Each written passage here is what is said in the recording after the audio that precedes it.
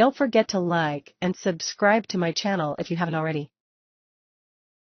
There is also a link in the description to my Patreon. It has Naruto fanfiction that cannot be posted on YouTube. There is some free content on there. So, you don't have to be a paying member to enjoy listening to excellent fanfiction. Chapter 123 The Leaf's First Trader. Zurue blinked in surprise as he gazed upon who he'd just plunged his blades through. Ha! Talk about a real fool. He laughed as Zabuza coughed, causing a red stain to spread over the bandages over his mouth. The only one here who might have beaten me, and you wasted your life to buy some brats I will be killing once you fall just a few more seconds. What a pointless action. He then moved to pull his blades out, only to freeze as Zabuza's left hand shot up to grab his right wrist, pinning that arm. Zurue then met Zabuza's gaze, and was hit by a KI from a person that could only be described as a demon in the skin of a human. And Zurue realized that his life was still very much in danger. After all, Zabuza might have been a mortally wounded demon, but the key word here was still very much demon. Zabuza then started making one-handed seals and summoned Kubikurobocho back to his hand, before swinging it down at Zurue, who hastily pulled his blade used by the unpinned hand free, and moved to try cutting Zabuza's arm off. But at the last second, Zurue spotted several Senbon headed for his neck, thrown by Haku, who had managed to stabilize Kin and move around in a desperate attack on Zurue. If he cut off Zabuza's arm, that would still leave him pinned and unable to dodge the Senbon needles on time, which would kill or at least paralyze him, the latter of which would leave him helpless. Making a snap judgment, Zurue instead severed his own pinned arm and jumped back, avoiding the Senbon entirely, though Kubikurobocho still managed to slash him diagonally down his chest. But he had no longer been close enough for the blade to cut him deeply enough to inflict a fatal wound. Still, he was now seriously wounded as he dashed forward and slashed the overextended Zabuza across his belly with his remaining arm, further wounding him. He then grabbed his severed arm, which Zabuza had released at this point, with his teeth, and pulled it free before making a break for it. Haku threw some more Senbon after him, but he created an ice mirror with the power he had stolen from Haku, and used it to get away. He ran towards Suigetsu then, who saw him coming too late. Seeing Haiden's headless body and a scroll in Suigetsu's hand, realizing it likely contained his idiot partner's head, he slashed Suigetsu's arm off. While this hardly bothered the Hozuki in his water form, the lightning chakra Zurue had channeled in his katana was enough to stun him. Zurue then sheathed his sword as the scroll went flying, caught the scroll, tucked it under the pit of his severed arm, and grabbed one of Haiden's arms, dashing off as he dragged the immortal's body behind him. Briefly, he considered stealing Suigetsu's bloodline, and then killing him, but he decided not to press his luck. Besides, with him having 3 stolen bloodlines now, he'd lose the least recent, and giving the new Sanbai, Host or Byakugan back would only make things harder. Suigetsu recovered and made to pursue them, but he was cut off by a few shamblers, and had to cut them down, hacking the undead creatures apart. By the time he was finished, the only trace left of them was a blood trail, no doubt from Zurue's bleeding wounds. Damn it, he cursed. He briefly considered pursuing them, but realized it was a good way to be led into a trap by himself. He then had his attention sidetracked by the sight of Zabuza collapsing. "Zabuza-senpai," he said in shock, watching as Haku desperately tried to heal him.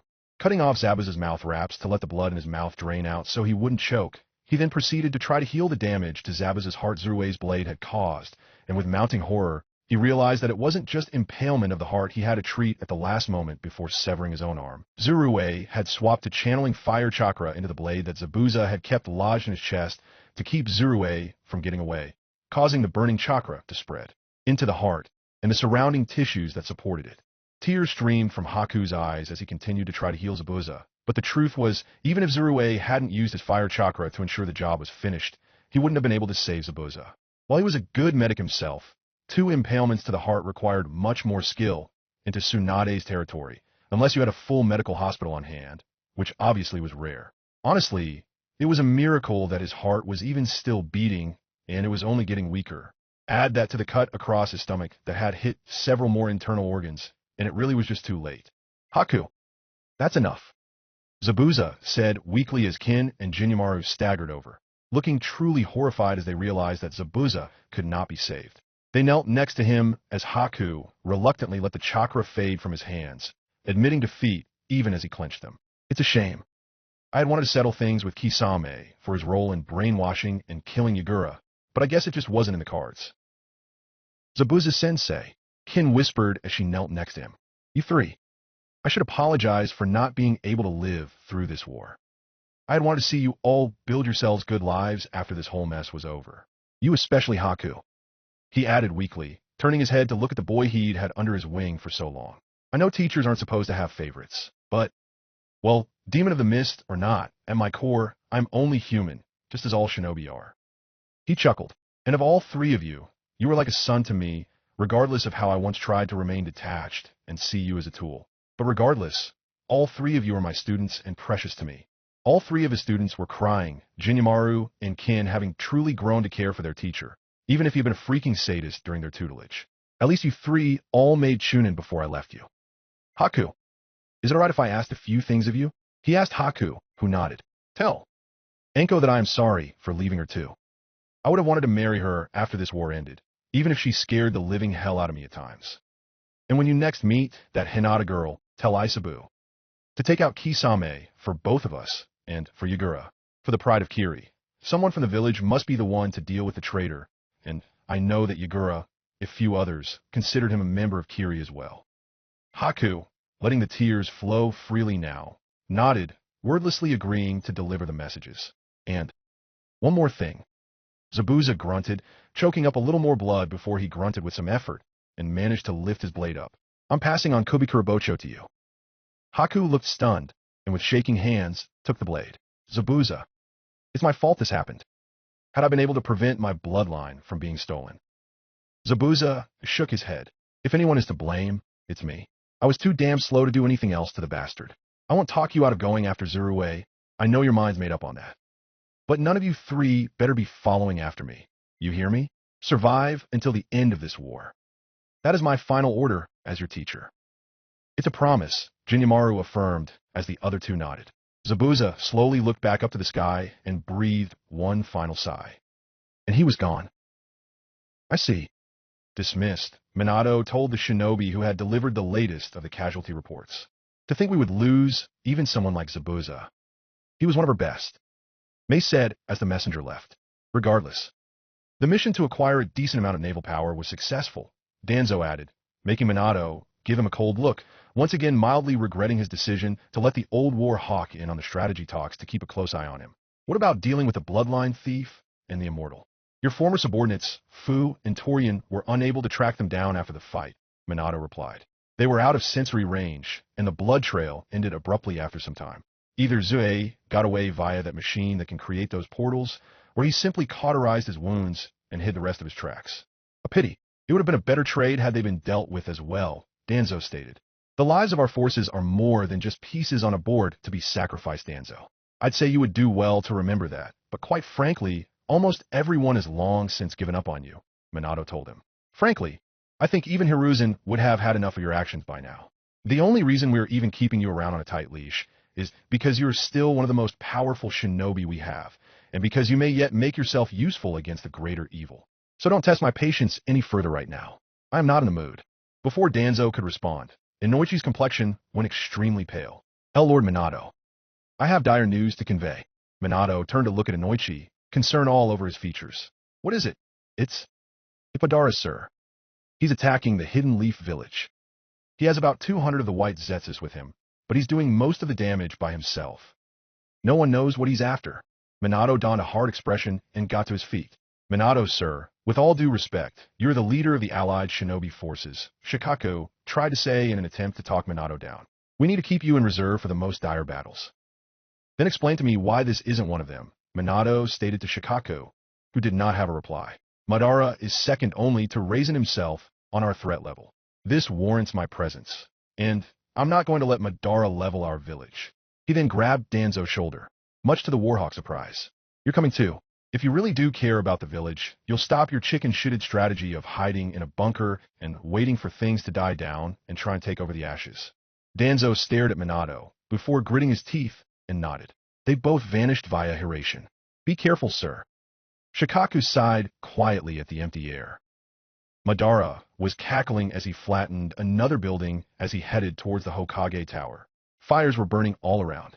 He threw a chakra rod, impaling an ANBU that had been left behind to defend the village from trouble while the war was going on. Hashirama, see how fragile the dreams we once shared truly are? With a war going on, there's nowhere near enough people to even slow me down. With that, he dashed towards the tower and blasted right through the defensive seals placed to defend the doors in the Hokage's absence. Several ENBU moved to pursue him, moving to surround the tower, ready to ambush him the moment he tried to exit, but it was an endeavor they all knew was likely doomed to fail. Madara found the jutsu library the Hokage would have access to, and proceeded to trash it in his search. Here it is. He smirked, grabbing his prize, the forbidden scroll, the very same that Naruto had been duped into stealing at the very beginning of his adventure during the previous timeline. He pulled it open, and after passing over several of the more basic kenjutsu, he finally spotted the one he was looking for. I knew you would be such a fool as to write this down somewhere at some point despite Hashirama's warnings to Tobirama. He smirked. But I did at least expect you to think of a less obvious place to put a jutsu of this caliber. I suppose there is just no accounting for all the fools in this world, however intelligent they think they are though. He then set the scroll on fire, having used his Sharingan to memorize the mechanics of what he was after, and derisively kicked it across the floor, spreading the flames as he casually walked to the exit of the tower. That's one of the things I need to overtake Raisin, he mused, not even bothering to acknowledge the ANBU that tried to jump him as he exited the burning tower. A single Shinra Tensei immediately took care of that little annoyance. Now all that is left is hoping the white Zetsus I put on the task are capable of finding the rest of the equation. He paused as several roots burst from the ground, all of them attempting to converge on him, causing him to leap back, deftly avoiding them all before taking care of them with a basic fireball jutsu. As they burned, several wind-style attacks passed through the flames, igniting the wind chakra in them, and the fueled flame struck him, only for him to use the Predapath to absorb them. Oh, someone else with the wood style? Oh, I see. You're that Shimura brat that fancied himself a rival to Tobirama's prize student from the Sarutobi clan. Madara said derisively as his eyes focused on Danzo. So, you've been playing around with Hashirama's cells too. I see you were still enough of a coward to survive as long as this. Danzo frowned at Madara, his cane discarded, and his right arm out, though still covered in the sealing materials. I am not a coward, he denied. Please. Even as a child, you always let others before you go first. That much I remember from before I left this village, Madara remarked. Perhaps, but at least I never betrayed this village, Danzo denied. You, who helped build it, have tried to destroy it several times. He conveniently ignored the fact that he himself would have let the village burn as long as there were enough survivors to rebuild and make him Hokage. This village is a sham. It was meant to bring peace to a broken world, but like everything else was doomed to fail, Madara replied, before looking up in time to spot Minato falling down at him with a massive Rasengan aimed straight for him. He simply started to absorb it, laughing how futile. Minato then jumped away, skidding back next to Danzo. Ah yes, I remember you. The fourth Hokage, Madara said. Yeah, we fought before.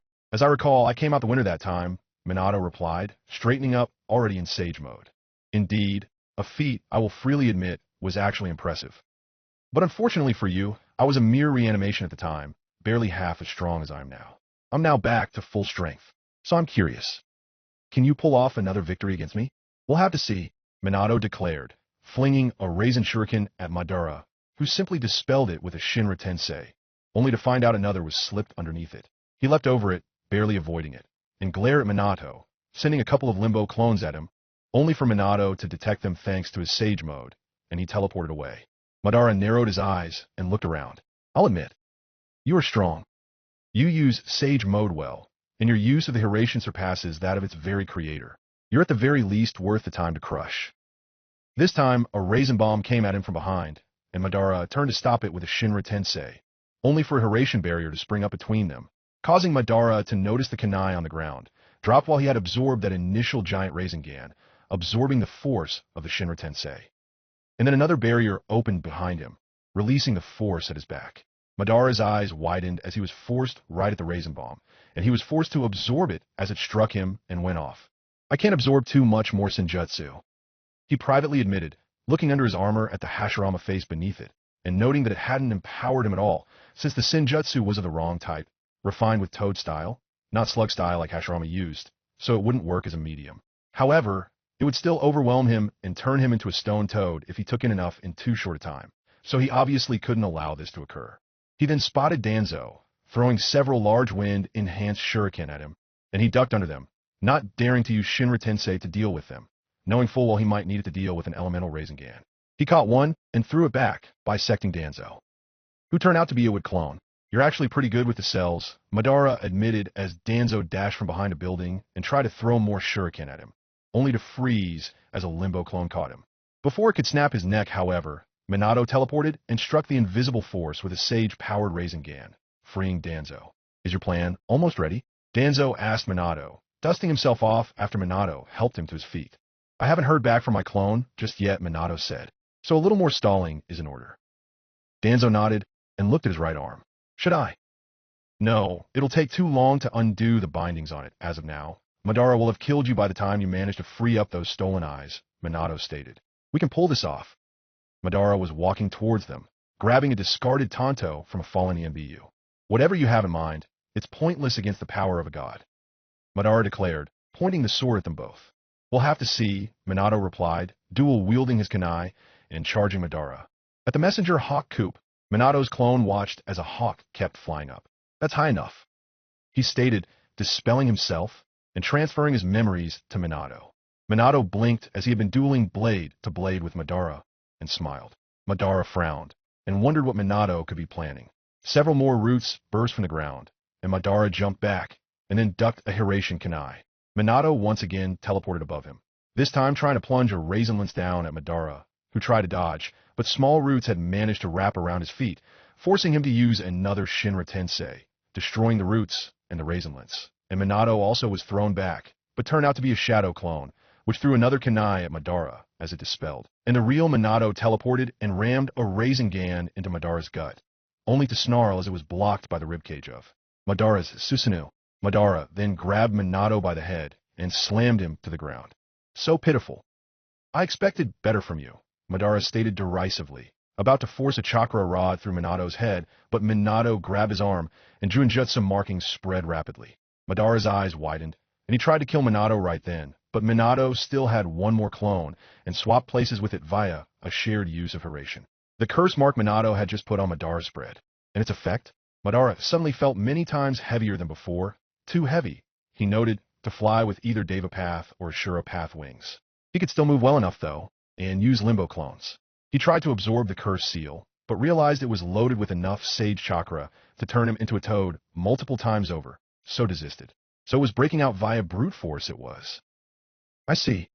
I wasn't expecting cursed seals from you, considering you specialize in the regular kind, Madara admitted, sending his Limbo clones after Minato and Danzo, but Minato managed to get away from them with Hiratian again, taking Danzo along with him. No, but that was actually one of Danzo's creation.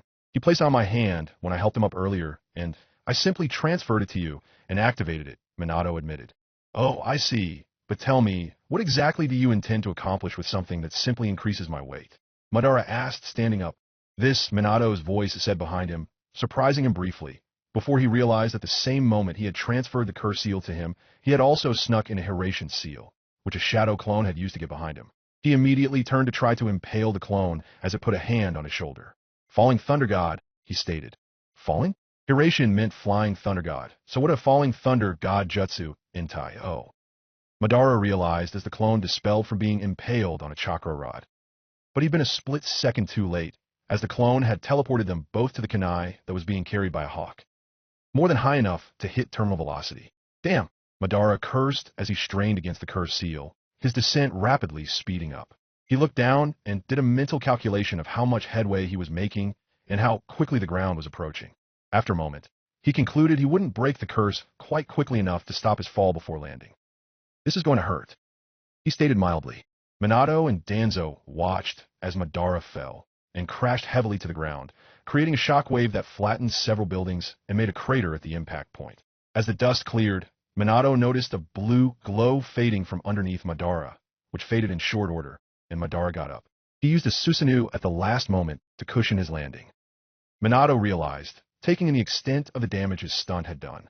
The curse seal had been broken, and he was bleeding and battered, his left arm broken badly and hanging uselessly. And he was laughing. Ha ha ha ha ha! He cackled and turned his gaze back on Minato. You really are on Hashirama's level, Madara admitted with a mad grin. I haven't been this excited since my last battle with him. Please tell me you have more moves. I want to keep dancing. Chapter 124 Trample Dreams. Madara's mad laughter slowly died down as he poured chakra into his mangled arm, feeding his healing factor from Hashirama's cells. He winced slightly as steam rose from the arm as the bones set and healed. It had cost a larger chunk of chakra than he would have liked to render his arm usable again, but against someone like Minato, even someone like Madara knew better than to go into further combat with either arm unusable. Minato quickly pulled out several Hiraishin kunai, and Madara grinned, making several hand seals. Wood-style deep forest emergence, he declared, causing a large amount of trees to start growing, forcing Danzo and Minato to jump back, trying to avoid getting caught up in the growth, dodging several roots and branches along the way. Fire-style great fire annihilation, Madara shouted further, setting the entire forest he made amidst the hidden leaf alight. Minato cursed and was forced to Hiraishin himself out of the forest in question with Danzo, and knew that this would momentarily allow Madara to operate unseen. He could still sense him in Sage Mode at least, but he would still prefer to have eyes on him. He then frowned as he sensed several white Zetsu converging on Madara's location. Quickly, he checked the seals he had over his body that fed and balanced Senjutsu. Still at a little over half capacity, he still decided he would have to end this quickly as possible. Madara meanwhile stepped on one of the fallen ANBU, using Predapath to absorb his chakra, replenishing his pools a little. A white Zetsu emerged from the ground nearby. "We found what you were looking for," he said to Madara. "Several of them, in fact. And do any of them meet the needed criteria?" Madara asked, already draining another ANBU dry. "Hard to say for sure. Several were moved from their resting places when their homeland was overrun and replaced here, and of course there were plenty of them that had made their ways here even before then. So the odds are quite good." "Very well. If nothing else, there's always stealing one from Raisin's little toady, though that would be revealing my hand to him before I would like, so it will hopefully not come to that." "Is it time to leave then, Lord Madara?" Originally, I would have said yes. However, at this point, Minato and Danzo ran up to them, Minato flinging his kunai at Madara. "I highly doubt that they will simply let me leave. Besides, I'm having far too much fun to simply abandon things here." Madara smirked as he simply flung a few chakra rods without even looking to deflect them. "I'll finish things here, and we'll see how the Shinobi Alliance can operate after the blow I will inflict to them today." Zetsu nodded and quickly re-entered the ground.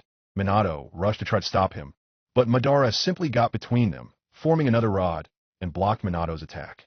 Minato glared at Madara before flashing away, leaving the kunai behind, revealing an exploding tag on it, which went off, causing Madara to skid backwards.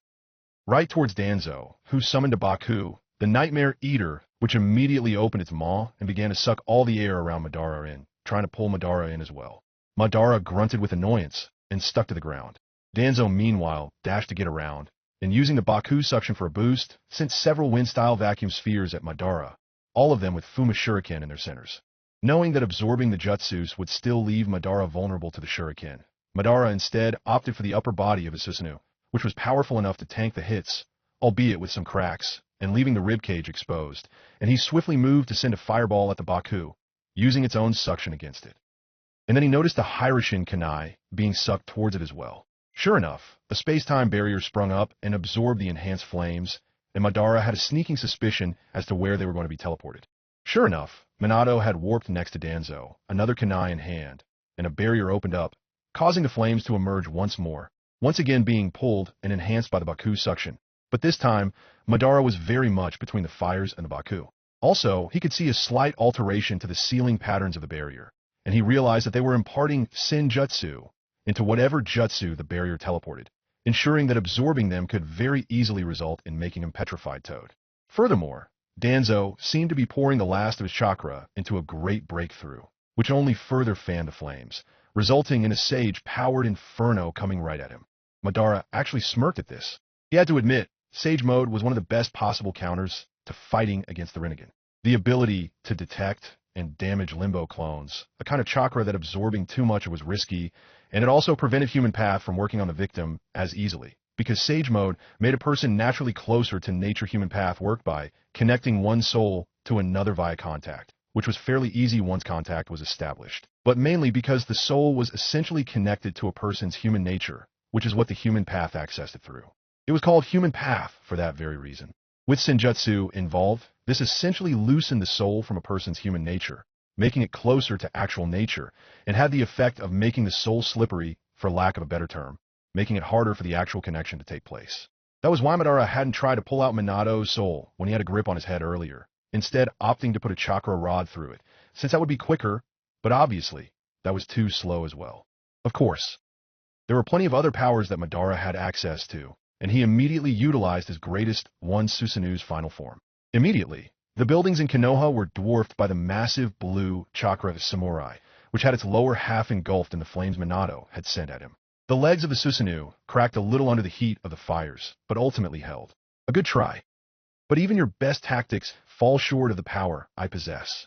Madara boasted as a chakra avatar drew one of its massive katana and swung down at Minato and Danzo.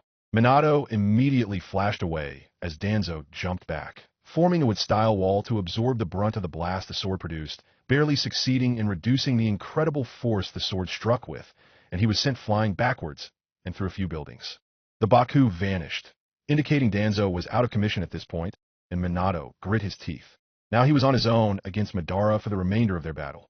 Madara and Minato stared each other down as once again, Minato fished out several kunai. Madara's Susanoo raised its blade and brought it down, cutting down several buildings and carving out a large trench in the ground. Minato, of course, had already flashed out of the way. You really are a fast fellow, but it won't matter if you can't reach me. And if you keep doing nothing but running, then I'll simply destroy this failed village with every missed attack. You were able to break my Susanoo once before, but that battle is well in the past. I am alive once again, and have far more power at my disposal than before. It's a shame, really. I had hoped you could have danced for a little bit longer, but it seems the falling thunder god really was your only real move in this tango, Madara mocked, crossing his arms. Are you done? Minato asked, stepping out of hiding. He had summoned Ma and Pa, and they rode atop his shoulders. Because I sure as hell am just getting started. I won't let you trample on the dreams you and Hashirama once shared any further. I'm stopping you here and now, with my newest jutsu, he declared, making a familiar hand seal. Shadow Clone Jutsu. He roared, creating 30 copies of himself. Oh, you came up with something new, Minato boy? Fukusaku asked as he and Shima replaced his Senjutsu reserves, and he popped a couple of food pills. Knowing him, he named it something ridiculously long and over the top. Shima remarked, well, that goes without saying. Ha snorted. What's the betting that he went above and beyond anything that came before this? As tempting as it is to say nothing would top that dumb name, he came up with for Naruto and Sasuke's Raisin Shuriken and Amaterasu combo. I'm not dumb enough to take that bet, she replied. I wasn't born yesterday, you know. With those wrinkles, no one will believe it if you were, he snarked. Oi, she roared, and they began bickering incoherently, making Minato sweat drop and look up at Madara, who was deadpanning at the sheer ridiculousness of the scene. Sorry about that, Minato chuckled nervously, rubbing the back of his head. I'm pretty sure these two are where the term arguing like an old married couple comes from. Shut up, they both roared, punching both of his cheeks in response to his remark. And don't go apologizing to the enemy, you idiot, Minato grumbled, and his clones all warped away, all of them taking positions that had Madara surrounded. Oh, your new jutsu seems to involve the simplest shadow clone tactics. Is that all? An attack of clones from all sides? Just wait, Minato shouted, and they all threw their Hiraition kunai and then made a hand seal. This caused several storage seals, mixed with the Hiraition seals, to release their contents, which was more Hiraition kunai, creating a large number of custom weapons flying at Madara from all directions. But he wasn't done just yet, as he and his clones made even more hand seals. Kunai Shadow Clone Jutsu. Now it was practically a storm of kunai, tens of thousands of them, and they all began to impact the Susanoo, but with no visible effect. Is that really all you have? Madara asked, looking bored as a chakra warrior raised its blade to attack again. No amount of flea bites will dash. And Minato added, momentarily remembering poring over a certain scroll. Felix had told him that even the most basic concepts behind the scroll were insanely complex, and the seal in it had only been developed by many generations of users of that third eye of Celia's, spending their lifetimes building on each other's work, and not a single seal master alive could hope to dissect the seal in its entirety, even with several of their own lifetimes. And he hadn't been kidding. Even after years of trying to figure the damn thing out, Minato realized even if he dedicated every second of his free time to it, he would not even be a tenth of the way done by the time he was dead. If anything, Felix had lowballed the complexity of it. However, he had also underestimated Minato significantly. Even if he realized he had merely a fraction of the required understanding of the scroll's workings with all the hours spent on it, that was not at all to say that it had been a waste of time. Far from it. The little he had been able to decipher had been revolutionary and incredibly rewarding, and he had managed to extrapolate something from the whole mess and create a seal added to the Hiraition seal on all those kunai. And now was the time to implement it, and with a single hand seal from every clone, the kunai just stopped. Madara blinked. The kunai storm had stopped impacting his defense, but that was hardly all. The kunai were all literally hanging suspended in the air, like they were frozen in position. No, they were frozen in time. What? He said flatly, unable to believe his eyes at the moment. To manipulate time like this. Sure, he knew time was turned back, but he knew that it was due to a seal that required an insane number of resources to develop over centuries, and after the development, was also quite difficult to even copy onto a scroll, hence why only a few said scrolls existed. The only other thing he knew of that could manipulate time was Raisin's stolen Mangekyo, and even that was only to a very limited degree. Space-time seals were complex, but really, it would have been more accurate to simply call them space seals, since, while they did operate on the space-time continuum, it really could only affect one's relation to space, and not time, with the sole exception of the seal that started this mess in the first place. But now, seemingly out of nowhere, Minato had developed a new seal that meshed well with his Hiratian ones. Now, he was surrounded by kunai bearing the Hiratian marker. Experimentally, he had his Susanoo punch at several of the suspended kunai in front of him, and a Hiratian barrier sprung up from several, and the fist entered until Madara had it stop, but before he could pull back, the portal closed, essentially severing the Susanoo's arm, and Madara looked up to see it emerge from another portal, only to dissipate as the source of its power was lost. Madara fed more chakra to the severed arm, regenerating it, and then he started laughing again. Yes, truly amazing, keep on dancing. I doubt you can sustain this technique forever, but it's beyond anything I ever expected from you. Out of the countless people I have encountered who fancied themselves masters of the Fuinjutsu techniques, Uzumaki's included, none of them measure up to you. I, Madara Uchiha, declare that you are the greatest sealing grandmaster of them all. Minato couldn't help but smirk a little at the high praise he had received from one of the strongest shinobi to ever live, but immediately returned to what he was about to do, and he and his clones all formed elemental Raisengans. Each held two, a blend of Raisin Shurikens, Raisin Lances, and Raisin Bombs. This is it, he shouted before he and his clones all launched the techniques. Sage Art, Space-Time Style, Wind Style, Lightning Style, Fire Style, Super Great Ultimate Pandemonium Elemental Raisingan Barrage from all angles of death and pure awesome, he declared, making Fukusiku and Shima sweat drop. As the techniques all reached the suspended kunai, space-time barriers sprung up and absorbed them before others released them, repeatedly moving them around the area of kunai Madara was in as the clones and Minato each threw two more, and then two more each before the clones vanished, using up all the chakra, sage, or normal that made them up, resulting in nearly 200 sage-powered elemental Raisingan being juggled around in the enclosure, no doubt soon to be sent at him en masse. Assessing his situation, Madara realized any movement from his Susanoo would simply result in another part of it being cut off as it hit a portal Minato created. An attack he sent at the Raisingans to intercept him would simply be turned against him in much the same manner. And he knew that even his Susanoo would not be able to withstand the barrage. The name aside, this technique was no joke whatsoever. Madara needed to do something that would no doubt eat up nearly all of his reserves of chakra to get out of this, and made a hand seal, creating 10 wood clones, all suspended near him. At this point, Minato had every single one of the attacks sent right at him, for went off before hitting Madara's Susanoo, no doubt intercepted by his Limbo clones, which would be out of commission until he could next use Limbo from taking all of the damage from blocking a Sage-powered elemental Raisingan. The remaining jutsus began impacting the Susanoo, and Madara grunted with each hit as it spread cracks on it, and peeled away the armor, only to reveal another layer inside it. Those were clones. They're using Susanoo as well, layering it within the originals. Ha realized. He's using up nearly all of his chakra to do it though, Minato said before swaying slightly. Like you want to talk, lad. Ma retorted. Those clones, that strange trick with time, and all those Raisingans. You've used up nearly all the nature energy in the area to power this stunt. I still have one final play if this doesn't work, Minato assured them, popping one more food pill, knowing it was getting pretty risky to do so. Too many, and the pills consumed things like muscle tissue and the like to make the chakra the consumer needed. Still, he only needed one more refill for his last move. The kunai were released from their time locks as the last Raisingan impacted, and they all fell to the ground, most of them poofing out of existence as they did. The smoke cleared, and Madara's Susanoo was still standing, but just barely, as it was missing an arm. Part of its face was covered in cracks, and had several holes in it, clearly the last layer. The wood clones had used up all their power and vanished, and Madara himself had been mildly burned, clearly a resin bomb managing to get close enough to do some damage, and it had torn off some of his samurai armor, revealing Hashirama's face.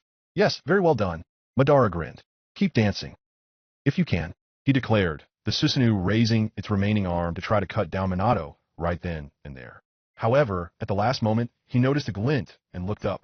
A Hiratian kunai was falling at him. But where, that hawk? It must have dropped the kunai at some signal after it was done for the falling thunder god. But what is it for now? Minato warped to it just as it was above Madara's head, biting his thumb and making hand seals. In an instant too late, Madara realized what was about to happen. Shinra Tensei, he shouted, but Minato simply raised the space-time barrier once more and redirected the force elsewhere before making his move. Summoning Jutsu, food cart destroyer technique, he shouted, summoning Gamabunta, who proceeded to land heavily on top of Madara's damaged Susanoo, shattering parts of it as it collapsed.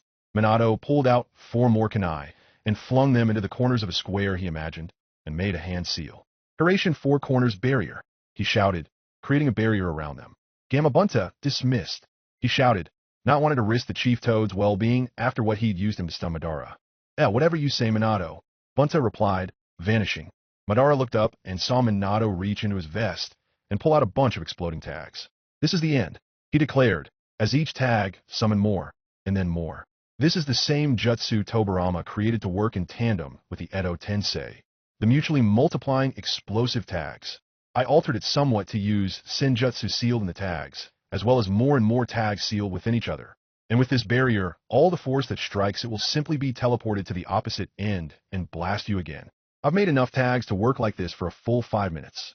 It's over for you right here and now. He then teleported out of the barrier, leaving Madara to deal with the repeated blasts that began to impact his barely intact Susanoo, and it was quickly failing. What guy, Madara smirked. But he then made several more hand seals, and Hashirama's face seemed to twitch, particularly around the left eye. 5 minutes later, Minato wheezed outside the barrier as it fell, having dismissed Ma and Pa as well. He was out of chakra at this point, but regardless, he was satisfied with the results. It's over. I've taken care of Madara. You sure about that? A voice asked from behind him, making his blood freeze, and he slowly turned his head. Sure enough, none other than Madara was standing fairly close behind him. He quickly jumped away, but Madara made no move to pursue him. How? Minato demanded, completely unsure how Madara could have possibly survived, before he noticed. A Sharingan was implanted in the left eye socket of the face of Hashirama's on Madara's chest, and it was slowly closing. Of course. Fucking Izanagi. Minato cursed. I should have seen that coming. Indeed. But to be honest, I would have died then and there in your final trap had I not had this. That, or lost one of my Rinnegan, something I could hardly afford for the long term if I couldn't reclaim the eyes I gave Raisin and Obito after Caius replicated them with Mito and the regeneration seal. And I doubt he would have taken a risk of allowing me to recover a lost Rinnegan after they already had their replicated copies. Luckily, I saved that left Sharingan I had at the end of my life. It served a purpose after all, in the end, even if I was due to get rid of it eventually. He walked over to a dead shinobi then, and searched his pouch, before coming up with what he was looking for, a food pill, and consumed it, replenishing his weakened chakra stores. So what now? Minato asked, falling to his knees. Are you going to kill me? The thought crossed my mind. But no, as a reward for giving me such a good time, I will allow you to live just this once. You may prove useful in bringing down Raisin for me in the future. However, as a penalty for failing to defeat me, I believe I will finish trampling on the dreams of this village. With that, he turned his gaze elsewhere and extended a hand. His heart sinking, Minato followed his gaze, despite already knowing what lay in that direction, the Hokage monument. Madara, don't! He bellowed, starting to get up. Shinra Tensei! Madara shouted, and under the sudden massive force striking it, the monument cracked, and the mountain shattered moments later, rubble being flung into the woods. Feeling powerless, Minato fully collapsed, not having any energy left to even try to stop Madara, as he turned his back and walked away. Chapter 125 Battle at C1. Oh, you're back, Raisin mused as Madara entered the hideout. I trust that Konoha is in shambles, as he set out to do? Of course. Did you honestly think I'd fail? Madara snorted, passing by the armored man. Well, I did expect a little more. I'm informed you left Minato alive despite having him at your mercy, Raisin remarked, causing Madara to pause. Explain your reasoning to me. You said destroying much of the leaf would destroy the morale of many of the Alliance's strongest forces, hence why I didn't disapprove of you going there. But wouldn't that have been more effective if their Hokage and the leader of the Shinobi Alliance met his end as well? not to mention his usefulness as an Edo Tensei. Well, if you wanted to use him for Edo Tensei, that would have very likely blown up in our faces spectacularly, Madara said bluntly. He had memories of the past, if you recall, and was reanimated by Orochimaru then. Do you really think you wouldn't have taken a little bit of time to brush up on Edo Tensei and learn how to rescind the summoning contract as I did? Imagine Caius summoning him, only to be bitch-slapped immediately with a contract seal, thus resulting in every single reanimated warrior in his possession regaining their free will. I wasn't sure if you had his DNA already, but I sure as hell wasn't going to risk you doing something that could backfire by killing him and not making sure you were aware of the risk before you could do it. And if I did kill him, you might just have done it before I had the chance to warn you. Raisin paused as he processed that little detail, and Caius actually went pale as he considered the implications. For one thing, it'd prevent the use of the Shikoyo he had reanimated and on standby to revive him every time he got killed, meaning he could very well end up permanently killed in such a situation, and that wasn't even going into the havoc all the reanimated warriors not already on their side could cause on their forces. All the work they had put in could go down the drain with one blunder of that scale. You've gotten too complacent with your use of a forbidden jutsu, and you even actually knew its weakness, and amused Madara mocked Caius as he took in his reaction. You should really know better than to be careless with a jutsu like that. You've gotten away with it for so long. It seems you forgot to be careful, however. Hopefully this little reminder will do you some good. Caius scowled, but couldn't refute Madara's logic there. And he knew in a straight-up fight, he would not have been able to take Minato, so very likely would have found that exact scenario happening had Madara gone through with killing Minato. Of course, leaving Minato alive may even help our cause more than harm it. Madara added. Do tell, Raisin said. Had I killed him, the allied shinobi forces would have simply had the Raikage, or perhaps Itachi take the helm. Simply replacing the head would get them back on track. But keeping the fourth Hokage in place, with his own morale shaken. After all, he just fought me, and came close to beating me, but ultimately failed, and was unable to do a thing as I destroyed the Hokage monument right before his eyes. He will likely blame himself for being powerless to defeat me, and this will distract him, hinder his judgment. So then, more psychological warfare then? Raisin asked. That could also backfire on us. Madara shrugged. All potential moves in war carry the risk of backfiring. If there was such thing as a perfect move, then whichever side had it would be impossible to defeat. It's simply a matter of calculating the risks and taking the best action based on your judgment. He then turned to walk away. And you would happen to be hoping, if he doesn't lose his morale, that you can pit him against me in the endgame? Raisin asked with amusement, making Madara pause again. Well, you figure out that factor, he replied, fairly amused. I should have expected as much. But does that really surprise you? We share a common enemy, but we all know we'll be turning against each other the moment we no longer need each other. That was never a secret, Raisin agreed. Take care, however, that your own plans to come out on top don't endanger all of our goals in the process. Else that could be a move guaranteed to backfire at the wrong moment. I'll bear your advice in mind. And also be mindful of whatever else you might have in store for me, Madara added, finally leaving the room. Neither party realized Obito was nearby, listening in. They were so tied up in plotting against each other that he barely even registered on their radars. Because out of the three of them, he was perceived as the least threatening. This both annoyed and pleased him. While it stung his pride somewhat, it was also something he knew he could take advantage of. He was in fact painfully aware of the fact that in a straight fight, he was no match for either of them. Maybe Madara if he was lucky and caught the elder Uchiha off guard, but Raisin was in a class above them both. So he'd simply continue to let them think they only had to worry about each other. So long as they only worried about that, he could carefully plot his own in-game moves while they were busy with each other and the Shinobi Alliance, almost forgotten, and while they were the ones pouring all of their energy into their endeavors. He'd end up being the one holding all the spoils. Minato walked back into the conference room, his head lowered and his eyes shadowed. Hokage, you are all right, Mei said in shock and relief. We feared the worst when we heard about what happened to the monument. You'll be happy to know, sir, that the casualties among the civilian population is surprisingly low. The Umbu did their jobs and managed to get the people to a safer place during the fighting, most of them realizing that taking on Madara was a fool's errand. That's good to hear, Minato said, not moving from his spot. Before anyone could say anything else, there was a flash of red, yellow, and orange. Sure enough, Naruto had just teleported Kushina and Akari into the meeting room. Minato, Kushina exclaimed, immediately rushing over and embracing him. I'm so glad to see you are okay. You had us all worried. Okay. No. I'm not okay, Minato said quietly. Minato, Kushina asked. Don't blame yourself for failing. You did all you could. Madara was just too strong for you this time. No.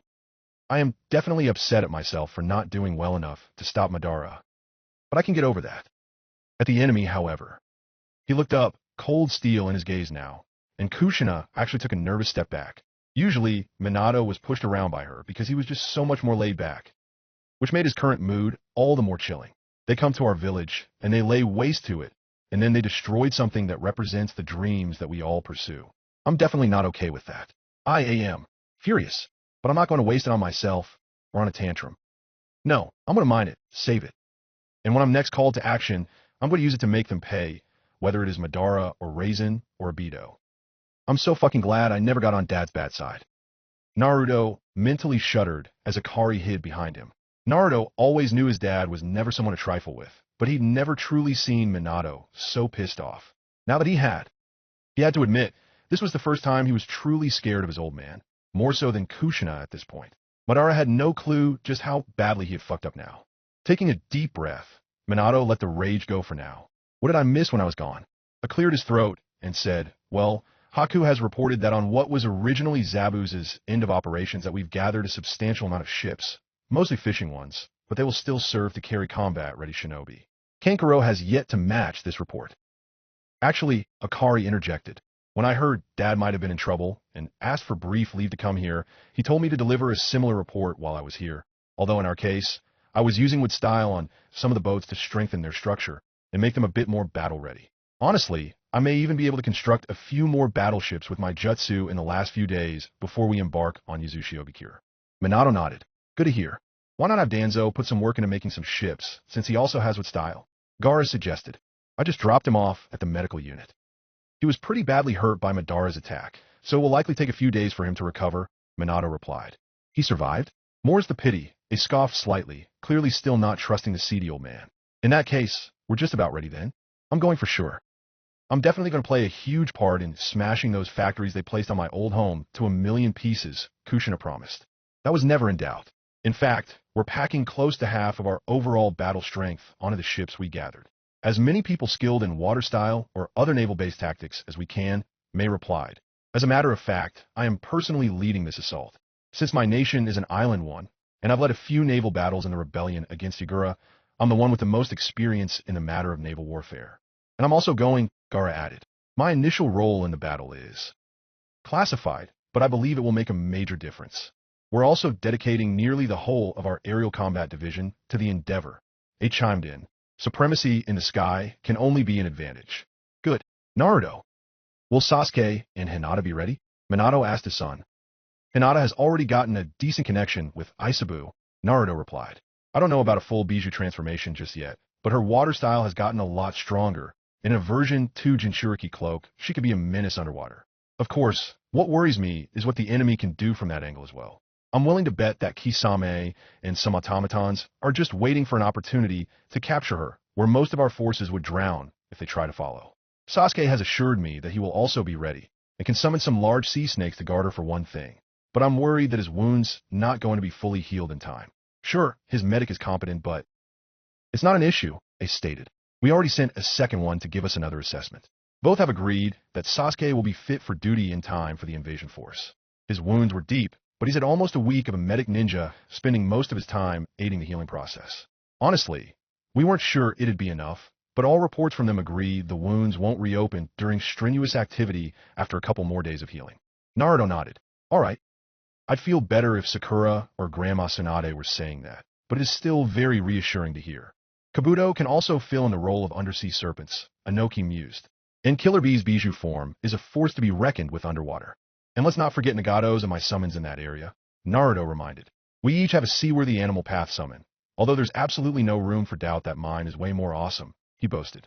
Head inflated much, big brother? Akari asked sardonically. No, really. It's actually my strongest summon, Naruto replied. I just never had a chance to use it just yet. Now I finally might just be able to get a chance to break it out. Unlike Nagato's giant crab, mine can't exactly operate outside of an aquatic environment. Yes, I actually think sometimes I might have made a mistake taking him to a dimension where he could get a hold of the thing's DNA. He reacted like giving a little kid instructions to an S-rank ninjutsu, Felix remarked, having come into the room. You all right there, Minato? Physically, yes, Minato replied. I'm rather pissed about the whole thing, though. Not your fault. Felix started to reassure him.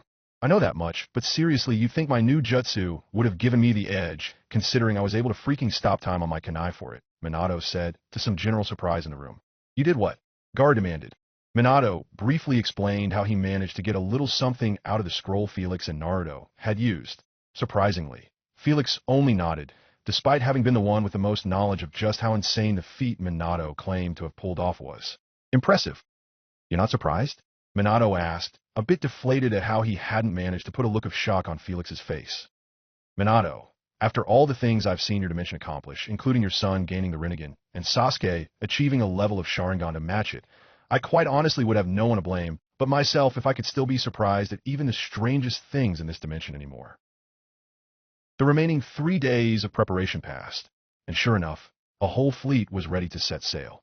Over 50 battleships were loaded and ready to go, and in addition, nearly 200 smaller vessels to carry strong fighters into battle, and after some final preparations, they were launched and headed for the battle. Sasuke paced on the ship he was on, knowing it would take a few days to get to Yuzashigakure, but was expecting a separate battle somewhere between here and there, an enemy fleet intercepting them on the way most likely, so he remained alert. Turning his head, he noticed Haku, Jinyamaru, and Kin sitting together, making plans. He walked over and asked, making plans on going after Zurue, are we? Haku looked up at him and asked, yes. What about it? He is an enemy that needs to be dealt with. That is true, and it's not my place to stop you. I'd be a hypocrite if I did. However, I'm still going to offer you some advice from a person who traveled the road to revenge to a few people looking to embark upon it, if you'll hear it. Haku nodded, gesturing for Sasuke to proceed, and Kin and Jinyamaru listened intently. I know how important Zabuza was to you three, and how much it had to have hurt to lose him. No doubt the thought of encountering him again and having to fight him as an Edo Tensei has crossed all of your minds. I'm not going to tell you it's wrong to be angry beyond words to describe, nor will I even tell you it is wrong to go after the bastard responsible. You are correct after all, he is an enemy that will need to be dealt with, one way or another. So what would it matter if you yourselves did it, and got personal satisfaction as a result? And it is perfectly rational to feel anger at a wrong of that level. No one can tell you otherwise. Which brings me to my advice. Do not lose yourselves to the pursuit of revenge. That is easier said than done, I freely admit. But whatever your other priorities in life are, do not forget them. Keep them in mind, and do not put revenge above them. Otherwise, once you accomplish it, you won't have any more direction in your life. You'll have forgotten how to live without hatred if you spend too long in that mindset, and you might just end up becoming exactly the kind of person you were seeking to kill off in the first place. Then again, it's entirely likely that Zurue will meet his end at your hands so soon that it won't matter too much. So perhaps that advice is unneeded, but I wouldn't disregard it regardless. And also, don't forget, while the point that Zurue is an enemy combatant is a point that you can use to justify going after him, bear in mind, you are far from the only people who will be trying to kill him for that very reason. It might not be as personal, but they also have a vested interest in bringing him down. So if someone else happens to get to him first, just let it go. I know all of you point Sasuke. Thank you for your advice, though. Haku nodded. If that's all, can we get back to planning our approach if he turns out to be part of the enemy force in Yuzashio? Ken asked a bit irritably. Actually, there's one more point, Sasuke added. Just be careful, and don't throw yours or anyone else's lives away in the endeavor. Retreat if you find yourself at a disadvantage. He then met Haku's eye, and subtly cast a Sharingan Jinjutsu on him to have a few other words with him out of earshot of the other two, as they did not know about the other timeline. Sharingan Jinjutsu? This must pertain to something between us specifically, Haku noted in the illusion. It has to do with how you've influenced Naruto actually, Sasuke admitted. Honestly, if it had not been for you and Zabuza, he may have ended up walking an entirely different path. What do you mean? Haku asked Sasuke. Naruto. I think when he initially gained the dream of becoming the Hokage, he knew what he wanted. But he was still in the dark on why he wanted it. He wanted to be strong, but he didn't yet know what he wanted the strength for. Was it for himself or for others? He talked about the time you first spoke a little, and that was when it likely started to become clear. But your influence ran deeper than that.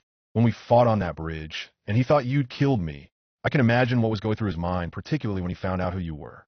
You then told him what it meant to you, and Zabuza, just what it meant to be shinobi, which meant striving to be nothing more than tools, something that ran counter to what Naruto ended up choosing to follow. He decided to forge ahead on his own shinobi way, rather than simply be treated as a tool, or treat others that way. But honestly, I think he could have ended up far different if you and Zabuza had not ultimately contradicted yourselves. You claimed you were just a tool to protect Zabuza, but you weren't able to bring yourself to kill me or Naruto, despite having every reason to do so. And while Zabuza felt that all shinobi were nothing more than tools, and tried to teach you the same, he ultimately couldn't live up to that ideal, and truly cared for you, shedding tears. When Naruto first beat you, I don't think it felt like a victory to him, because he thought I was dead, and that you failed to protect Zabuza. What he saw were two people at his age who failed in their dreams. But the revelation that you spared me ultimately, in your final act, was saving Zabuza, even if he ended up dying shortly after, that was what really started to make Naruto who he is today. I didn't do that much, Haku tried to deny. Haku, if Naruto had decided then to embrace the ideal shinobi way you and Zabuza had, I honestly think he would have failed, and not just in the long run. I doubt he could have beaten Neji without your role in shaping him, or Gaara, both enemies that he fought shortly after you too. Both of you were our first real enemies as shinobi, and you're the ones who truly set Naruto on the path he is currently on now. That's why Naruto is also angry at Zabuza's death, and asked me to caution you. If you died in this timeline as well, I don't know if he could ever forgive himself. So I must reiterate that while risking your life is okay in battle, do try to keep your risks calculated. And don't lose the compassion that helped shape Naruto's destiny while you're out for Zurue's blood. Step into the darkness of shinobi to take Zurue down. But keep your other foot firmly in the light of your humanity. Haku nodded slowly, and the Genjutsu ended. I'll leave you to it, Sasuke told all three of them before walking off. They'd only been at sea for a day when all hell broke loose. Multiple undersea mines were tripped as a few ships ahead of the formation sailed over them, instantly causing a lot of damage, and one of the ships was already starting to sink. Oh great, Suigetsu cursed as he was jarred from his nap while his ship was hit. Immediately, he headed out, and everyone was trying to figure out the situation as more mines went off. Naruto acted pretty fast and grabbed Akari, flashing them both to the ship that was starting to sink, and Akari quickly used with style, repairing the worst of the damage by making sections of the ship grow over the damage. Meanwhile, Suigetsu jumped into the water, melding with it, and quickly started using his aquatic form to disturb the waters around the mines, setting them off. Deidara, the furthest thing from stranger to explosives, formed a clay bird and flew over the water, sending more of his clay bombs into the water, setting off more and more of the mines.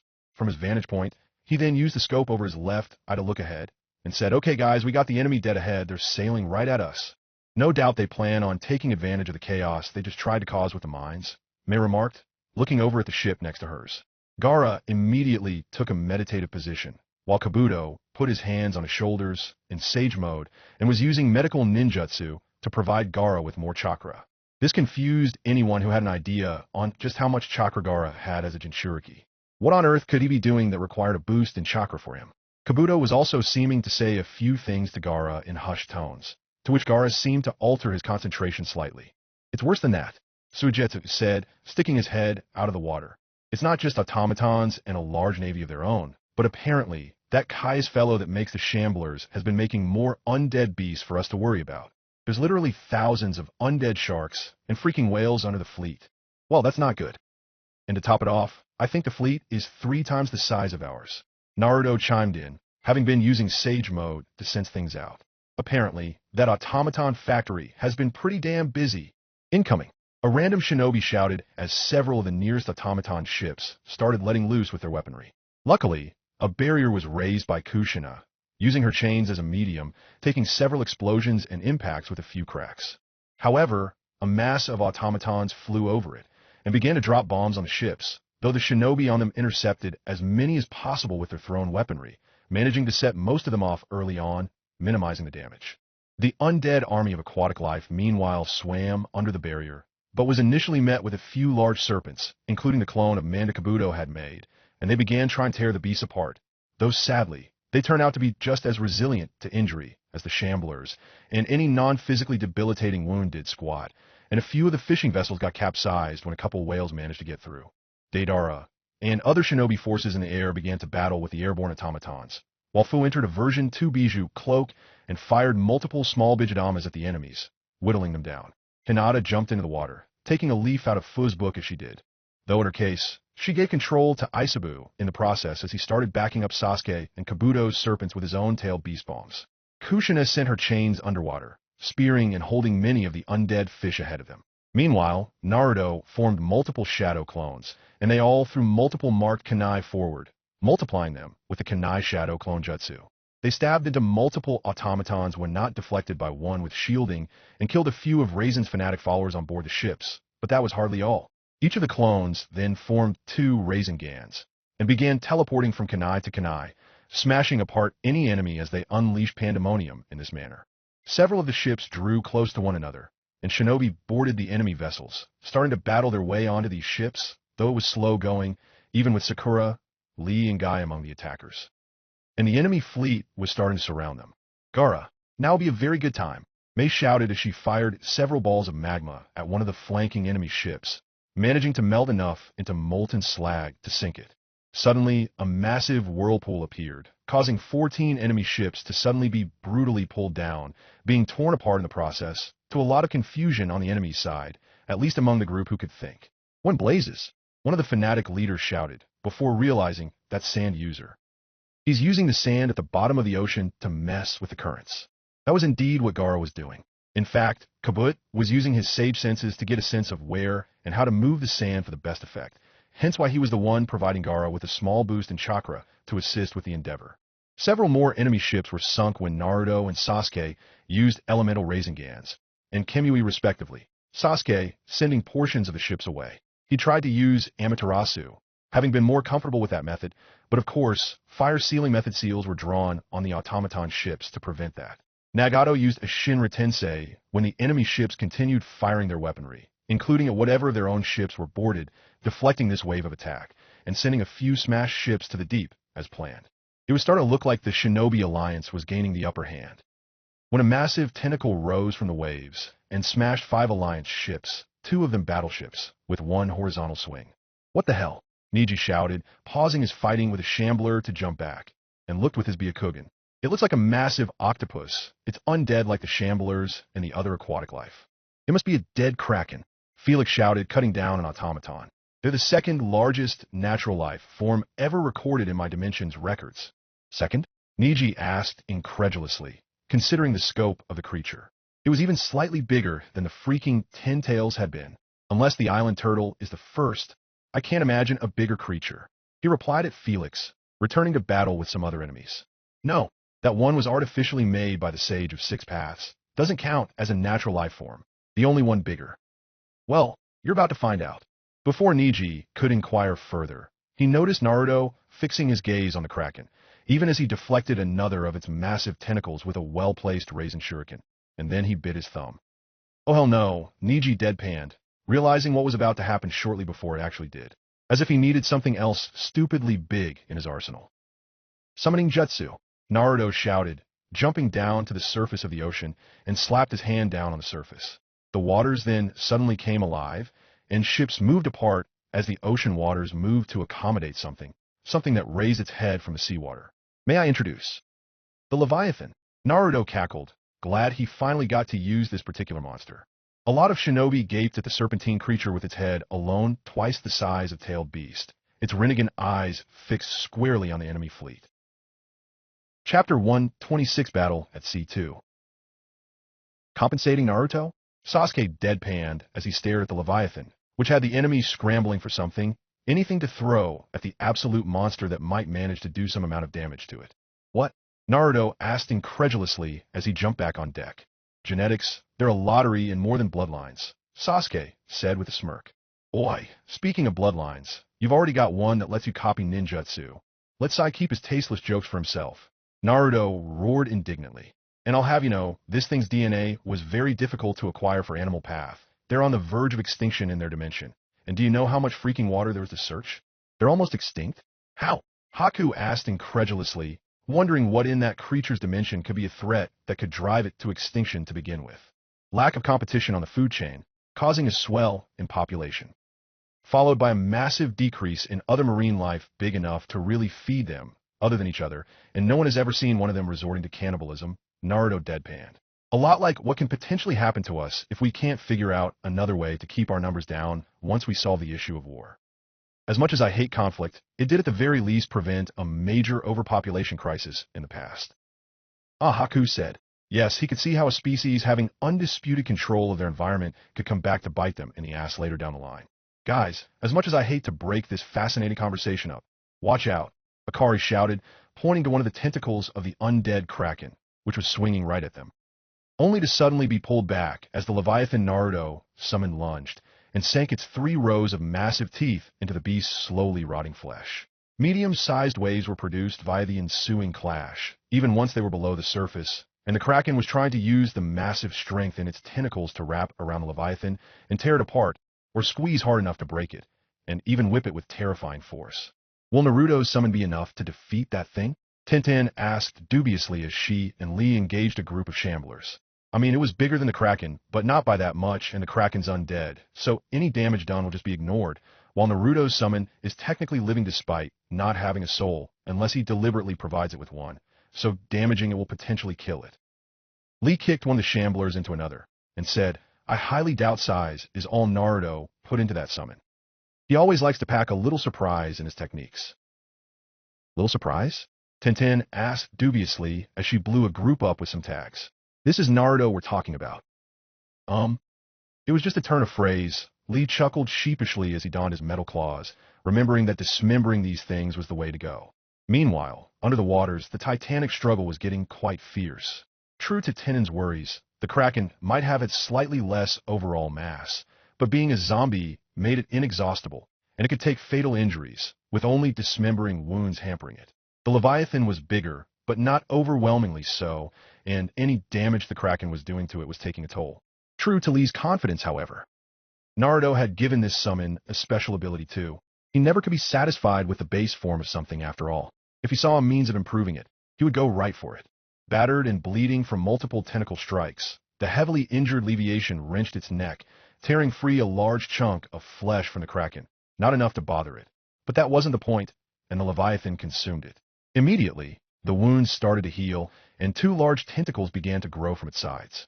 Naruto had given his most powerful summon the ability to consume just about anything, which would feed a healing factor, and also allow for some degree of power assimilation.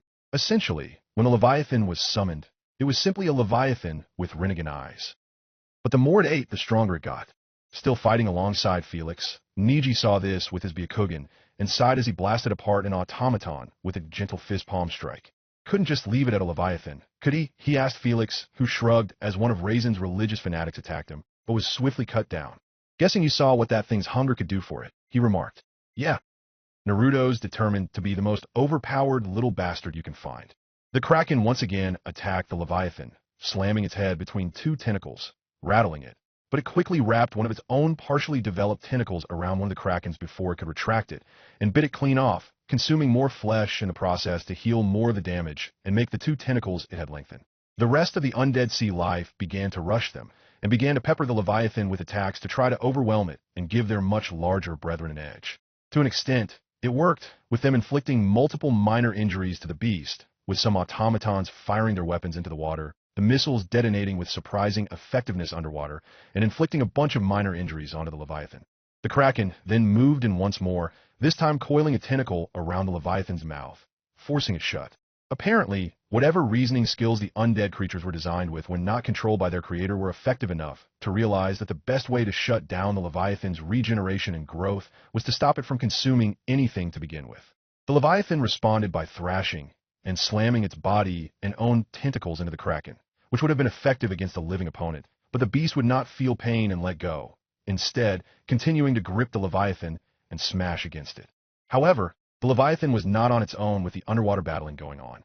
There were still some of the sea snakes Sasuke and Kabuto had provided, and Hinata and Killer Bee were both in the waters, ready to back up Naruto's summon in version 2 cloaks. In addition, Suigetsu had melded with enough of the ocean to become quite large and was batting around several of the undead aquatic creatures. Bee broke free from the crowd of creatures and began to pelt the Kraken with multiple of the smaller versions of a Bijidama that could be fired rapidly. This, of course, blasted out many large chunks of flesh, and one hit the base of the tentacle holding the Leviathan's mouth shut, causing it to be almost completely blasted off, held on by only a third of the flesh that had been there previously. As such, it went slack, and the Kraken's grip was lost, and the Leviathan immediately returned to the endeavor of tearing its prey apart. Meanwhile, the battle above the surface was getting as heated as ever as the aerial forces continued to deal with the flying automatons. Sasuke had momentarily withdrawn from the front lines. Mentioning to Naruto, he had to set something up. Gaara managed to create another massive whirlpool and took out another sizable amount of enemy ships with it. Originally, the enemy fleet had been about 3 times their size and quantity of ships, and they even had a few bigger ones. Now, it was just under twice the size of the Allied shinobi forces fleet, so the numbers advantage was not quite as overwhelming anymore. The Kraken's done, Hinata shouted up to Mei, surfacing briefly. B and the Leviathan just finished tearing it apart. Good, Mei replied, making some more hand seals, and sent multiple globs of lava right into the sides of a few enemy ships, destroying some of their crews, even as Sakura finished off the ship she was on by punching the deck with enough force to break the whole thing apart. We're starting to gain ground in this fight. A Bijidama, courtesy of a freed-up, hit another few ships, wiping them out, and the Leviathan emerged, half of its body exiting the water to body slam a row of several more, shrugging off the explosions and other attacks desperately sent its way to repel it. It looked like it was only a matter of time before the enemy fleet was routed, but the Leviathan saw something else as it re-entered the waters. Oh crap, Naruto groaned even as he sunk another enemy ship with 2 more Raisin Shurikens. What? Suigetsu, who'd come back on board for a breather after exhausting a lot of the chakra on his front. His tone was filled with dread, understandable, considering just what prompted said dread, being the usually optimistic Naruto looking a bit scared. You know how I said earlier that uncontested dominance is never good for a species? Naruto asked. Yeah, where are you getting at? Suigetsu asked, a bit confused despite having heard while melded with much of the ocean. Well, apparently, the Kraken either hasn't been on top in its own dimension for as long as the Leviathan has, or it does have some degree of competition to keep it from getting to that point. Or Caius has just had that much more time to look for specimens than I have. Suigetsu blinked, needing a few seconds to put it together, before he sighed resignedly. How many? He asked. My summon just spotted 5 more of the bastards. And as if that wasn't bad enough, Kisame has fused with Samahata, and is coming as well, and he's no doubt planning to attack B and Hinata, so Samahata can consume their chakra, so they can't help take care of them. Well, I think I can battle Kisame for a little bit then. I admit, I have my doubts I can win against him after hearing about all of Samahata's abilities, but I'm willing to bet I can at least keep him off your guys' backs long enough to do some damage to the undead Krakens and keep them from sinking too many of our ships. Are you sure you can handle it? Naruto asked dubiously. Kisame is one of the strongest enemies we have to face. Not to mention the fact that Samahata is a pseudo-Jinchuriki now. That information was given to some of the higher-ranking shinobi in the Alliance likely to face Kisame, but was otherwise kept on the down low to avoid letting Raisin find out and bringing back the 10 Tails before they were ready to fight it. I doubt he's going to use the 3 Tails chakra right now, Suigetsu remarked. If a single one of those religious fanatics can see or sense it, that will blow Obito's plans. And from what we can tell, Kisame has allied himself with that side of the enemies. Be careful. Get out of there when you can, Naruto said sternly. Suigetsu nodded and jumped into the water again.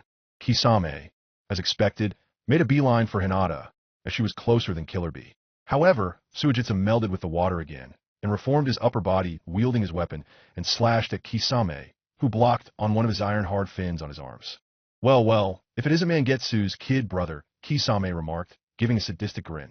I'm going to see if I can shave you into pieces once I consume all of your chakra. See if that cancels out that annoying bloodline of yours.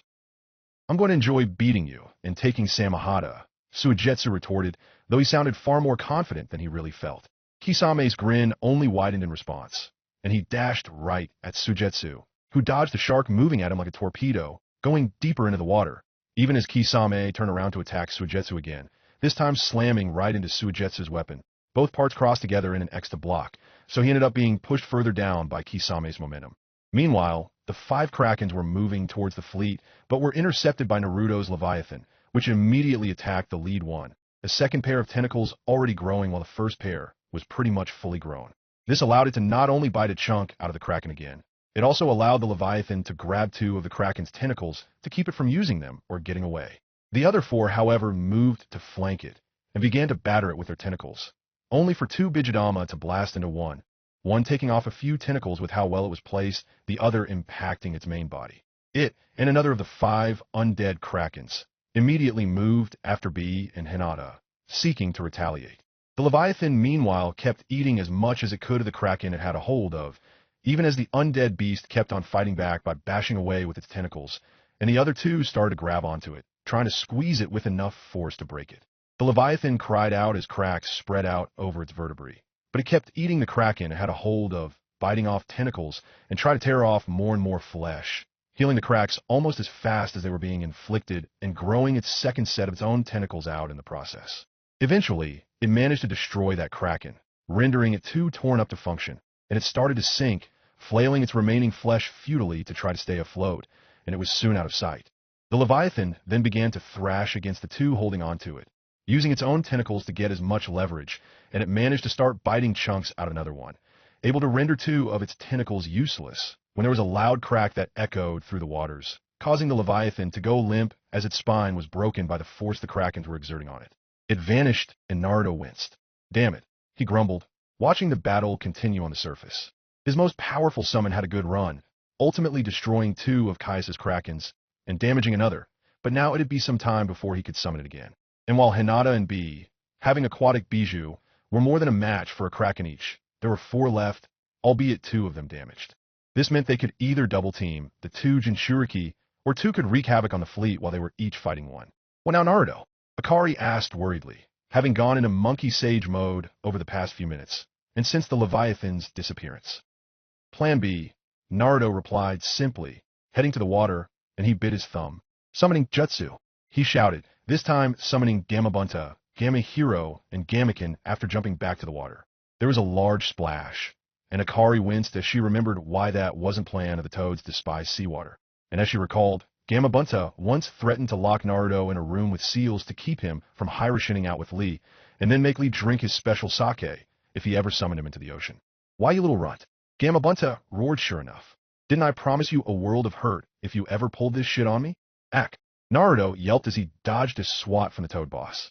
I'm so sorry, Chief Toad, sir, he said, putting his hands together. Despite being strong enough to beat the toad without too much issue, he did still respect the guy enough to act otherwise. Plus, he kind of needed his help right now. But this is a real emergency. What on this forsaken earth could possibly give you an excuse to? Oh. Gamabunta remarked mildly as he looked down at the water, seeing the 2 Krakens that had just been fighting the Leviathan now swimming up at them.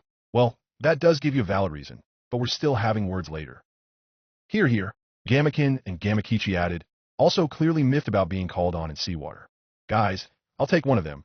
You 3 can handle the smaller one. My Leviathan took a few tentacles off of, right? What do you take us for, Brat? Bunta demanded. Fine, we'll help, but you owe us a lot of sake for this. As they dove, Naruto mentally wept as he realized that his wallet was going to be suffering from this, considering Gamabunta liked the expensive strong stuff, and with his size. Maybe Tsunade could find him some decent stuff for cheap. He shrugged it off and dove after them, and used his chakra chains to tangle up his chosen opponent, using the sharp tips to skewer segments of flesh and anchor the chains as he started to tear into the Kraken. He would be using some shadow clones to help out, but he already had a bunch made to help out the fight above the water, and he was still conserving Kurama's chakra too in case they encountered Zetsu clones in the battle. Bunta, Ken, and Hiro converged on the other massive Kraken, Ken smashing his weapon against its main body, the spikes on it tearing off some flesh. Hiro and Bunta each severed a tentacle as well with their blades. This got the thing's attention as it turned to face the 3 much smaller creatures hacking at it, and began to lash out with its tentacles to try to snag one, but they proved quite adept at underwater combat, managing to dodge the worst of it, though Ken did need his shield for a moment, getting sent back. Meanwhile, Naruto continued to struggle with his chains to tear up and restrain the other Kraken. Damn, these things are way stronger than they look, and that's saying something. He grumbled as a few chains actually broke, and he took a strong hit from one of the tentacles, though luckily he had gone into Sage mode at the first opportunity, greatly boosting his durability, which allowed him to tank the blow, only somewhat rattled and bruised up. Another tentacle came down, and he formed makeshift propellers with a Shura path, dodging out of the way, and he rammed a giant Rasengan onto it. This ground away at the tentacle, severing it effectively. He then rushed the main body and made 2 giant Rasengans and rammed them right into the beast, managing to make it float back a good distance. Further using a Shura path, he followed up by forming multiple torpedoes and fired them off at the beast, inflicting a good amount of further damage. He then tried to form a fire-style Raisin Bomb, but only got a lot of boiling water around his hand. Forgot I was underwater, he grumbled, before taking another heavy blow. B and Hinata wove between the tentacles of their own massive opponents, and kept on firing off their blasts, blasting away at their opponents. Hinata briefly spotted Gamakin get caught by a tentacle that started to squeeze him in hopes of crushing him, and nearly turned her back on her own enemy to help, but Gamabunta severed the tentacle in question, freeing Gamakin to rejoin the fight. B briefly got caught, but decided to bust out a full-tailed beast transformation and formed a complete Jidama, blasting the Kraken at point-blank range, getting mildly burned in the process, but the gigantic undead creature was much worse off, having lost a lot more flesh as a result, and several places on its body were now tearing under the stress of its own weight due to damage already inflicted. B then grabbed a tentacle and tore it loose, and then fired another blast, this one smaller. This time, the Kraken was in too many pieces to function, and sank helplessly to the bottom. Hinata was finishing her own foe up as well. Naruto recovered from the hit he himself had just taken a few moments ago, missing a tooth and bleeding from the nose, which was mixing with the water around his head. Annoyed, he waved a hand so the blood didn't mess with his vision, dispersing it. Then he raised a hand and formed the biggest Rasengan he could, which dwarfed even a tailed beast, though the Kraken was still bigger, and with his other hand he extended it to the Kraken and said, Bansho Tenon. The Kraken was pulled towards him, and he rammed the jutsu, this particular size of which he called Titanic Rasengan, and plowed a massive hole right through the center of the Kraken's mass. This was still not quite enough, as enough of the flesh remained to connect to most of the tentacles and support them. But the creature was definitely close to done, even as it managed to catch Naruto with another crack of one of the tentacles. Naruto grunted, but held onto the tentacle, before resorting to his chains again, spearing the beast with every tip and stripping away more and more of its tissue. It again tried to whack him with a tentacle, but this time he used his chains to wrap around the appendage, stopping it short, followed by obliterating it with another Rasengan.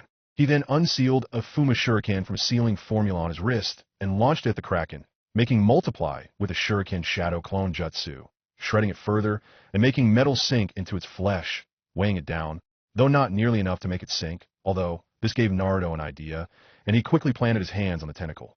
Earth-style, super-weighted boulder jutsu.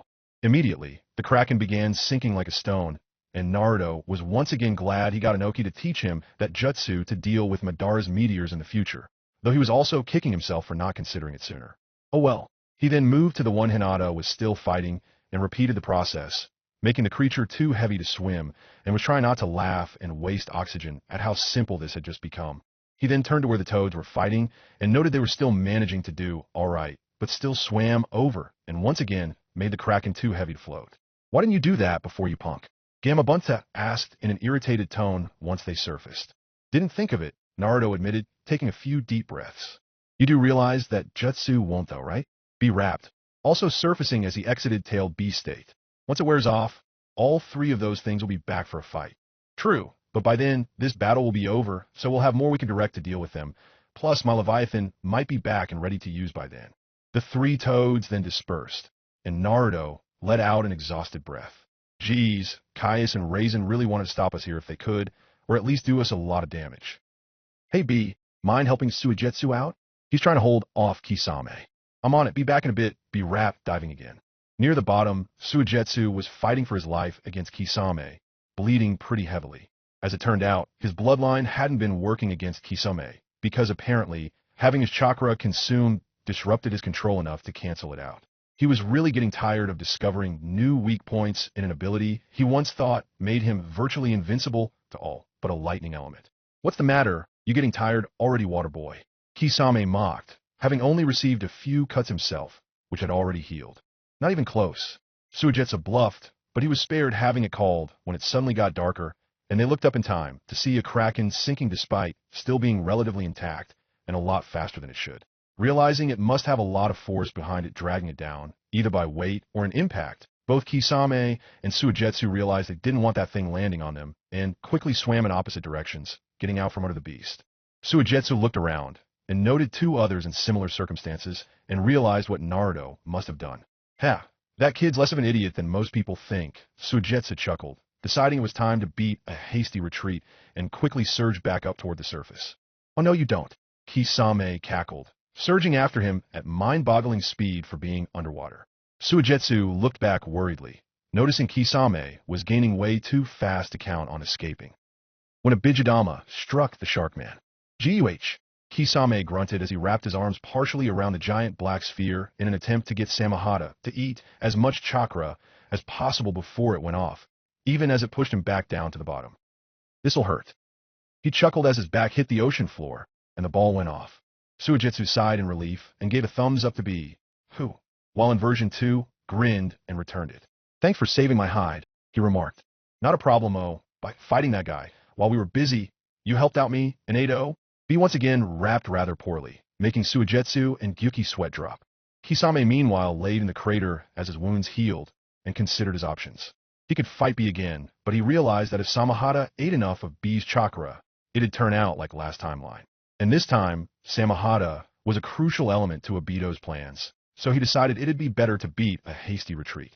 With that, he quickly began to swim away. Meanwhile, the aerial forces managed to clear the skies, and Sasuke shouted, "Everyone on an enemy ship, fall back." Everyone who could did so, and Naruto's clones evacuated the rest. The enemy attempted to follow, but a bunch of kunai with paper bombs attached landed on the decks of their ships, and they looked up to see a flock of small hawks, all carrying partially unfurled scrolls, which had started to unseal kunai after kunai, leading to a large number of bombs raining down. Not bad. That's a lot of explosives being dropped really fast, Deidara remarked, thinking he could learn a few things from Sasuke's creativity. It made him a bit glad that he had chosen to take the deal to fight for the Alliance in exchange for being released, even if his sentence would be re-evaluated after the war. He was learning that his own art could be improved by taking cues from others at every turn, which told him it was not only something he could learn from, but also something he didn't want to go up against. Sasuke made a single hand seal, and a deafening explosion went off, all the tags exploding at once and obliterating most of the remaining enemy fleet. The rest was quickly finished up by the remaining forces. Well, that went well. Naruto chuckled as he got back on board the ship. Yeah, we still have most of our fleet, Mei replied, crossing her arms as they resumed their course. Another day passed, and they were soon in sight of Yuzushiobikure.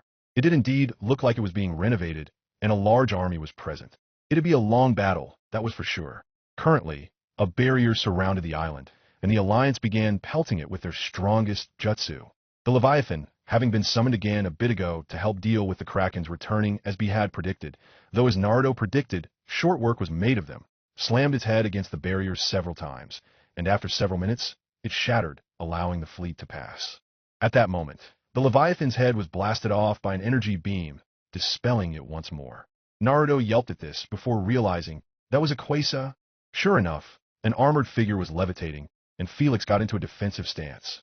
"Figures you be here, Raisin," he shouted. "Raisin?" A woman's voice came from the armor, and sure enough, there was a feminine look to the design of the armor at a closer examination. "You know my brother? Brother? You're an Edo Tensei, aren't you?" Sasuke asked, looking up at her. "Who are you?" "My name," said Edo Tensei replied, removing her helmet to get better look at the people she was being controlled to fight and look down at them appraisingly. "Is Sarka Jenshu Koyatsuri." Chapter 127 Homeland Invasion. You're from the same clan as Raisin?" Naruto asked, looking a little worried. He was clearly prepared to fight for his life. "Does this mean you're anywhere near his level?" "While I took pride in the strength of the clan I was a part of while I was alive, I found out firsthand that even among us, Raisin was truly in a class of his own," Sarka admitted, closing her eyes in what looked like contemplation. "It was truly a pity we ended up as enemies. What can you tell us about him?" Felix started to ask, before he hastily moved to the side to avoid being bisected by a claymore she sent at him. "Sadly, my body won't let me simply have a conversation," Sarka replied as said weapon smashed into the deck. "Stop my movements, and then we'll talk." "Would you really tell us everything you can if we succeed?" Gaara asked, sending sand after her to try to snag her, but she simply avoided his sand with skilled aerodynamics. "What reason would you have to talk about him? Is it a desire to get revenge for his betrayal of your clan?" She seemed thoughtful as she blasted away the next wave of sand. "No," she replied simply. "I have my own reasons for it, which I will also tell you once you defeat me. If you let yourself get distracted by my tale, then you will die against me. I don't say this out of arrogance, but a simple fact." "Everyone," Mei shouted as the ships started sailing past where Sarka was flying. "Storm the beach. We're taking back the Uzumaki homeland now. Ignore Sarka. Let Felix and Gaara take her on." There was a roar of agreement as the many ships landed on the shore, and the shinobi poured off the ships in force, charging up the beach and toward a crowd of white Zetsu, which met the charge. "Think we'll encounter Raisin here?" Akari asked as she dealt with the group with a would-style field of stakes. The jutsu was more or less exactly how it was described. "If we could take him out, then this war is as good as over." "Right? Yeah, but if we do encounter him, you need to withdraw," Naruto replied, sending a raisin bomb into the ranks of another group. "Even elite Jonin have a flee-on-sight order regarding him unless backing up several Kage or Kage-level fighters. You're by no means a weakling, sis, but Raisin's out of your league. Come on, I could at least support some of you guys." She protested, only for Naruto to give her a hard stare. "Akari, I mean this in the gentlest way possible. Even if it doesn't come out quite like it if you were trying to fight Raisin, he would eviscerate you in 10 seconds. There's no way he'd be that fast at doing it. She sputtered. From what I've heard, he'd be too busy with his monologues. I took that into account. Naruto grunted bluntly as he casually batted aside another Zetsamuk. That's what the first 8 seconds are for. He'd have 8 seconds to monologue, 1 to laugh, and the last one for the actual eviscerating. That's how insane the guy is, and you just don't have the experience needed to do a damn thing against him. Looking at how serious Naruto was, Akari reluctantly nodded. She could tell. Naruto was actually scared to go up against Raisin, having needed everything he had just to fight one of the guy's shadow clones, losing Jiraiya to him, coming within inches of losing Hinata. All of this took a surprising toll on her older brother. He might not have been scared for his own life, but even now, he was afraid to fail and lose anyone else to the madman who threatened their world. Madara had been bad enough, but if he is that strong, you can't fight him alone, Akari told him in a worried tone. Yeah, you have a point, but I have plenty of people who are strong enough to help me out to count on. Don't worry, Akari. If we do encounter him here, I won't do anything stupid. I just ask you to do the same, he replied, giving her a cheeky grin. Just keep me from having to worry about as many small fry as possible when the time comes, and that support will be plenty from you. For now, though, we have our ancestors' homeland to reclaim, he added, turning back to the fight, where Sasuke was working with Mei at the moment as Shamblers entered the mix. She formed an obsidian blade around her arm and began to cut many of the enemy apart, Sasuke doing the same with his blades and his lightning nature. You've gotten stronger since the last time, she remarked in a somewhat flirtatious manner, spotting a group of automatons taking aim at them. But their attacks were foiled when Sasuke jumped in the way and used his Susanoo to block them. It's quite a shame you were a little young for me. Strong men with looks like yours are hard to come by. And judging by your remarks with Naruto's summon, seeming like you were boasting about another asset. Sasuke turned a tired look her way. Mizukage, while I enjoy the battle banter, I need to inform you that I'm simply not interested. His Susanoo swept its arms, blasting away several of the enemy, even as he spoke. Not to say you're not attractive, but I already have a girlfriend, and if she even catches me looking at you the wrong way. Well, as a recent battle in this war can testify, she can break mountains apart with her bare hands. I happen to like having my bones in one piece, or at least in the single digits of pieces. Are you sure? I could still show you a few things, and she might appreciate you having some. Experience, she added, making Sasuke look away to hit a faint blush, and he immediately used Kimui to take another group of enemies out by teleporting their upper halves away before dashing off. Mei chortled. She knew Sasuke was never going to take her up on that. But flustering a confident man like that was just so very entertaining. Meanwhile, Gaara and Felix took to the air on clouds of sand to face Sarka. Just you two? She asked in a battle-ready stance. I hope you know what you were doing. Immediately, she formed 2 black holes and launched them at her opponents. But looked surprised as while Gaara dodged his, Felix took a stance and with a look of concentration, seized control of it with his own gravity control.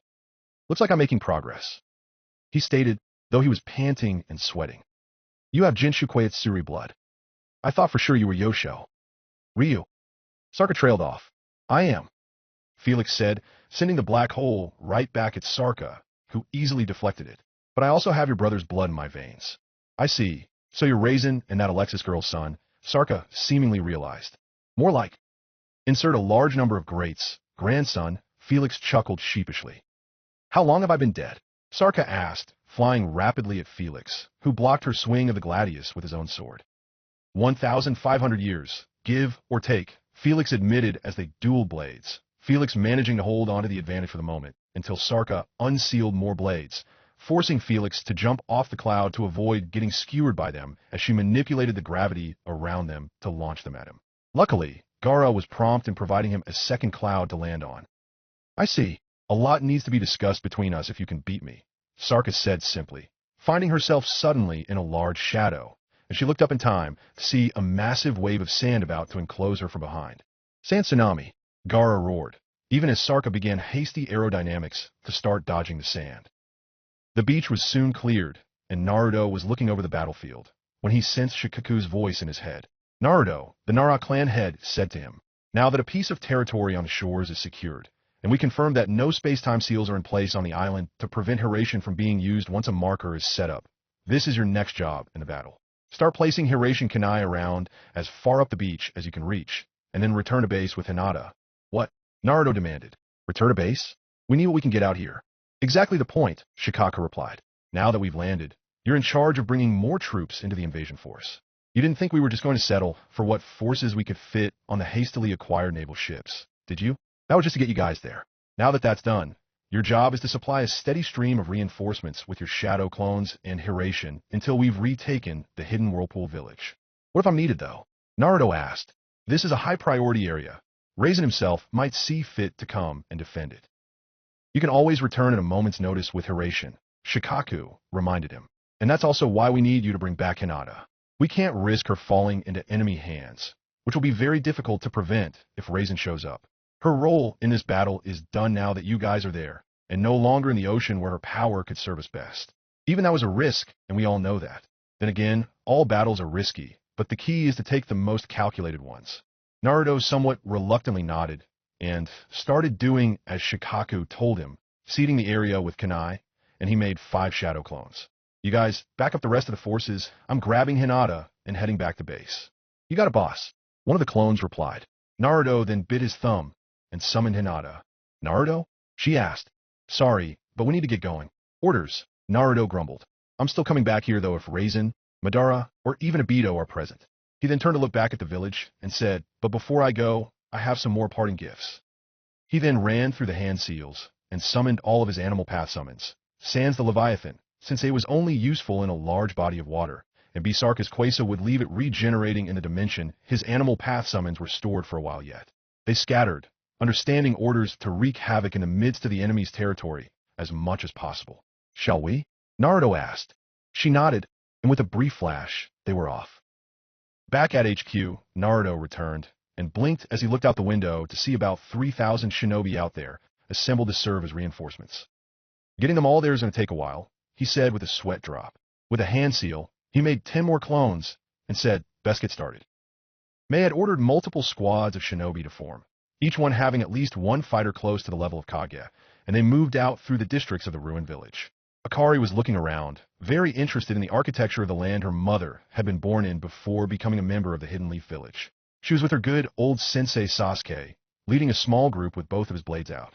An Edo Tensei came out of nowhere, seemingly emerging from the very shadows, and attacked Sasuke with a straight sword, but Sasuke, having his purified Sharingan active, saw the attack coming from a mile away, and he easily blocked, cutting the blade with lightning-style chakra, and he hit the offender with an Amaterasu in retaliation. The Edo Tensei fell back, smoldering in the black flames, and Akari quickly pulled out a scroll, looking to seal the Edo Tensei while it was in trouble, but then it was gone again, sinking into the shadows again, leaving the Amaterasu flames behind in the process. Just once, I'd like to finish a serious threat off with that technique. Sasuke slumped. Yeah, and that promises to be a very annoying ability, being able to meld with shadows. Sounds like a Nara's technique, Akari said before pausing. Insui? Sasuke asked with a smirk, turning to the one Nara in their group, who nodded, already on it, and with a few hand seals, sent a shadow possession jutsu into the shadows their enemy had melded with. Sure enough, the two similar jutsu ended up canceling each other out, and the chakra within the shadows the enemy was hiding and was destabilized, causing the reanimated enemy to re-emerge, where he was quickly bisected by Sasuke. I love having an easy counter to an annoying ability an enemy has, Akari grinned as she sealed the enemy up. That faded, however, as more enemies, mostly automatons with a few of Raisin's cultists, located them and were moving in on their locations.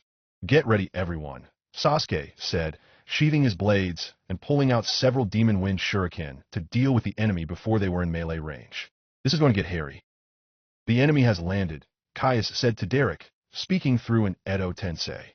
No shit, Derek grunted, already heading to a large door in the main factory on the island. Why do you think I'm busting out the heavy guns? My apologies, I was simply making sure you were updated, the Edo Tensei replied as Derek entered the code. You have a Kinzoku Kaijin here, 2 I trust? 2 actually, with 3 others prepared for deployment elsewhere. But as for the ones here, one of them is an original prototype from when Drachmus was still with us. The other is a bit smaller and with weaker materials, but still a legitimate threat on any battlefield. Except one with a pink-haired kunoichi with no bloodline. Caius mocked Derek, earning a death glare. Well, it just so happens I also have a bit of focus on quantity as well as quality, Derek said proudly as the door opened. Not all of my non-conventional automatons are strictly Kaijins. Oh, Caius asked as his borrowed body watched as lights came on in a large room that was revealed. In 10 rows of 10, each of the automatons within stood about 25 feet tall and were loaded with weapons. Those are bigger than the average automaton, even if they are significantly smaller than your true pride enjoys.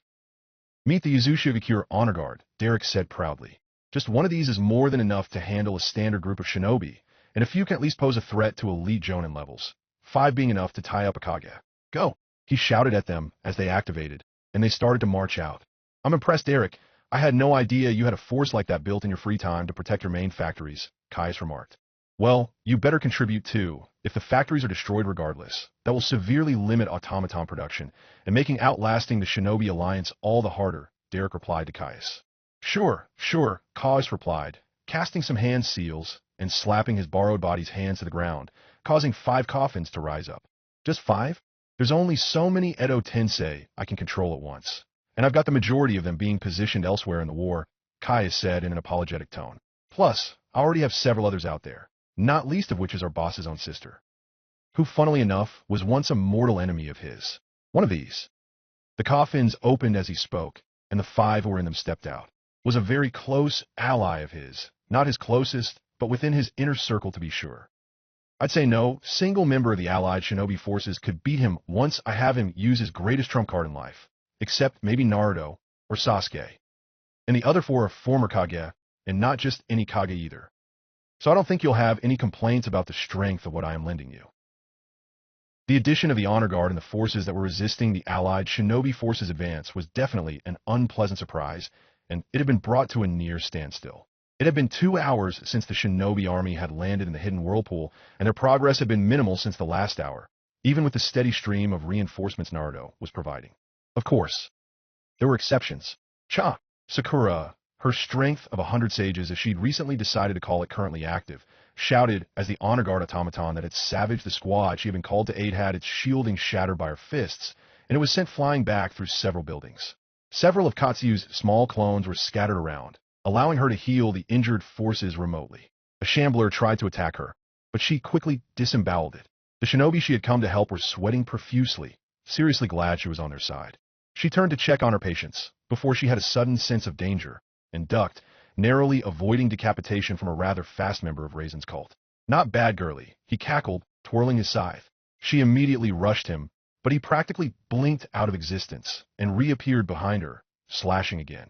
And this time, she wasn't able to dodge unscathed. Clutching a deep cut on her upper arm, even as it healed up, she took a quick look at her opponent.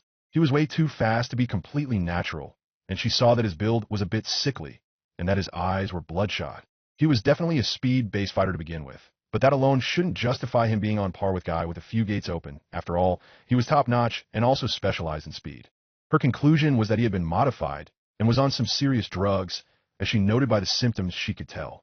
No doubt they were the kind that would kill or at least cripple him if his opponents failed to do so first, which as a medic upset her that they were willing to go that far to stop the allied shinobi forces. Still, her calculating mind was looking for a way to exploit this, which was mainly just retreating and letting the drug kill him for her. But if she did that, that would mean leaving the troops she was busy healing to this lunatic's mercy as he cackled madly and charged her again. And she quickly started evasive maneuvers to avoid that damn scythe. She tried to punch him again, but he was too fast for her. She had to catch him off guard. Jinjutsu occurred to her, but he wasn't giving her time to weave the signs. She then thought about letting him get his blade stuck in her midsection to give her an opening, or at least disarm him, but that also was shot down. She would shorten her life with the required healing if she did, and quite frankly, that was too much of a boneheaded move Naruto would do. Now a smart move Naruto would do, she had no issues with. She acted like she stumbled, and the madman attacked her with the scythe again, only for her to vanish in a burst of smoke. Wadash was all the opponent had to say before he was brutally smashed to the ground, every bone in his body shattered by Sakura's hard hit. He was dead immediately. Sakura looked down at the copy of Katsuyu she had dragged the fight to, and had reverse summoned her to behind her enemy, with a grin. Yeah, it was a bit of a rip-off of Oration, but hey, she wasn't going to let semantics get in the way of her becoming an effective fighter for the Shinobi Alliance. 3 of the Honor Guard were similarly causing problems for the Allied forces, when Kushina stepped forward, letting the men behind her fall back, and hope she had something for them. You call yourselves Honor Guards? She demanded, having heard one of the cultists working under Dare call them that. That's fine, but a word of advice? Guard something that's actually yours. They brought out their bladed weapons and lumbered over to her, but she made some hand seals and slapped her hands down on the ground. Fuinjutsu Uzumaki Whirlpool Seal. Immediately, ceiling matrices spread out, and the ground the things were standing on suddenly roiled, for lack of a better term, before imitating a whirlpool, and pulled all three of the oversized automatons underground before the ground settled, a ceiling matrix over it, locking them away for good. "Who's next?" she shouted, pumping a fist as her hair resembled nine tails. "I'm driving all of you desecrating bastards out." The shinobi who were with her kept their distance, especially when a chimera was dumb enough to try and meet her challenge, only to get skewered in several places by her chains. Then she called upon her Karama Chakra, giving her a version 2 cloak, grabbed the chains, and used them to use the chimera on the other end as a freaking flail with the brute strength it gave her, bowling aside a multitude of other enemies before sending the chimera flying, hitting one of the repurposed for automaton manufacturing buildings. "Should we stop her before she uses up all her chakra?" one of the shinobi asked, knowing that using that level of power for long enough would wear down even someone like Kushina. "Hey man, if you want to get in front of that, be my guest," the other deadpanned. All further thoughts of getting in Kushina's way were promptly discarded. Let's not even go into Nagato, who may as well have been taking a pleasant stroll through his ancestors' homeland, as he simply Shinra Tensei 5 of the Honor Guard at once, destroying them in the process. He still had some trouble believing he had blood ties to the rich culture he was seeing all around him. May, of course, had no trouble against two of the oversized automatons that assaulted her unit, and reduced them to molten slag in short order.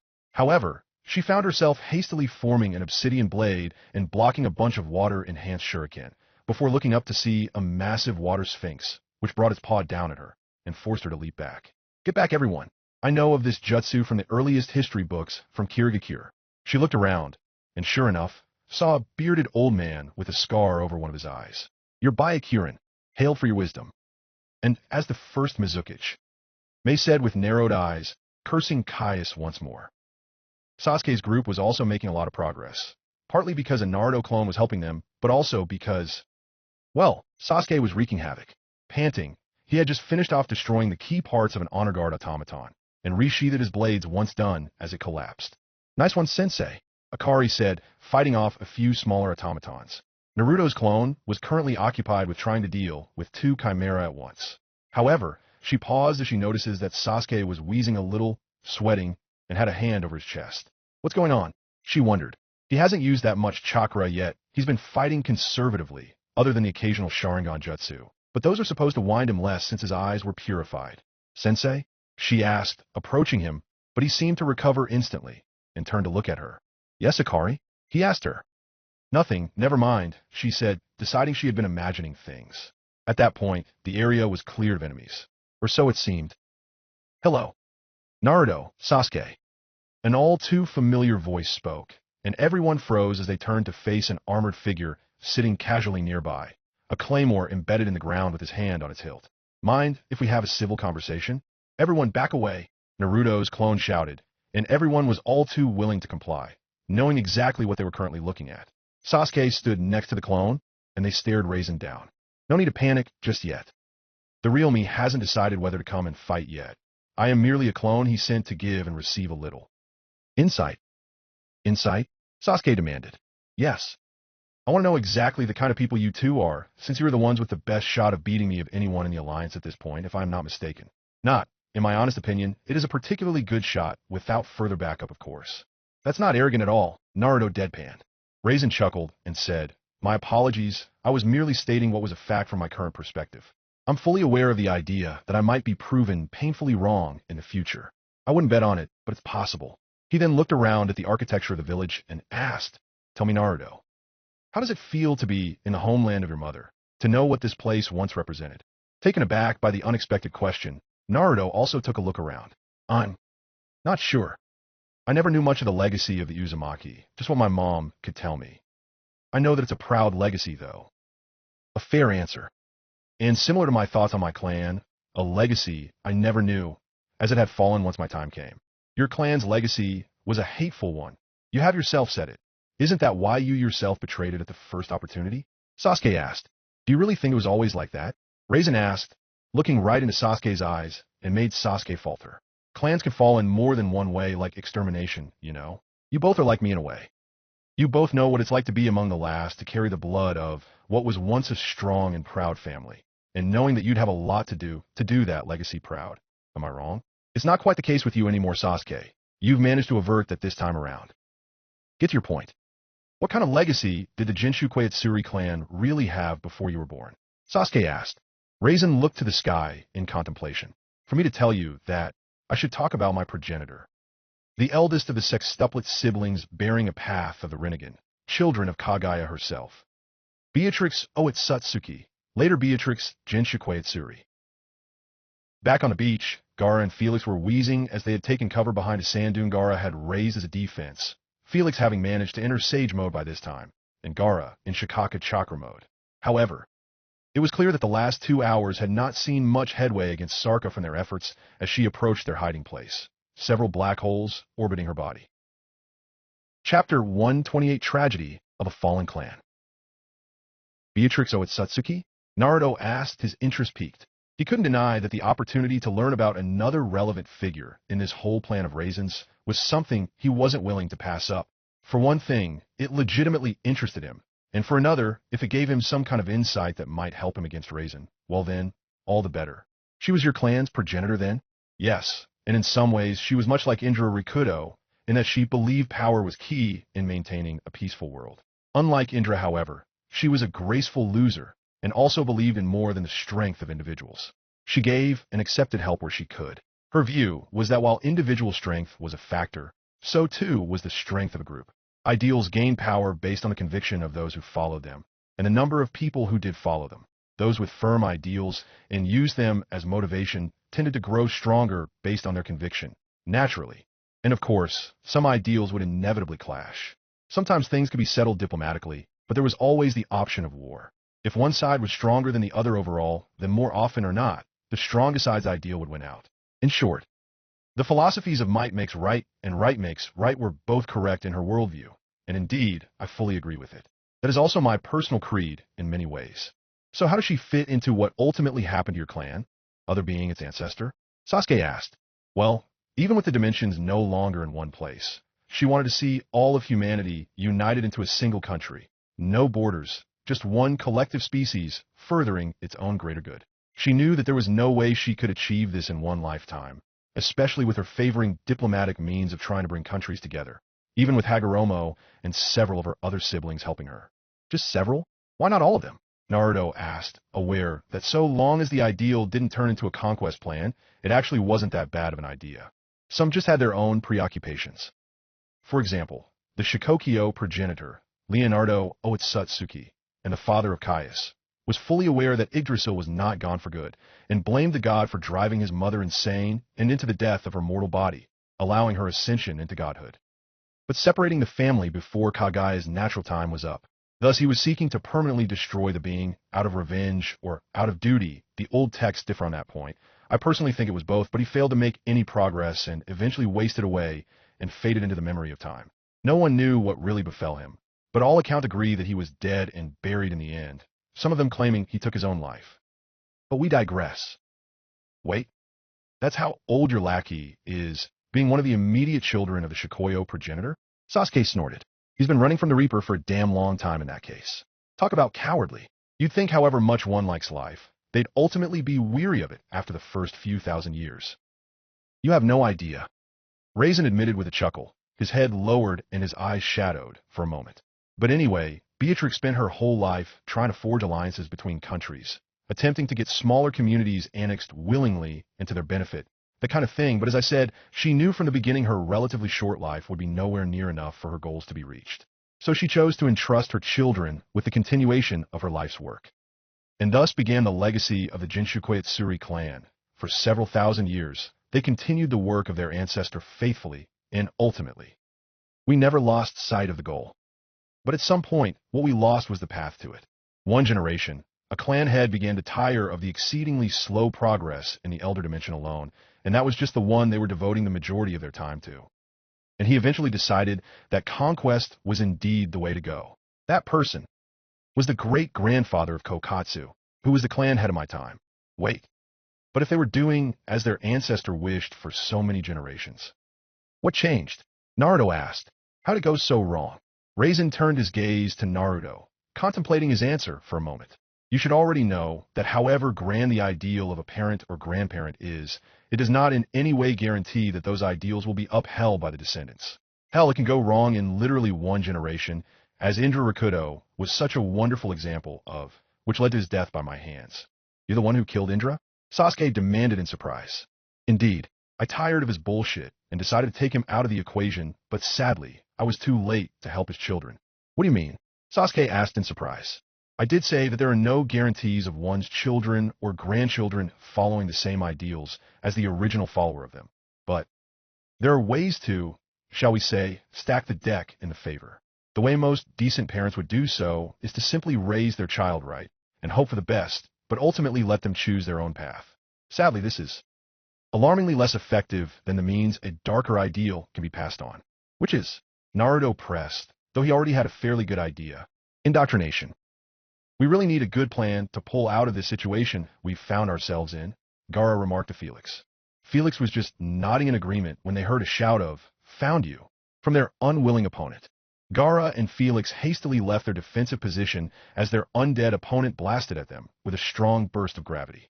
We really should have asked someone else to help us out, Felix grunted, noting that he had only a couple minutes left in this instance of Sage Mode. Fire style, fireball jutsu, he shouted after making the needed hand seal, and blasted it at Sarka, who simply made a black hole to absorb the attack into. Gaara tried to catch her off guard by using the sand at her feet, glad at the very least they'd managed to take this battle to the beach, where he had a decent environmental advantage, but so far, it had only allowed them to last a bit longer, not win. You really should have had someone else at your level stick around, Sarka remarked, as she simply flew up to avoid getting caught in the sand, overpowering it when it tried to grip her. You managed to get me in a few close calls, but close only counts in some games and large area of effect techniques. TCH, Gaara grumbled, but immediately unsealed several diamond balls and mixed them into the sand at his feet, even as Felix rushed Sarka, using a blast of gravity to try to push her own black hole in her face, but she dispelled it immediately. That almost worked once, not even close again. She snapped, blocking Felix's slash with her own claymore, and then tried to cut him down, with him barely escaping with his head still attached. A giant fist made of sand impacted her, failed to do much damage due to her armor, but managed to fling her back.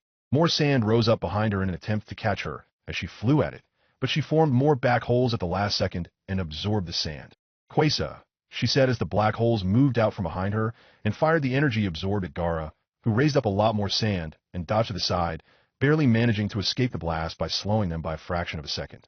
This is definitely one of the worst fights I've ever been in, and this counts the one against Madara, he grunted. Oi, Gaara, how about letting me loose there? Shikaku offered him. Give me your body, and I'll trounce her, no problem. I don't have any intention of letting you rampage, Gaara replied as he sent more and more sand at Sarka, but she moved quickly and avoided every single attack, launching several claymores at Gaara, who knew his defense would not guard against even that.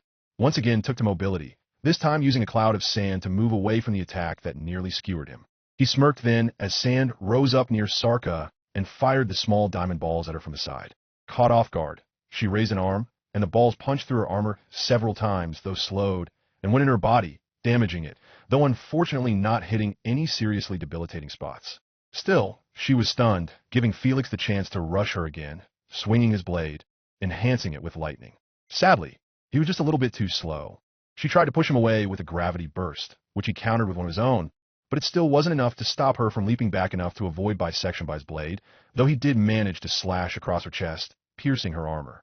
Sadly, this would have no impact on the final outcome of the battle, since as an Edo Tensei, she was already regenerating. Felix panted and stabbed the ground in what seemed like a desperate move. Elemental style dragon ruler of all elements, he declared, using all of his remaining senjutsu to form the jutsu, and as the draconic beast formed and roared at Sarka, producing a wind-based blast that sent her back a bit, Gaara decided to initiate his sand deity jutsu, unsealing the massive diamond blade it used as the giant warrior of sand formed around Gaara, the third eye of sand opening outside of the sand construct. The sand deity grabbed its blade and swung down at Sarka as she was still skidding back, and she quickly unsealed two more claymores and blocked with a crossguard and struggled with the weight before using another gravity blast to blow the sand deity back. The dragon ruler brought a leg down to try to crush Sarka, forcing her to once again break out fancy maneuvers to dodge, and the beast began firing blast after blast of elemental chakra at her, looking to get lucky with one good hit that would allow Gaara to seal her up.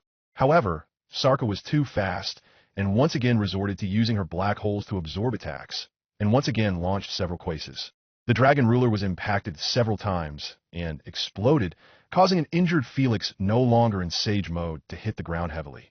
She found her body moving to finish him off, with Gaara's sand deity moving to try to intercept her, but she sent a couple black holes right into its mass, causing large holes to form as the sand originally filling them was pulled in, along with something a little more fleshy. The sand deity fell apart, depositing Gaara, who was clutching with his left hand at the stump of his right arm, which had been torn off at the elbow by the now disappearing black holes, and blood spurted free. Gaara wheezed as he struggled to stay conscious, the pain alone nearly blinding him. He really needed to work on his pain tolerance somehow. If they managed to get out of this, that was. His defensive sand was just too adamant about protecting him sometimes. Even minor injuries still caused him enough discomfort to throw him off his game, and this one was a serious injury. Sarka dashed at Felix as he struggled to get up, and Gaara just barely managed to look up and raise a hand and catch her in sand at the last second, but she was barely slowed as she overpowered what he could control in his current condition without much issue and stabbed down at Felix. Only for him to dodge at the last possible moment, his hidden shadow clone that had been gathering some senjutsu for him dispelling not a moment too soon, allowing him to re-enter sage mode in time, and he got right within her reach and impaled her with his blade. He was mentally praising Naruto for that method of regaining sage mode all the while. Ash exploded from the wound site, and Felix shouted, "Gaara, do it now." Gaara nodded, and despite sweating and bleeding heavily, guided sand to wrap around Sarka, save her head, sealing tags already active to prevent her from using chakra. He collapsed shortly after finishing. "Gaara!" Felix shouted, rushing over. He flipped Gaara onto his back and began applying medical ninjutsu to the stump of his arm to stop the bleeding. Sadly, he couldn't locate the arm anywhere, else he'd try to reattach it, and could only conclude it had been sucked into one of the black holes before it dissipated, which of course meant all matter and energy it had sucked up dissipated along with it. Sarka grunted as her body tested her bonds, and found them solid. Yep, she wasn't getting out on her own. Hopefully not ever. She slumped slightly, just so. Weary. She had not wanted to fight since her revival, having come to a conclusion at the time of her death. Once Gaara was stabilized and no longer at risk of bleeding to death, Felix turned to Sarka. "You promised to talk to me about Raisin once we had you. And now we do. Very well. But for you to really understand my brother, I must talk about my clan as a whole." Sarka said softly, looking down, "and of how we turned out the way we did. I haven't been out of the Edo Tensei coffin for long, but I must have been one of those resurrected by the user for some time, because I remember being isolated, trapped in darkness with no way to escape, and no way of telling how much time was passing, nothing to do but think. To be honest, I thought it was hell for a time, and during that time, I wondered what I could have done to deserve hell. With nothing but time to reflect, that's what I did." Felix was listening with rapt attention as she spoke. "Finally, I came to understand. You see, after I killed someone dear to my brother, he did not take it well, and made sure I suffered for it. He could have killed me very quickly, but in the throes of his grief and rage, that wasn't good enough for him. He wanted me to have a mere taste of the pain and suffering I inflicted on others during my wasted life. It was then I learned what it meant to be helpless, to know that I was going to die, and there wasn't a damn thing I could do to stop it. And I lost my taste for inflicting such things on others." "You gained empathy?" Felix asked skeptically. "Regained it," Sarka replied. "I had the taste for torment, but it had been acquired. The same is true for just about every other member of my clan. I was just a child once. When I reflected on my past, I remembered what I was once like, innocent, carefree, with still so much to learn of the world. And that was taken advantage of by the adults who had met the same fate as children themselves.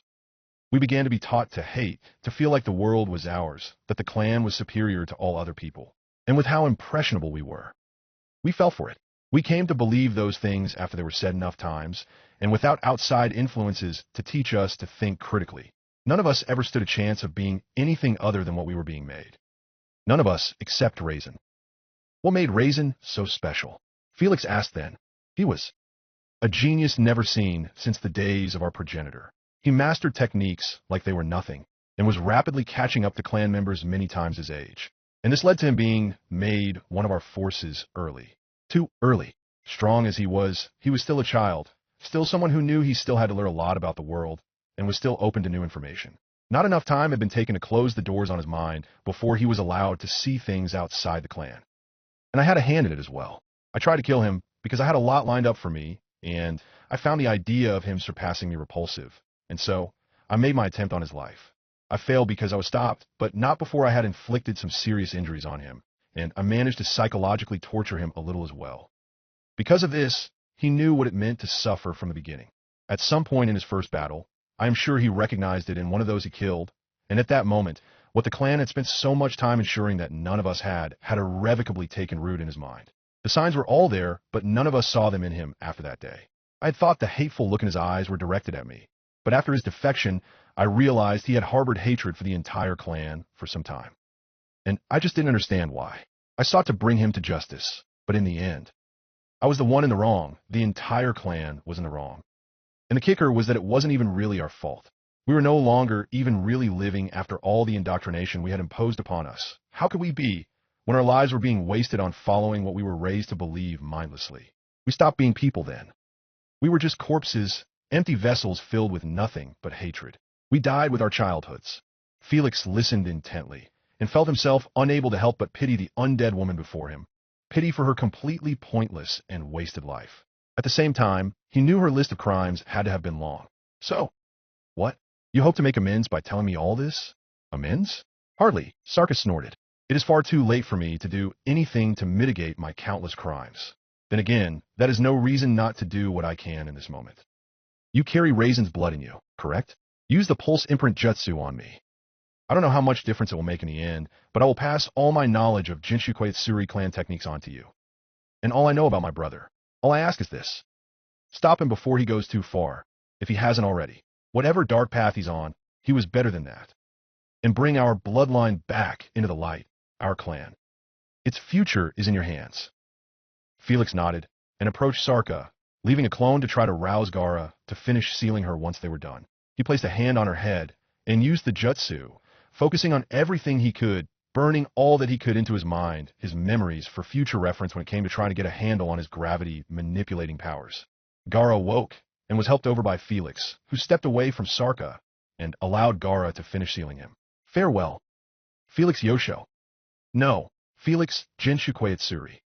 Sarka finished as her head was covered by sand and the seals spread over the pyramid created. Felix winced a little, not sure what to make of being acknowledged as a member of a clan that had been demonized in history his entire life. He looked at his hand before clenching it, deciding that his blood didn't matter, only what he did with his life. Perhaps he would restore the Jinchukui Tsuri, but he would not allow it to go the same way it had ended up previously. Gaara fell down again as his arm stump twinged, and Felix quickly knelt down. Are you all right? He asked Gaara. I'll live. I never really needed my arms to fight anyway. It hurts like a bitch, however, Gaara grunted as he forced himself to sit up. When you go your whole life with sand protecting you from any kind of harm, it makes getting used to physical pain difficult. Felix nodded and continued to try to heal Gaara. Do you need to head back to HQ to recover? No, I'll manage, Gaara insisted. This isn't a battle the Shinobi Alliance can afford to lose. Felix nodded and helped Gaara up after patching him up as much as he could. Since your fighting style isn't very strenuous, I won't insist on sending you back. Just try not to open that wound and letting yourself bleed out. Gaara nodded, and they headed towards the village to back up the forces invading. So, that's ultimately what happened to my clan, Raisin finished, having told Naruto and Sasuke much the same thing that Sarka had told Felix, only from his perspective, unknowingly even using the same analogy of corpses filled with hatred. No one can live long enough to accomplish anything in their own lifetimes. Even with a few means of extending your life, you'll mentally wear out from the effort before long. And clearly, things go wrong when you try to pass the torch, however many generations it takes. That's just human nature. So what? Your solution is to just try and do it all yourself and use a god if needed? Naruto demanded. That's right. As I said, I will rejoin all the dimensions, destroy humanity, and resurrect it in the image it needs to be. They will have no chakra or any desire to wage war. Because when I resurrect those people into the brave new world, I will cut out the darkness in their hearts, and they will never again have any desire to commit atrocities. The very nature that resulted in my clan falling, the nature that leads to wars, I will cut it away from mankind. It will be a perfect world, free from evil, from disease, from natural disasters. I once said a while ago, as a bit of a private joke, that I was going to avenge my clan, but metaphorically, it was completely true. But we won't be people anymore in that world. Naruto snapped. The people in your clan. You called them walking corpses filled with hate, but at least they were filled with something. We'd just be puppets wearing human faces. What's the point of such a world? What's the point of children starving to death when on the other side of the same dimension, people hold far more wealth and resources than they could possibly use, let alone need? Raisin countered. None. But that's a problem we have to work on as people. We're not just going to roll over and let you create a stagnant world for you to live in. I'm not going to live in that world, Raisin said then. I'm fully aware that I have no place in a world without evil, not after what I had to do to bring it about. I must exist, influencing the affairs of man, but isolated from them, so as to remain objective. So you've got some kind of martyr complex on top of it all then? Naruto snorted. Hold on a second, Naruto, Sasuke requested, speaking up for the first time in a while, before looking squarely at Raisin. So, you'd eliminate the parts of me that would destroy others for what they did to others I cared about? You'd destroy my capacity for hatred and that of everyone else? You would ensure that what led to the discrimination and destruction of the Uchiha was totally removed from the equation. Sasuke, Naruto said, noting that Sasuke sounded tempted. Was he really buying into what Raisin was saying? Of course. If I only succeeded, then the world would be a place free of genocide and all other evils. So, what do you say? Will you turn on the alliance and help me out? Raisin asked, clearly wondering the same thing about Sasuke as Naruto. But, if you did that, would love, trust, and good have any meaning left to them? Sasuke asked then. It's because I have the capacity to hate that love means anything. If I didn't want to cause suffering to those who caused me to lose something, did I really love what I had lost? And what value does forgiveness have, if as far as I see, there is nothing to forgive? Raisin narrowed his eyes and opened his mouth, but Sasuke continued, creating a Chidori as he spoke. I made many mistakes in the other timeline. Of that, I am painfully aware. But it is because of that I learned from them, and that is what it means to be human. We might stumble, we sure as hell fall at times, but we will chase perfection throughout our entire lives, even though many of us know that it is unattainable. But through that pursuit of perfection, we may yet achieve greatness. So tell me, Raisin, what's better, to be born perfectly good, or to overcome your dark and flawed nature over time through great effort? Raisin was silent for a moment, before slowly rising to his feet. It's clear that we're not going to agree on this, he said simply. So it's come to a clash of ideals via trial by combat. It's as I said, right makes might, and might makes right. My original will be waiting for you both in front of the main factory, and we'll put our ideals to the test. Let's see who wins. And why should we walk into a potential trap? Naruto asked then. Well, because if you don't come and face me, then I will just start attacking the Alliance if I am waiting long enough. And that is something you can't afford because there are very few among them even capable of slowing me down. You're fully aware of that fact. And you're also aware that if the Alliance fails to retake this island, then the main automaton factory will continue to pump out the machines and will eventually wear you out. Besides, are you really going to pass up an opportunity to end things here? Surely you know if you can defeat me, then the tide of war will swing heavily in your favor. Naruto couldn't deny that and said, fine, we'll be there, and we're going to kick your ass. I can't wait, but I should warn you. You might want to hurry. Caius has another game changer in this battle, and you may well be needed after you beat me. If you can, Raisin chuckled before dispersing into smoke.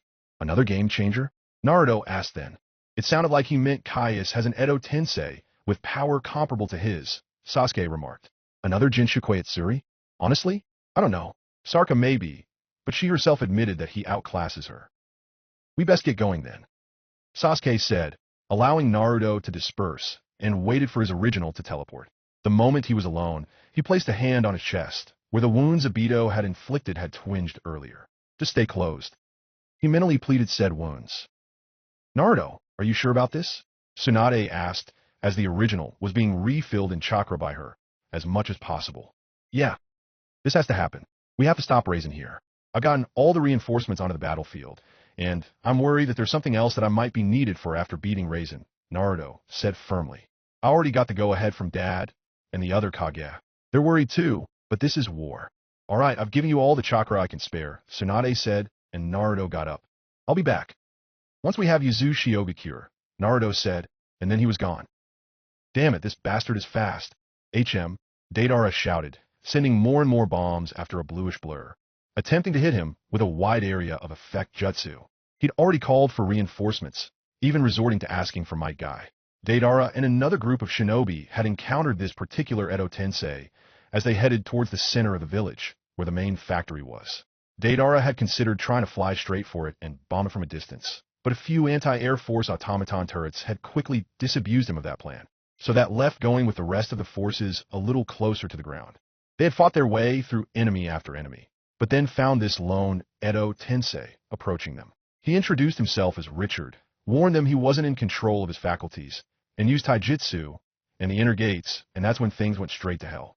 Richard had opened 7 of the gates, and had been just bulldozing through the troops with Deidara, leaving him the only one standing with a few other shinobi, who were just trying to keep their distance. But with how fast Richard was, they were less than successful.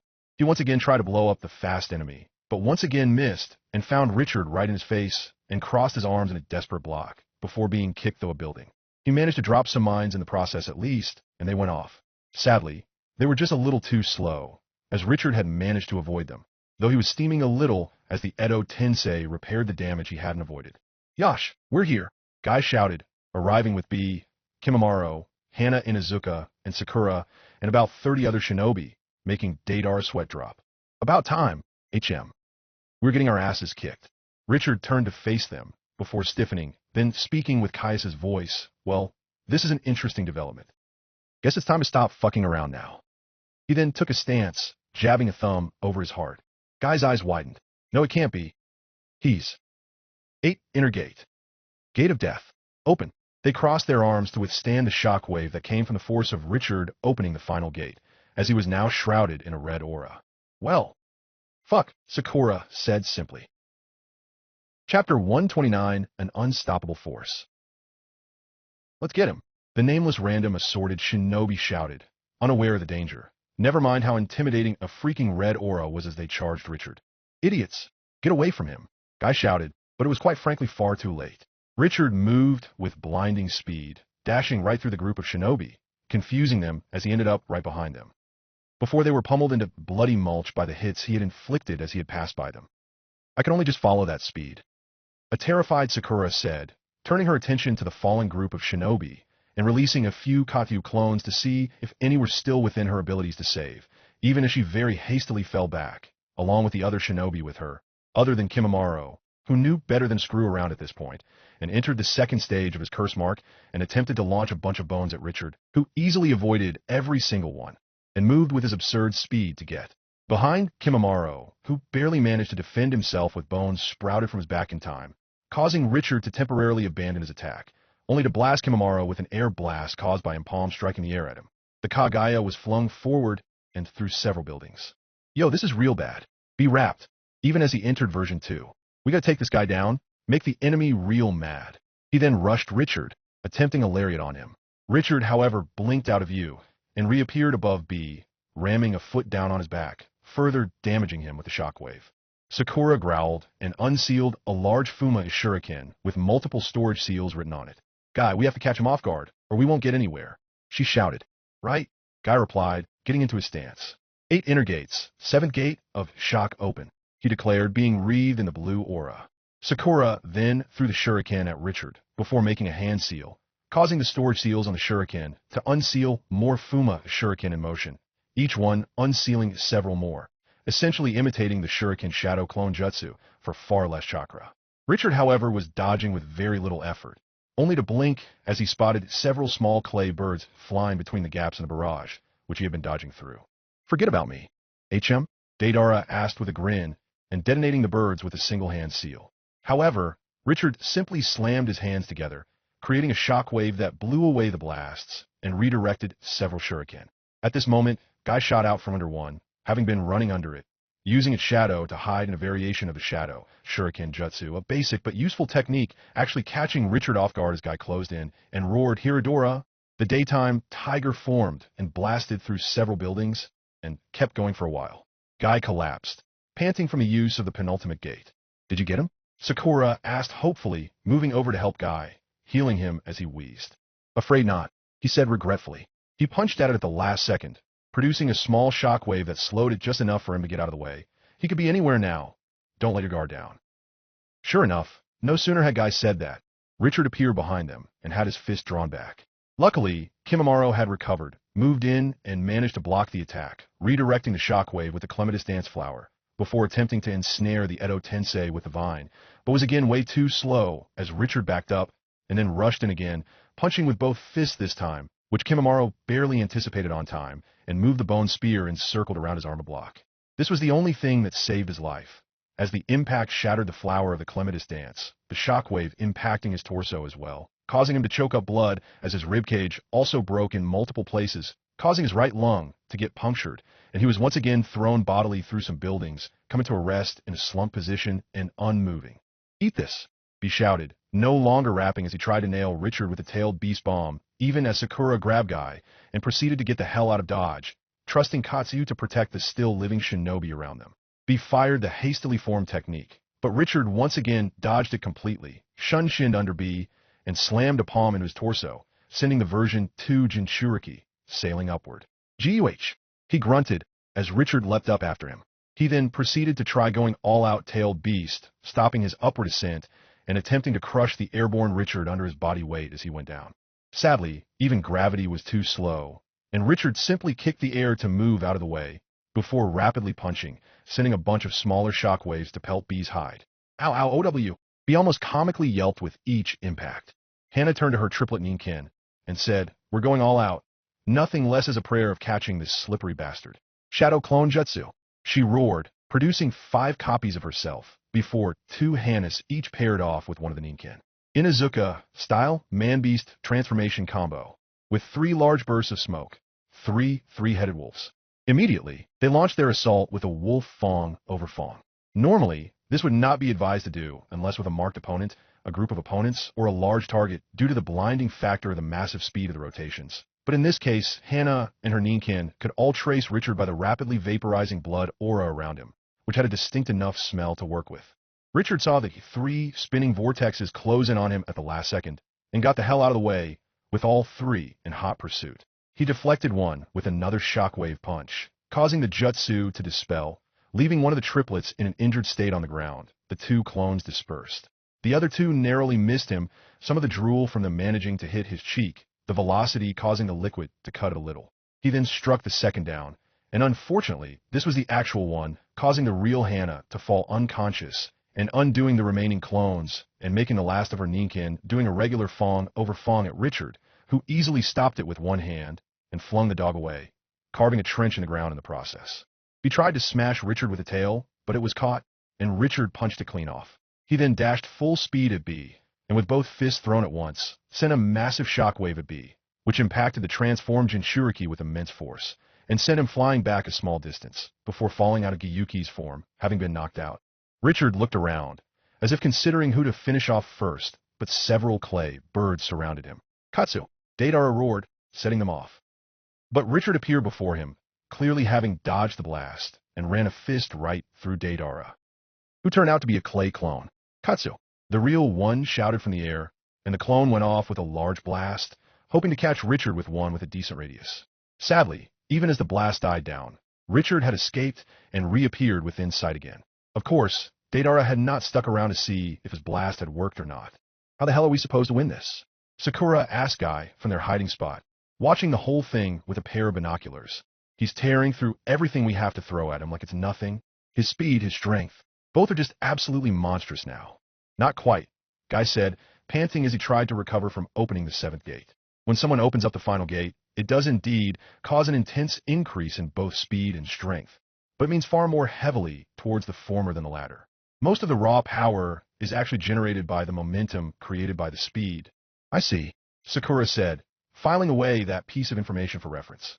"I fail to see how it helps us at the moment, though. The method might be different than I guessed, but the results are unaffected by that." She then paused as she noticed the cut on Richard's cheek.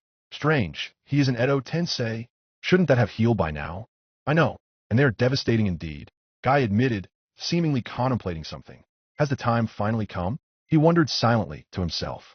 Deidara landed near them on one of his larger clay birds. He was panting as the bird regurgitated Kimimaro, Hannah and her Ninken, B, and several other wounded shinobi. I got as many of them as I could out of there while my clay clone blew up the landscape to occupy him. But it seems hopeless. HM, we have multiple A and S rank fighters here, and some fodder to boot, but we just can't lay a finger on him while he's pummeling the shit out of us." Sakura laid Katsuyu clones over the wounded to ensure they were healed and protected, contemplating as Guy seemed to make a decision. As he stood, he said, "Well, there are only 3 people who really stand a chance against him without the Alliance Tokita for too many casualties. 2 of them are occupied, preparing to fight that Raiden, or whoever the enemy leader is, right?" Sakura nodded, before pausing. "Who is the third?" She asked slowly. Yours truly, Guy said, resolve firmly set on his face. This isn't something I may really want to do, but if we don't give everything we got, whatever it costs us, we'll never win. You can't mean, she said, looking scared. The blue beast will be no more. It is time for the crimson beast to make his debut, Guy declared, starting to walk towards the area Richard was searching. Hell no, Sakura shouted, grabbing Guy's arm. Are you not using your head? Of course I am. This is our only shot. If I can get in just one good hit, he could be sealed after that. Isn't that worth the cost? Only if Caius lets you stay dead. Sakura countered, giving Guy pause. What do you mean? What do you think I mean? Just look at the carnage one user of the 8 gates caused as an Edo Tensei. Do you really think Caius would ignore the possibility of getting his hands on another? But he would still need my DNA, right? If he could keep my corpse out of his hands, then... And how long have Caius and Raisin been plotting? How many missions outside the village have you gone on in those years? How many places could they have gotten a hold of your genetics? If Caius had any idea just how effective this combo would be, and he clearly did, considering he's employing it, there's no way in hell he would miss an opportunity to have something, a hair, some blood, perhaps even a sweaty towel, in reserve, just waiting for you to get yourself killed and use you against us. If you do this, you'll take out the enemy, but then we'll have another 8 gates user to deal with, and be right back where we started. Worse even, because we'll be down a capable fighter, and the one we'll be fighting will be someone we know. And that's the best case scenario. Worst case is you fail, and we end up with 2 reanimated 8 gates users to deal with. No, and no again. But then, how do we stop him in the here and now? Guy asked. That's a good question, Sakura admitted, thinking hard. Do we try to stall until the Uchiha and Uzumaki runs hopefully beat that Raisin? Deidara asked. Only other chance I see at the moment. I doubt even the Kaguya would be able to do much. No, I'm not going to just leave this entire war to them. Not when I have the power to help them. There has to be a way to take care of this. Slowly, an idea started to form in Sakura's mind. Guy, I need you to tell me everything you know about the 8th gate and its effects. Leave absolutely nothing out, she said firmly, before turning to Deidara. As for you, I need you to go find me a calm core shinobi. Who died and made you leader? Do I look like an errand boy? Deidara demanded. Do you want to be able to call for reinforcements in this situation? Sakura deadpanned. It only took 2 seconds of hesitant thought on Deidara's part to decide to just do as Sakura said, before he said, Aye, whatever. Whatever your plan is, it damn well better work, HM. He jumped on his bird and flew off. You're not the only one who hopes it does, Sakura admitted quietly to herself, before beginning to grill Guy on the information she needed. Shame Richard wasn't a sensory type in addition to opening the 8 inner gates. Caius mused back at his and Raisin's headquarters as his undead thrall walked around, searching for the enemy. Still, it doesn't matter. This could very well be my ultimate weapon. The 8 gates make one a downright unstoppable force. The only reason more people don't strive for it is because of the inevitable death that comes with the power, but with Edo Tensei, that is no longer an issue. I dare say even Raisin and my trump card might be trumped by this. Are you sure this will work? Guy asked Sakura as Deidara, flying low so as to avoid detection, dropped back in with Dodai, one of the Rakige's most competent men and a calm core shinobi to boot. Not really, Sakura replied. It's a harebrained scheme I'd normally associate with Naruto. Honestly, even with my intelligence, Shikamaru is better than I at this kind of thing, but I think it has a real chance. Yeah, just get on with it before he actually finds us. HM? Deidara grunted. Yes, you need to get in touch with HQ? Dodai asked. Of course, Sakura replied. Actually, I don't think Deidara could have fetched a better person to help us. You have the ability to build those rubber defenses, right? We'll likely be needing those for the final stage of the plan. Dodai looked confused, but connected to Shikaku and Inoichi. What is it, Dodai? Shikaku asked. Sakura Haruno of the Mass Destruction Unit needs a word with you, sir. We are in dire straits. Kaya Shikoyo has a user of the 8 inner gates formation at his disposal, and he has already unleashed it. What, then? Combined with Edo Tensei. How can we hope to stop that without an incredibly lucky hit? Sakura thinks she has a plan. I'm connecting you to her now, Dodai responded. Listen, Shikaku, I need you to have Inoichi inform Kabuto and Kushina to get to my position, and for Mabui to send the 4th Rakage to us in the meantime.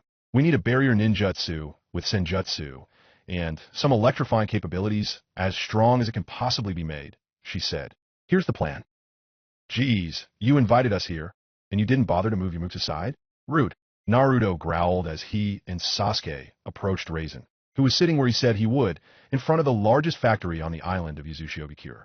I could hardly leave the way open for just about anyone who wanted a piece of me to come here, Now, could I? Raisin asked, slowly rising to his feet. Regardless, you made it here. Sasuke wasted no time and blasted Raisin with Amaterasu, only for him to create a few black holes to suck the flames into. And then he raised his hand, using Predapath to absorb the giant Rasengan Naruto had tried to rush him with. Straight to the point then? Fair enough, he remarked. After all, if you don't hurry up and defeat me, you will allow Richard to do a lot of damage to your alliance. Richard?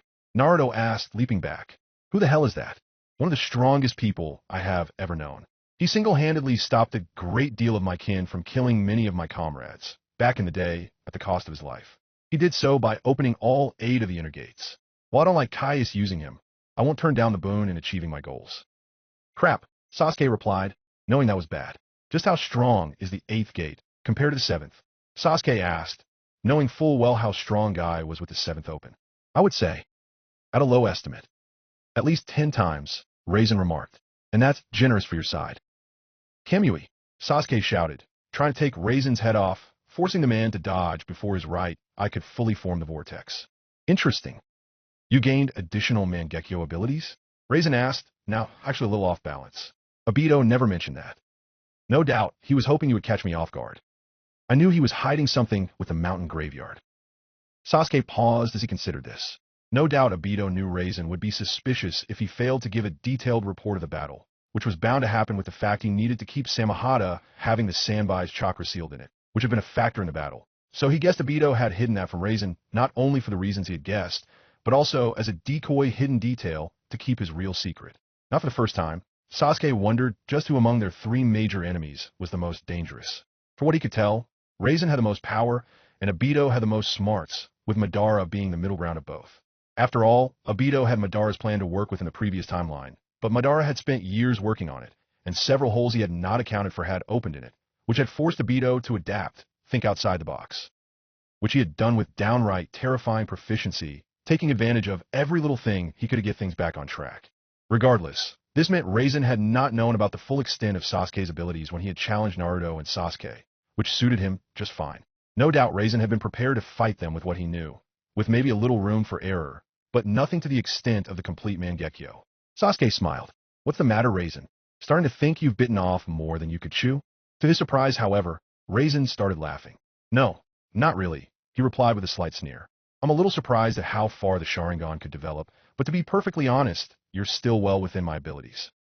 6 figures leapt out of hiding and formed up by Raisin. Now, let's see how you do against me and my 6 paths. Naruto once again grit his teeth, recognizing Jiraiya among them once more. You're really pissing me off with that jutsu, he remarked. Found you, Caius shouted through Richard just as Sakura finalized the details of the plan, and they began to set it in motion. Luckily, the group had noticed him on time and just barely managed to dodge his attack, which tore through the hiding spot easily. Geez, Sakura shouted, before summoning several Katsuyu clones. Hey, over here, big guy, she shouted at Richard, who quickly whipped around and charged her again and began striking at her. Using every bit of power her Senjutsu enhanced strength of 100 seal offered her, Sakura defended herself as best as she could and managed to block the first hit, even as the shockwave tore into her arm and shattered the bones in it. The next one struck her right in the torso, bisecting her and making her upper half choke up blood as it hit the ground. Guy managed to reopen the 7th gate and caught Richard off guard with a dynamic entry, and then attempted Hiradora again, but was once again entirely dodged. Meanwhile, both halves of Sakura were reverse summoned by Katsu and put back together for her healing factor to fix. Guy, struggling desperately to hold his own against Richard, was just barely managing to do so, and that was only due to Deidara trying to keep Richard off balance with his exploding birds. Even so, Richard ultimately got the drop on Guy and kicked him hard, sending him flying back. Still, Guy managed to jump back to reduce the force of the blow, so he got off with only broken bones. At this point, Sakura was able to get up, wiping the blood from her mouth as her broken arm also healed. Richard once again rushed her, and Dodai managed to wrap her in a lava-style rubber ball at the last second to shield her, though he didn't have enough time to use a trick to pull her out as it formed like he did with Naruto against the 3rd Raikage in the previous timeline. Not that he knew about that. Luckily, he knew he didn't have to, what with Katsuyu able to reverse summon Sakura. Sakura, the slug shouted and used the jutsu, causing a burst of smoke, causing Richard to turn from the rubber ball and move to attack Sakura as she was reverse summoned, only to realize Katsu deliberately botched the jutsu to produce the smoke, but otherwise jack shit, and Sakura was still in the rubber ball, but not for long as she quickly tore her way out and tried to catch him with a surprise attack. Sadly, she once again missed, but managed to shatter the ground as Richard dodged, creating a shockwave that sent him flying back a bit, and she kicked a boulder at him, hitting home for a change, though he broke the boulder before it could push him back too far. At this point, Kushina and Kabuto finally arrived. "We're here," Kushina told Dodai, and at that moment, they appeared due to ethereal transmission. "Are you ready to make the barrier?" he asked Kushina, who nodded. "Yeah. Let's hope Sakura knows what she's doing," she remarked as Kabuto put his hands on her to fuel her with Senjutsu to enhance her barrier. Richard got up and charged Sakura again, and she got ready to once again try to defend herself. At this point, Kushina set her chains in motion, forming a barrier, trapping him inside. Richard paused, and Caius deadpanned through him. "Really? Even fueled by Tailed Beast Chakra and Senjutsu? Do you really think that this thing can hold Richard for long? Also, why trap her in here with him?" Richard glanced at Sakura with a raised eyebrow.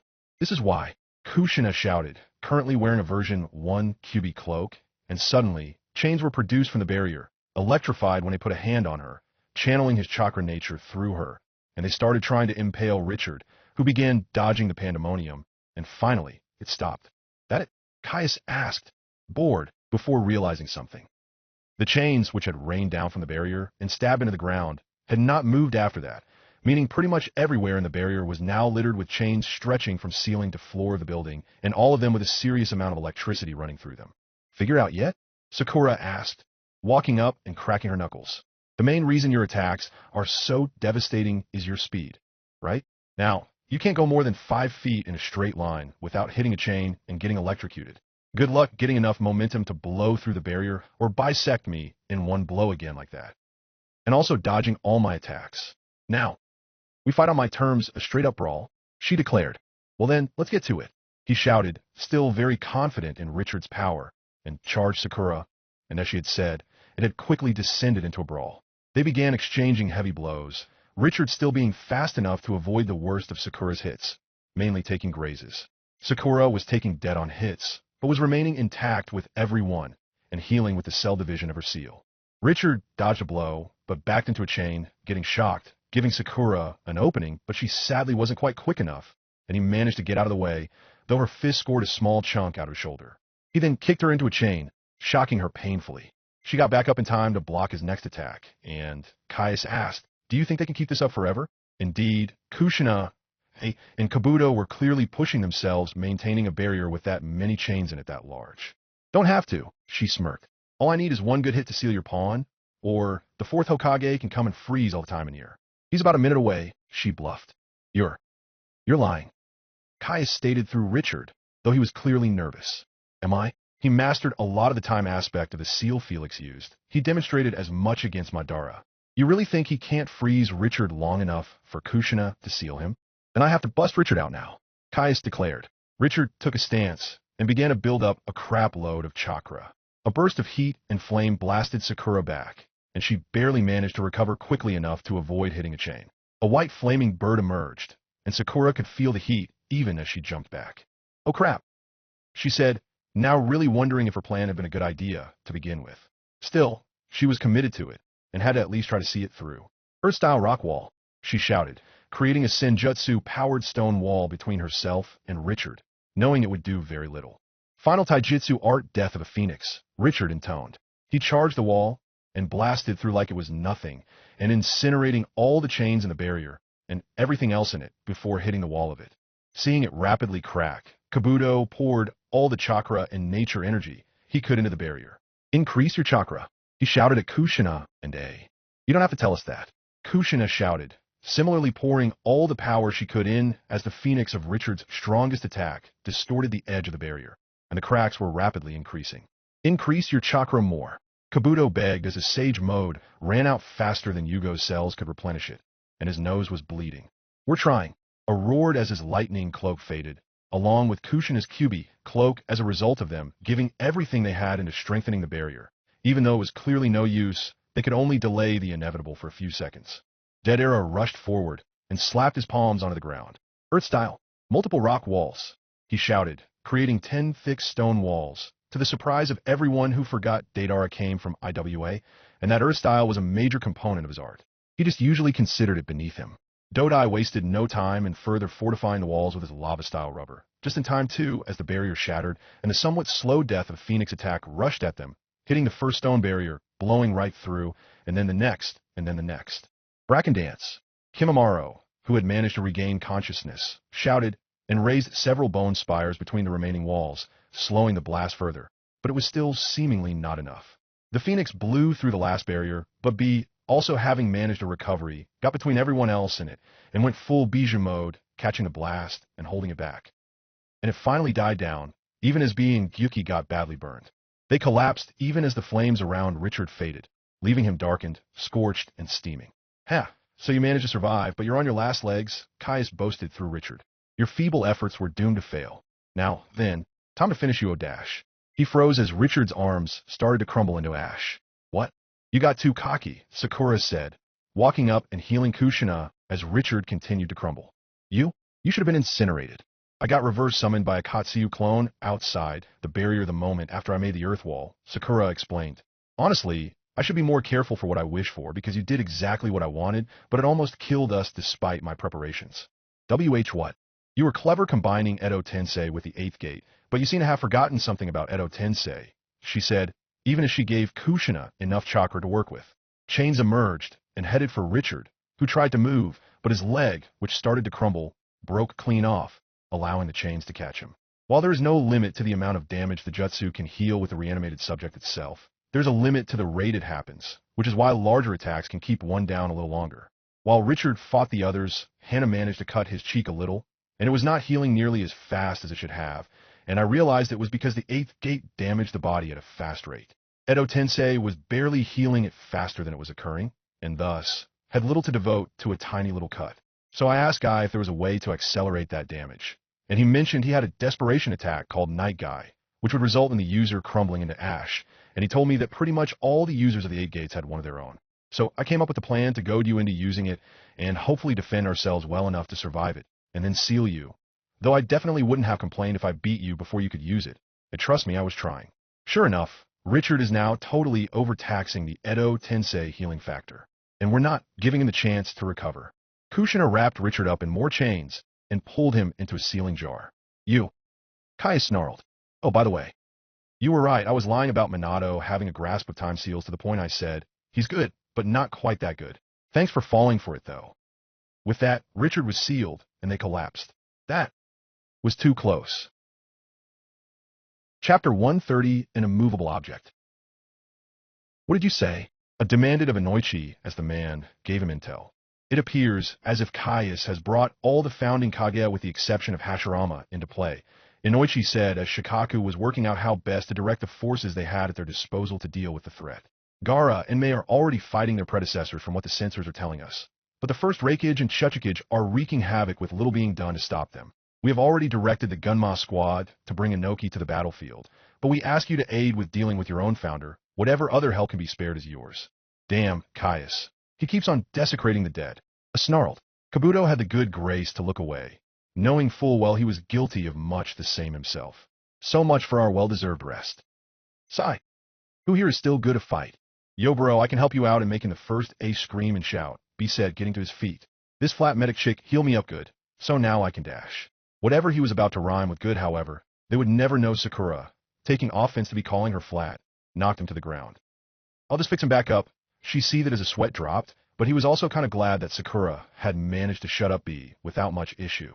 His rhyming had a bad habit of getting really old, really fast. Well, I'm going to head over to fight the first Suchikage with that old fart Inoki, Dadar grumbled, also getting up and forming a clay mount to ride. I still haven't gotten that coot to acknowledge my art, and I'm more than ready to remedy that little issue. Before anyone could object, he flew off, and Sakura sighed. I still haven't fully healed that idiot, but hopefully he can keep the fight to a distance and not agitate his wounds too much. She replied as she brought me back to the land of the conscious. Now, you and your brother go and fight that Reikage, and keep your mouth shut. She warned him, clenching her fist with a tick mark on it. Why, yes, ma'am, he said, now a little too cowed to do his rapping routine, and he quickly dashed off. I'll go help out the Mizukage myself, Kabuto stated, already up. From a little intel we know about Byakuren, he was the first holder of the Salamander contract before it was taken by AIM near the end of the First War, which resulted in Hanzo getting it.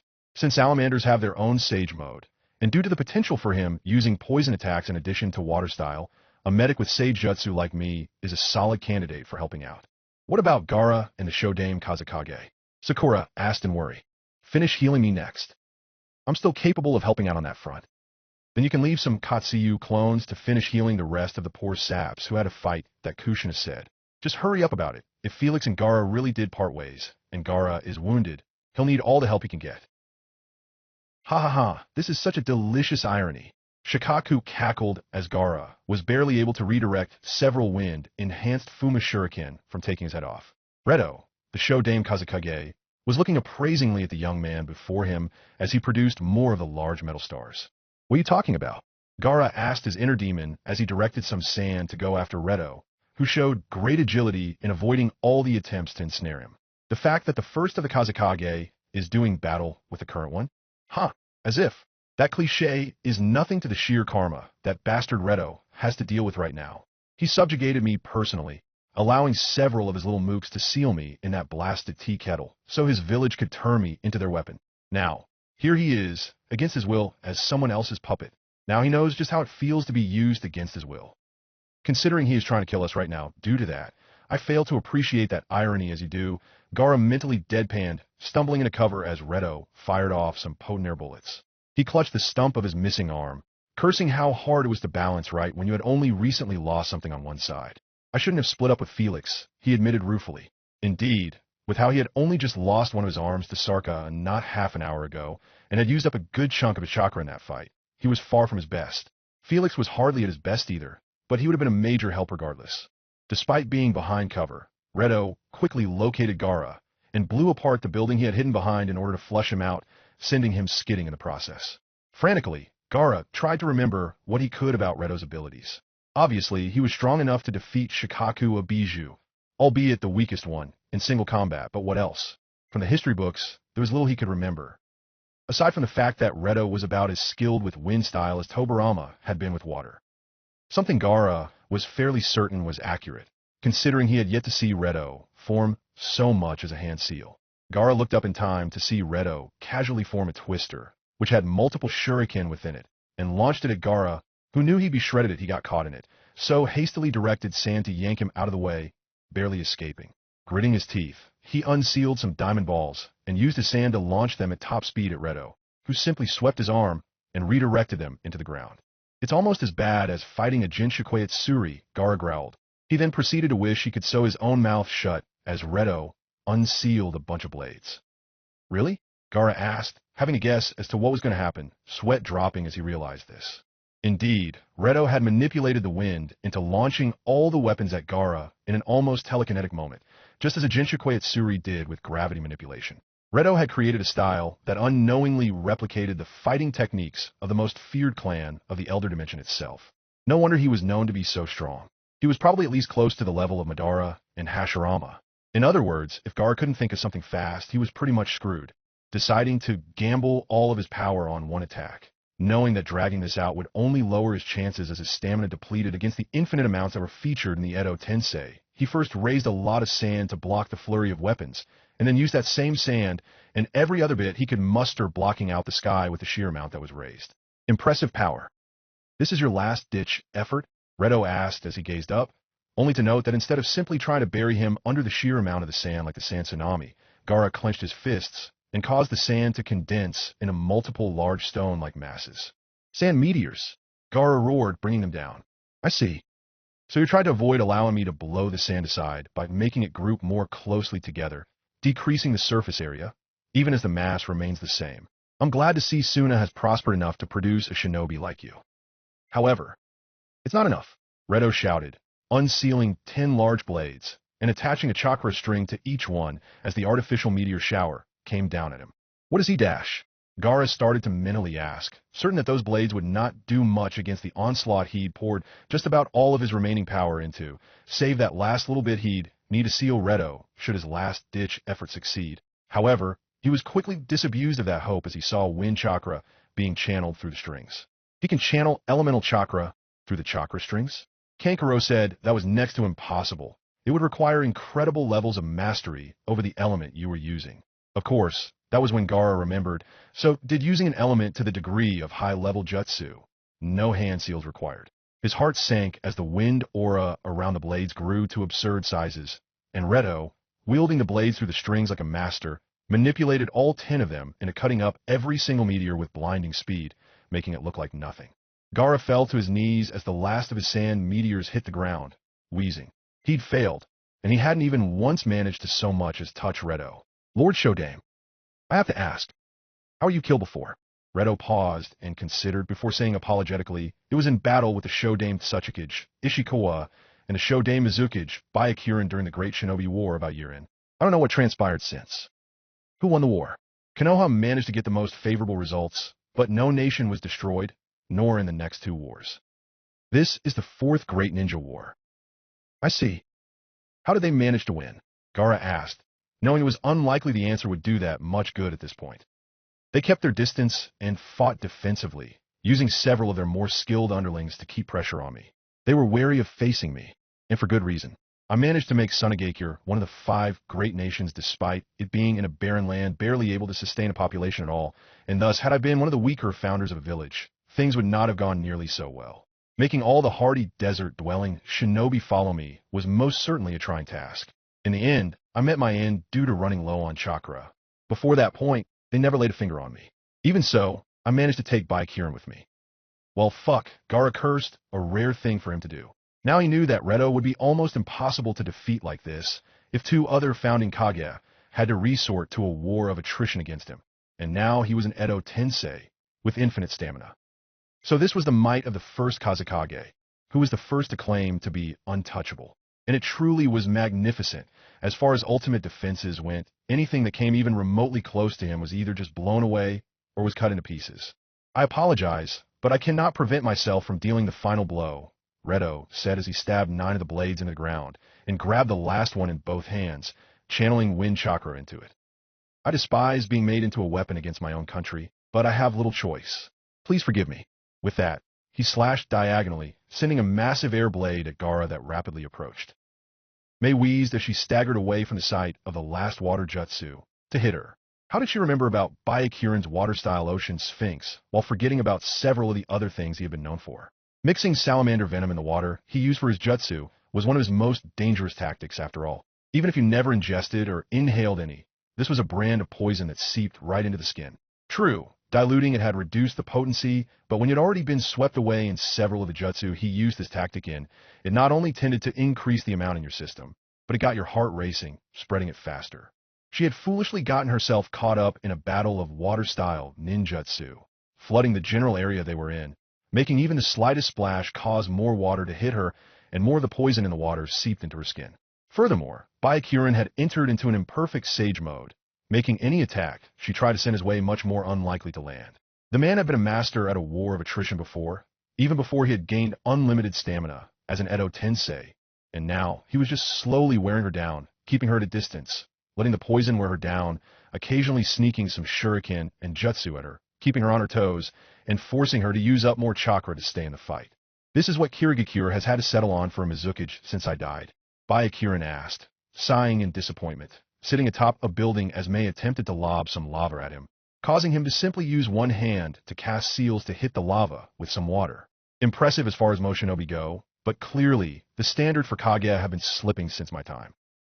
Mei gave a bit of a sour look as she sank to her knees, but she had to admit she had been outmatched from the start. She had managed a few minor hits, but nothing that gave any of the nearby troops sufficient time to try to seal him, and of course, Edo Tensei healed the minor injuries before they could do anything to remotely debilitate him. Byakuren sighed and said, I should have expected this. With the village system, wars were not constant, were they? That allowed the average level of shinobi to simply drop as the nations became complacent.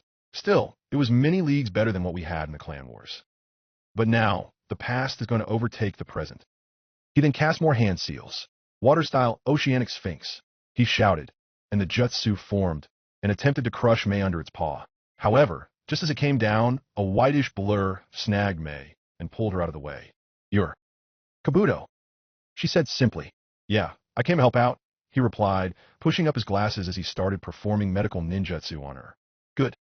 I was in some pretty dire straits, she admitted as he broke down the poisons in her system.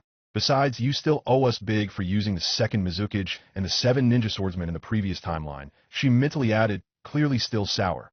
Even if Kabuto currently did not remember that. And she didn't even want anyone to get her started on how Kabuto reviving Madara was one of the biggest reasons the previous timeline went to shit to begin with. Still, his help was much appreciated at this point. Tell me, what nations are in alliance with Kiri in this war? Byakuren asked with some interest as he noted Mei's helper. All of them. We're facing a threat to the whole shinobi world, Mei replied as she stood back up. Indeed, perhaps things are in fact getting better on the whole, Byakuren mused. That or whatever threat you're facing is truly terrifying. Actually, it's a bit of both, Mei chuckled sheepishly. Terms between our nations have grown a little better, but we're kind of having a lot of trouble. Would you believe me if I told you that resurrecting previous Kaguya like you wasn't the worst they could bring to bear against us? I see. Then you best hurry up and win, Byakuren stated as he fired off another water jutsu after them, and they quickly leapt back. Seriously, bringing back the founding Kaguya is just unfair, Kabuto groaned as they took cover. Where did Caius even manage to find them? Kami knows I've been looking for most of them, as well as Orochimaru. He could only locate Hashirama's grave. Yeah, well, don't forget, Caius has been around longer than either of you, so he's had more time and chances, Mei grunted. Fair enough. So what's your game plan now that I'm here? Kabuto asked. Well, let's see. Mei mused, peering around the corner of the building, where Byakuren was preparing another jutsu. Oh no. What? Kabuto asked. He's preparing the hiding in the mist jutsu. And? Well, he mixes his salamander poison in all of his water style. If we spend long enough in the mist and inhaling even trace amounts, even as more seeps into our skin. Yeah, that would be bad if you gave it long enough. I can only treat so much before we run out of gas. Try using the same jutsu, he advised as the mist drifted towards them. That way, you'll further dilute the venom in his mist. Good thinking. Seems the opponent has some decent heads on their shoulders at least. Hopefully, they can use them well enough to deal with me before the poison starts to really take a toll on them both. Deidara cursed as his mount crashed. Who's the asshole with the lightning jutsu who brought me down? He demanded, shaking his fist. His answer. The first Raikage, who strode up, the first Suchikage floating somewhat behind him. Crud, you two were hanging out together? Deidara grumbled, looking around and seeing multiple injured and dead shinobi. Explains the carnage around here. We've managed to gather much of what was going on from the shinobi we were fighting. So Kumo has fallen so far as to need help from the other 4 nations? The original A asked, looking somewhat disappointed. Or, it speaks volumes of what exactly our old nations are up against. Isakawa mused, stroking his mustache thoughtfully. Regardless, I think it is a good thing, even if it means the individual nations are getting weaker. Humans tend to do better in larger numbers, being a social species and all that. A nation should be able to rely on itself in times of crisis, the Raikage said, making hand seals with one hand and sending another bolt of lightning at Deidara, who only just barely managed to dodge due to the sheer speed of the jutsu. Darn you, Deidara shouted, sending several clay birds out after them, noting he was running dangerously low on clay. Not good.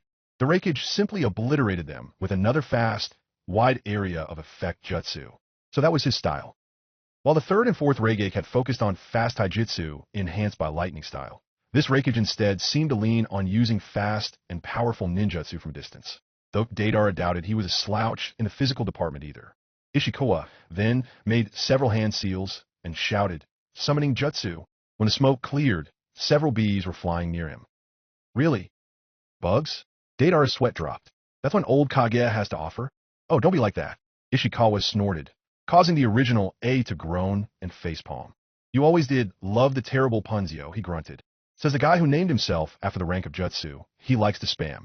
Ishikawa retorted as the bees charged Deidara, who noticed that exploding tags were attached to each one.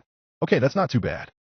Deidara admitted as he took to fleeing for the time being, resenting the fact that he needed to do so on foot, but being low on clay, and having a lightning-style user capable of disarming it made conservation at this point key. Earth-style mud dome. Deidara shouted after making a few hand seals when he realized the bees were gaining on him.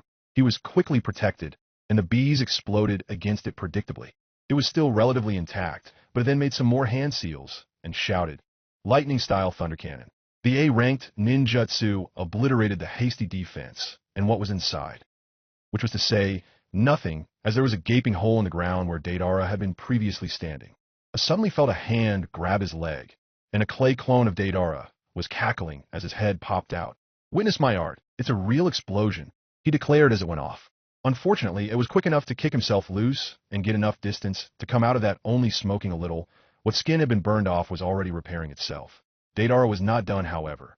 As the moment their attention was off the hole he had dug the moment he had formed the dome, he popped out, formed a C2 dragon, and it began to pepper the two with bombs launched from its mouth. Ishikawa hastily floated back, managing to weave through the explosives, while A resorted to pulling out shuriken and infusing them with lightning chakra, and defusing the bombs with every one he threw, before using a Fuma shuriken on the C2 dragon, causing Deidara to curse colorfully. Luckily for him, before they could attempt to retaliate, the current A showed up and managed to strike his predecessor with a lariat. The original A was sent rolling, but quickly recovered and sprang to his feet, quickly dodging B, who tried to get him from above with his unique sword style. "Damn it, bro, I missed the foe," B admitted, quickly retreating to his brother's side. At this moment, the Genma squad showed up, guided by the Hiratian marker on B's headband. Inoki floated out from between them, arms crossed. "Good going getting me here, but don't you think you could have managed to learn how to do that jutsu by yourselves by now? You've had your Hokage teaching you, for who even knows how long." "Well, at least it wasn't too tight a fit for you, old man," Rado retorted, causing Inoki to get a tick mark. "Oh, is it you, Inoki?" Ishikawa asked with a raised eyebrow. "Well, my dear grandson, it's great to see you again. Have you gotten smaller since I died?" This, of course, caused Inoki to get another tick mark as he clenched a shaking fist, fire in his eyes. "Gramps, you're supposed to greet a kid you haven't seen in years by telling them how big they've grown. But why would I say something so clearly untrue?" Ishikawa asked. "I'm still no shorter than you old bastard." Inoki roared. "Actually, I'd say you are. About 10, maybe 15 centimeters?" Ishikawa asked, further ribbing his grandson. Deidara, momentarily forgetting how serious the situation was, sniggered and said, "Yeah, the only thing about as short as him is his temper." "That does it," Inoki roared, completely proving what Deidara just said as he fired a dust-style atomic dismantling jutsu at Ishikawa, who very hastily dodged. The Genma squad very wisely decided to back away from this little battle, maybe find something safer to get caught in the crosshairs of, while the original A moved to get some distance, B and the current A to giving chase. "Earth-style beehive construction," Ishikawa shouted, creating several mounds of stone with small holes all over them. Sure enough, a loud buzzing could be heard from inside. "What is that supposed to be?" Deidara demanded as Inoki floated near him, still seething. "Beehives made from the earth. They're also capable of pulling in nature energy and converting it into chakra for the swarms inside to consume, so they can reproduce endlessly, their life cycles immensely accelerated. We have to destroy them fast," Inoki said as several bee emerged from inside them. "Unfortunately, getting close is going to be a challenge. We'll have to try to blast them from a distance, but Gramps is good at forming strong defensive walls to defend them on a dime. Or simply move the earth they are on to shift them out of the way. Plus, he can always build up more. Luckily, he can only have about 3 made at any one time, but that's enough to cause a lot of bees to give us trouble. How much clay do you have?" Deidara dug into his pouch and grunted. "I have enough for one more C2 dragon and maybe a few small birds. If there weren't so many people around, I would have tried a different jutsu, one I developed a short while ago, but it's practically impossible to avoid collateral damage with it. Not that I care too much, but I doubt this little alliance would take kindly to me doing something like that." "True enough," Inoki grunted. "So I guess it will be up to me and my dust style." Meanwhile, the swarm of bees approached, and Inoki cast some hand seals. "Wind style great breakthrough," he shouted, blasting them away, and nearly Deidara too, but he managed to weather the wind. "Ho, you learned a few jutsu of the dust style Kekii Tota's basic elements besides earth?" Ishikawa asked. "I had to branch out a bit recently when I realized just what we were fighting. Besides, I remember your bitching after that battle with Redo on how wind style proved so effective at taking out a lot of your bees at once. It always rankled you after the fact that you needed the Mizuki's help to take him out, and even then, he still killed your ally."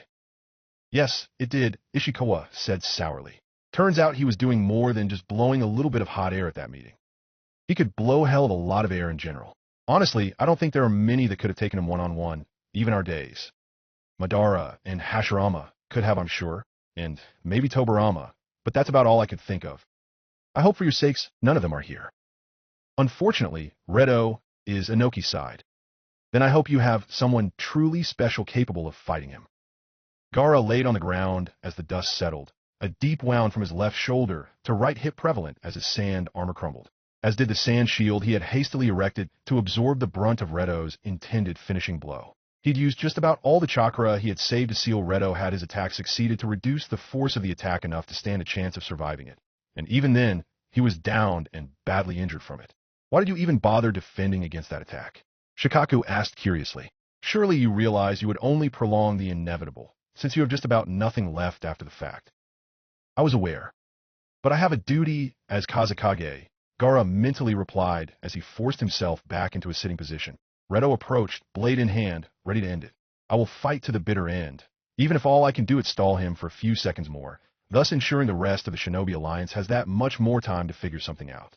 If I'm going to die anyway, I will drag it out as long as possible for that reason. Well then, if you're resigned, how about giving me your body, so I can take revenge on Redo? And all of humanity afterwards once you're done with that. If you even manage to defeat the Kage, who defeated you once before? Gaara asked, entering his mindscape to ensure no time was being taken up outside, and striding up to Shikaku. Not going to happen. So you'll just let us both die? Shikaku asked. As much as I'd prefer you don't have to go through even that temporary death, and still wish we could reconcile our differences, that was always up to you. I may have traded your chakra for mine after I beat you, but I never wanted to force you to help me. But I also could not let you run amok. But why? What do you owe your people and the people of this world? The people who judged you and feared you, confused you with me, and tried multiple times to kill you. All beings make mistakes. It's not about never screwing up, but learning from the times you have, and learning to move on, even if you can't fully forgive. I've come to understand why the people initially feared me, and many of them still do. But I won't abandon them, or give up on them. And until Redo goes through me, he won't harm anyone else. With that, he turned to leave, prepared to meet his fate. Shikaku closed his eyes, contemplating. Gaara. So young. And yet so very like the old man he had once been sealed inside of. The same man who had reminded him of his own father. Gaara. You really do remind me of Bunpaku. And his unshakable, immovable will. Making up his mind, Shikaku opened his eyes and asked, then what say we become something he can't get through, an immovable object, so to speak? If you want my power, take it. I give freely now, at least what little I can through your seal. Gaara paused and asked why. Isn't it obvious? Do you really think I want to suffer a temporary death here?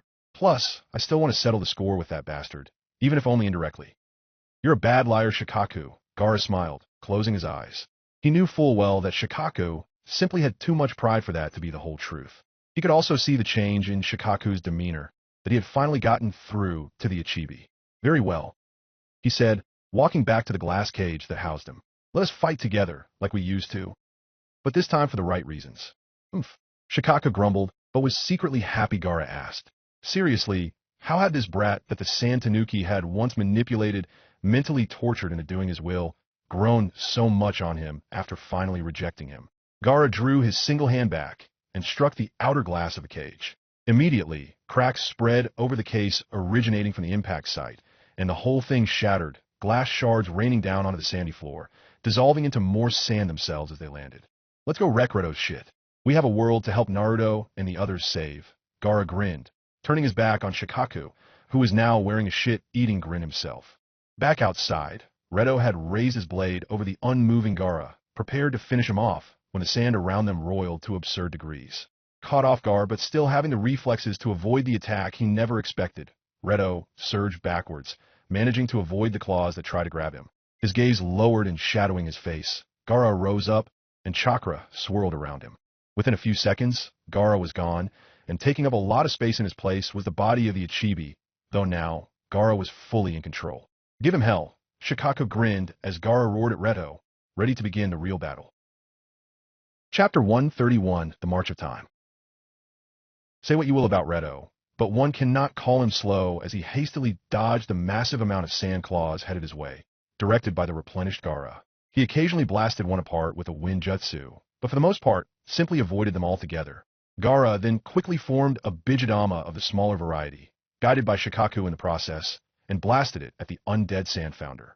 He was shocked when Redo simply bisected the blast with one of his wind-enhanced blades, both halves moving past him on either side. Right, I forgot the bastard could do that. It was incredibly infuriating, Shikaku snarled. The smaller, faster Bijidama won't even phase him. Don't bother with it anymore, unless you think you can catch him off guard. What about the complete black one? Gaara mentally asked. Dunno. He never gave me the time to form one, Shikaku admitted. He just kept on hitting me with those massive wind blades and disrupting me, even causing one to go off on my face at one point. Shikaku, Gaara said slowly, an unpleasant thought crossing his mind as he once again failed to snag Redo in some sand. When you were beaten by Redo, how close of a battle was it? Not as close as I would have liked. He might have been tired out by the time he defeated me, but that was cold comfort as I was being sealed. And how badly did you manage to injure him? Gaara pressed, though he had a feeling he already knew the answer. I didn't. Not a single blow was landed on my part. Not for lack of trying, mind you. Really, though, it only would have taken one good hit from a bijou to squash most people, so you might count the near misses he had for something. Figures. The only reason he would have lost would have been fatigue, and that's out of our reach in this instance. Gaara mentally cursed as he tried to blast Redo with some air bullets, one of which Redo had to deflect with a smaller one of his own when he couldn't quite dodge. If anything, he could outlast us, what with the fact that we only just became perfectly bonded. Actually, we were perfectly bonded before, back when we were both bloodthirsty, Shikaku reminded Gaara. It was after you decided we had been going too far in dealing with the world's prejudices against us that we began having issues. This is not our first time fully joining our powers. This is just us re-establishing our connection. Hopefully for good this time, but the point is, I'd say we have about 20 minutes, not 5, as is the rough amount for newly minted perfect Jinchuriki. While we've been perfectly bonded before, it has atrophied a little bit. There's that. Gaara sighed in relief, swinging his tail at Redo, only to once again miss the nimble man entirely. We have that long to come up with a plan then. I'm glad Sunagakure still has such talented prospects, Redo admitted as he landed once more. You've bonded with the bijou I acquired for our village perfectly, but I hope you can pull off something else, because raw power won't be enough, especially when I'm in a body that won't tire. If you can win, then perhaps Suna truly has a bright future ahead for it. Let me be an obstacle that will prepare you for the trials ahead, he declared, unsealing 2 more broadswords, getting into a combat stance. Gaara once more roared, and fired several smaller Bijidama at Redo, resulting in the founder of Sunagakure to simply slice through each one. Is this all? Redo demanded as each blast failed to even phase him. I told you, raw power on this level isn't enough if the force isn't overwhelming. Still, Gaara kept blasting away, and Redo scoffed. Perhaps I've overestimated you, if all you can do is to repeat the same failed attack. He then noticed. Shikaku's tail had gone into the ground. Understanding immediately dawned as the point of the tail emerged from the ground behind him, rushing onward to try to bash him while he was occupied. Thinking fast, he dashed forward, ducking under one of the small Bijidama, letting it blast the tail, only to notice a shadow overhead. He looked up to see a massive gathering of sand into what looked like a sand meteor, only bigger than the previous ones. So this had been a threefold assault. The barrage of smaller Bijidama had only been meant to occupy his attention. The tail was a blindside attack while he was distracted, and if that had failed, he had accurately predicted that Redo would move forward the only direction open, and had discreetly formed the large mass of sand overhead all the while, which explained why he had taken a bit longer than he should have with attacking with the tail. Much better. Redo smiled a little as the meteor came down at him. But still not good enough. He roared, going through multiple hand seals. Wind-style swamp of the heavens, he declared, increasing the air density above his head and greatly slowing the meteor's fall, a technique that would have been very draining had he still had a finite chakra supply, then unsealing 8 more blades again, and using chakra strings and wind chakra manipulation, began swinging at the meteor, grinding it down at an absurd rate. At the same time, he was weaving one-handed signs, integrating them into the movements of his hands as they manipulated the chakra strings, and fired off multiple wind-style techniques to further aid in the endeavor of grinding the meteor down into nothing. Sand particles filled the air as Redo worked, before finally it crumbled, several chunks hitting the ground and dissolving, all of it having taken about 5 seconds. Had Redo still been living, he would have severely winded himself with that endeavor. But as it was, he escaped the well-made death trap, albeit not without considerable effort. Then he realized Gaara had stopped firing the smaller variety of Bijidama after all. The falling sand meteor would have been damaged by them, plus it would have obstructed them, so it would have been counterproductive to do. But that left him time too. He looked up and smirked. Very well done, he admitted as he spotted what Gaara had been doing instead. Now fully formed, a full black Bijidama had been formed, and was now aimed at him. Cut through this one, bitch, Shikaku gleefully shouted as he blasted it right at Redo. Yo, hold still, he shouted as he chased after the original A with his 7-bladed style. I don't have that much time to kill. The original dodged another attack, grunting as he got nicked, and then he had to avoid the current A's attempt to lariat him from behind, which he did by flipping over him.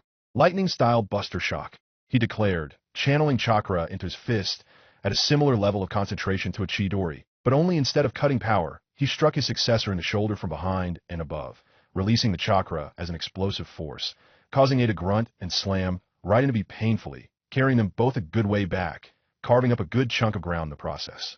Damn it, it's been too long since we fought as a cohesive team.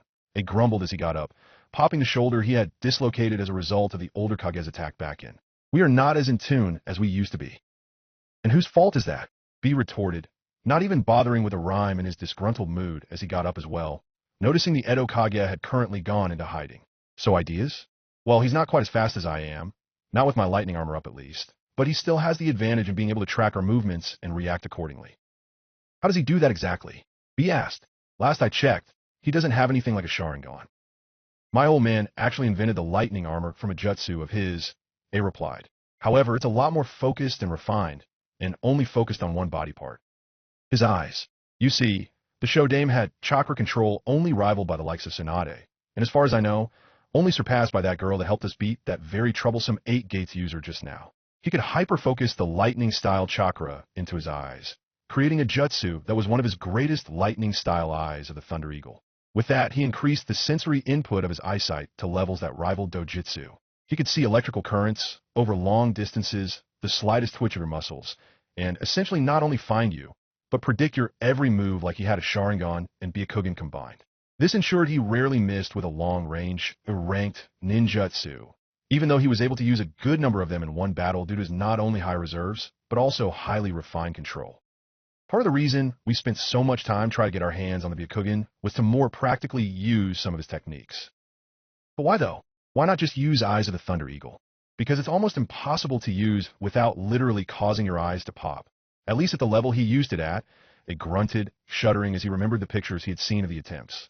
No jutsu was worth that kind of risk without being damn well sure you could manage it. My old man didn't dare risk it, but instead focused on the synapses to increase reaction time. Using an amount of power, he could focus over a wider area of his body instead of putting volatile amounts into one specific areas, and eventually took it to the idea of the lightning armor. Geez. So where is he now? Why isn't he even taking pot shots at us, even as we speak? Well, he knows I'm fast enough to dodge, even with him being able to track me, but still, he has no chakra to lose, so the only reason I can think of is to set up. Shit, he shouted, looking up, and saw 5 streams of lightning-style chakra originating at pentagonal locations meeting up in the center of a formation in the sky. Lightning-style judgment of the 5 kings, his ultimate jutsu. They groaned.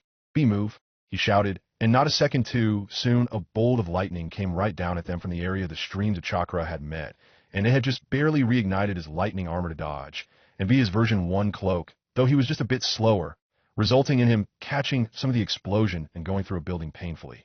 Lightning-style Judgment of the 5 Kings was an incredibly powerful lightning style that required 5 users, though a user could theoretically be substituted with a lightning-style clone, but this left less chakra to work with on the real ones overall, and thus, less shots.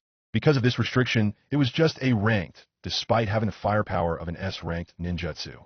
Even the original, A could only use a few shots if he substituted all 4 helpers with lightning-style clones of himself. When alive, that was.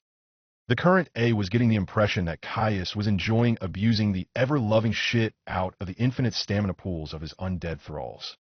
Anyhow, once the setup was complete, the user could then direct lightning strikes down onto an enemy from where the streams of lightning chakra met, down to anywhere within the confines of the pentagonal formation. As such, this technique was devastating. And what was worse, since it could be used for multiple shots, and with less than 5 seconds between shots, it could easily eliminate large numbers of foes within a minute, even if several of them were Jonin level. As for weaknesses, well, it could be stopped by eliminating just one of the users. Another reason the old A preferred actual helpers to using clones, they were harder to eliminate. O was struck directly by the next attack, and was agonizingly jolted as more electricity than his body was ever meant to handle coursed right through him. He went down painfully, but forced himself back up, and forced himself to reactivate his lightning armor and move the hell out of the way of the next strike. B meanwhile struggled to his feet. Oi, Ado, give me some more strength though, he groaned. Sorry, B, I honestly don't have enough left in me to give you a version 2 cloak, which is the minimum for you to use a Bijidama. Gyuki replied, not even bothering to reprimand B for his tortured rhyme. That Richard really did a number on us. Frankly, if it weren't for that medic, I'd still be completely down for the count. Well shit, how'd he get a hit? B grumbled, knowing full well that between him and only with a Bijadama did they have any long-range capabilities between them. O was usually fast enough to close the distance and render his lack of range moot. But right now, the show dame was continually peppering the area with lightning strikes, trying to kill his current successor, which a good direct hit had a very good chance of doing. It was all A could do to keep from getting hit right now. So what to do? There was no way to simply replicate a Bijadama while in anything less than a version 2 cloak, not without using. B paused. Sure, he'd never tried Naruto's signature jutsu before, but maybe. If he just used the basic principles and just focused on creating a Bijadama, he could throw. After all, he formed one many times over, and he'd seen a Rasengan enough times. Still, he would need some luck to pull off on his first go, but he had little choice but to try. He just had to take out one of the users of the jutsu. Of that he was sure. He was smart enough to deduce a basic downfall of a jutsu like that. He had his version 1 cloak form 4 additional arms to assist in the formation of the handheld Bijadama, and took it slow, hoping his brother could hold out long enough for him to succeed. He's getting better and better at dodging the strikes, the Shodame Rakage noted, focusing his enhanced eyesight on the Yondame. He had to soon be down for the count with that one good strike, a flaw of his being overconfidence, and Kai's clearly wasn't paying quite as much attention to his battle as the others, allowing the original some autonomy, despite the fact that his body still moved in whatever he perceived as the best way to deal with the enemies the Necromancer had foisted on him. Probably because Caius had gotten overconfident in his current position, but the point was he saw the current Rakage as the main threat due to him completely avoiding every strike he guided down, if only narrowly. Was he getting faster? No. He was responding faster. And one close look revealed why. The potent and focused lightning chakra throughout A's body. But most potently in his eyes now. He had decided in the desperation of the moment to gamble his eyes, and was now using one of his own vaunted jutsu against him. The eyes of the Thunder Eagle. Well done. I didn't think anyone else could use that jutsu. The original amused, even knowing the current one was too far to hear him. Though he clearly hasn't the same level of refinement as I. Indeed, they had managed to use the rudimentary level of the eyes of the Thunder Eagle, thanks in part to his training with his recently developed twin-edge storm armor, which had greatly increased his control over the volatile element. While he was in fact still not quite up to par with the original, it was in fact enough to see the shifts in chakra where the 5 streams of lightning met to tell the exact moment another strike was coming and the exact moment he needed to move. Very impressive. But it amounted to little if he could not finish the fight before running out of power. However, the old A then spotted something out of the corner of his enhanced eyes, and he realized with a wry grin that he had been entirely too focused on the threat of the current Rakage. B, who he had thought down earlier, had gotten back up and had a black sphere of power held in his hands with a grin, congratulating himself on getting it right on his first go. Hey Naruto, suck it. I'm the one who is really lit, B shouted, pulling an arm back to throw the destructive jutsu at one of the clones, who, despite being hidden from sight, were still very much given away in terms of location by the very jutsu they were using. B, not that one. Throw it at that one. A roared, pointing to the direction of another stream of lightning, his eyes of the Thunder Eagle being just good enough to pick out a better refinement of chakra in the Shodame he was pointing at, indicating he was the original. B turned and launched the jutsu, and not a moment too soon as he was blasted violently by a direct hit from the lightning strikes, being severely burnt as a result, and being sent sprawling. Still, despite the loss of his cloak, he was still able to force himself up as the Bijadama blasted through buildings, and the Shodame Rakage was just not fast enough to lurch out of the way as the sphere detonated, shredding his ashen body. His clones dissolved as this occurred, their original's chakra badly disrupted. B in a quickly dashed towards the Shodame Rakage as he began to regenerate. The hive was blasted apart by Dutara's explosion release, provided by his C2 dragon. This was successful in giving Inoki an opening to fly at his grandfather, attempting to blast him with a dust-style technique. Sadly, Ishikawa was a nimble little bastard and avoided the jutsu, causing Inoki to spit out a low curse. Earth-style stone stingers, Ishikawa shouted after making a couple hand seals, and spat out rock that splintered and launched themselves at Inoki in the form of glinting needles, which Inoki had to defend against with a stone shield jutsu, which was an extension of the rock fist technique. The splinters all deflected off the shield, and Deidara shouted, "Oi, old fart, behind you!" Inoki looked to see a group of massive bees flying at him from behind, forcing him into a dive, and towards another one of the source hives, which he quickly smashed with his stone fist, though only partially. Meanwhile, Ishikawa simply replaced the one Deidara destroyed earlier. Deidara cast some hand seals and shouted, lighting style, exploding thunderbirds. While he hated resorting to the base elements of his art, when he was this low on clay, conservation had to be the priority. The jutsu that vaguely resembled his clay attacks rushed the bees in pursuit of Inoki and blasted them to pieces. Not as powerful as his art, but workable. Unfortunately, Ishikawa had already taken cover behind another swarm, and Inoki grit his teeth and shouted, dust style, atomic dismantling jutsu. He released a cube that grew into a large size, vaporizing the swarm of about 1,000 of the insects and destroying another hive. But the remaining hives simply released more insects, and Ishikawa was already on replacing the hive again. Oh, for crying out loud, try something new. Deidara roared in irritation, before noticing a shadow overhead, and looked up to see another large swarm of bees. All flying with rocks, many times their sizes clutched in their legs, no doubt made lighter by that annoying earth jutsu Inoki was fond of, which explained where he learned it. But what was worrisome was that all of them were covered in exploding tags. Okay, that's better, Deidara admitted, sweating slightly. Even a small stone can be valuable in a battle when exploited in the right way, Ishikawa chuckled. Bombs away. The entire swarm proceeded to drop their payload right then and there, and Deidara quickly jumped off his C2 dragon and had it fly up to explode, creating a momentary umbrella of safety from the bombardment. Inoki landed next to him and slapped a hand on the ground. Earth-style Earth Dome Barrier, he shouted, covering them both up with the protective barrier, shielding them from the remainder of the barrage. Your Earth-style has gotten more solid, Inoki.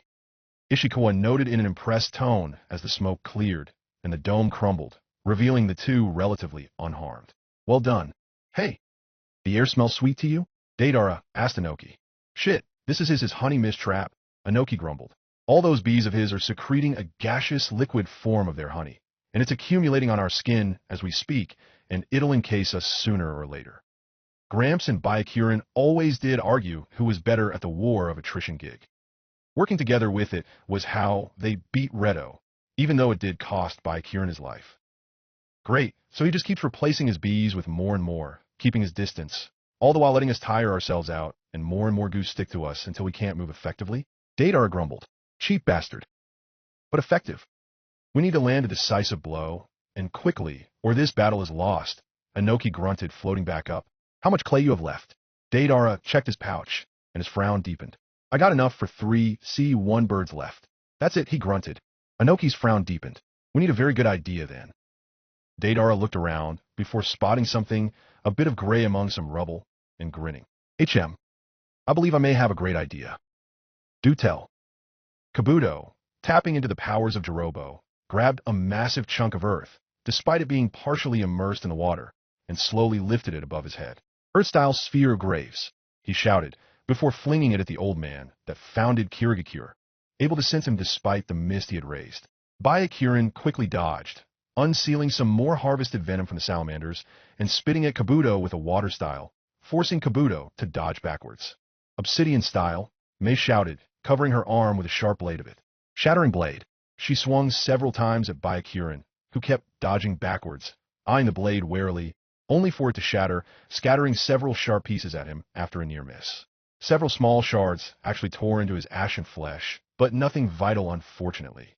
Obsidian-style glass firebombs, she added, forming 2 fist-sized spheres that were hollow and filled with volatile fire-style chakra, and lobbed them after Byakuren, resulting in some potent blasts. Sadly, he was quite quick and able to substitute with a piece of rubble before getting blasted as all the little cuts on his body healed up. Damn it, Magkursht, were he still alive, that would definitely have weakened him for blood loss, at least. But he's not alive, Kabuto reminded her. No sense in thinking about how a hypothetical situation would go when the opposite is true. Cheeky young man, aren't you? She asked with a glare. Just pointing out the facts, Kabuto shrugged. You've been using obsidian style more and more. Don't you have any particularly strong jutsu there, like a super S rank technique you would expect from a Kekkei Tota? And if so, why haven't you used it? Well, it takes about 30 seconds to go through all the hand seals, and I'm not good enough to forego any of them just yet without seriously hampering it, and it blows through nearly all of my chakra.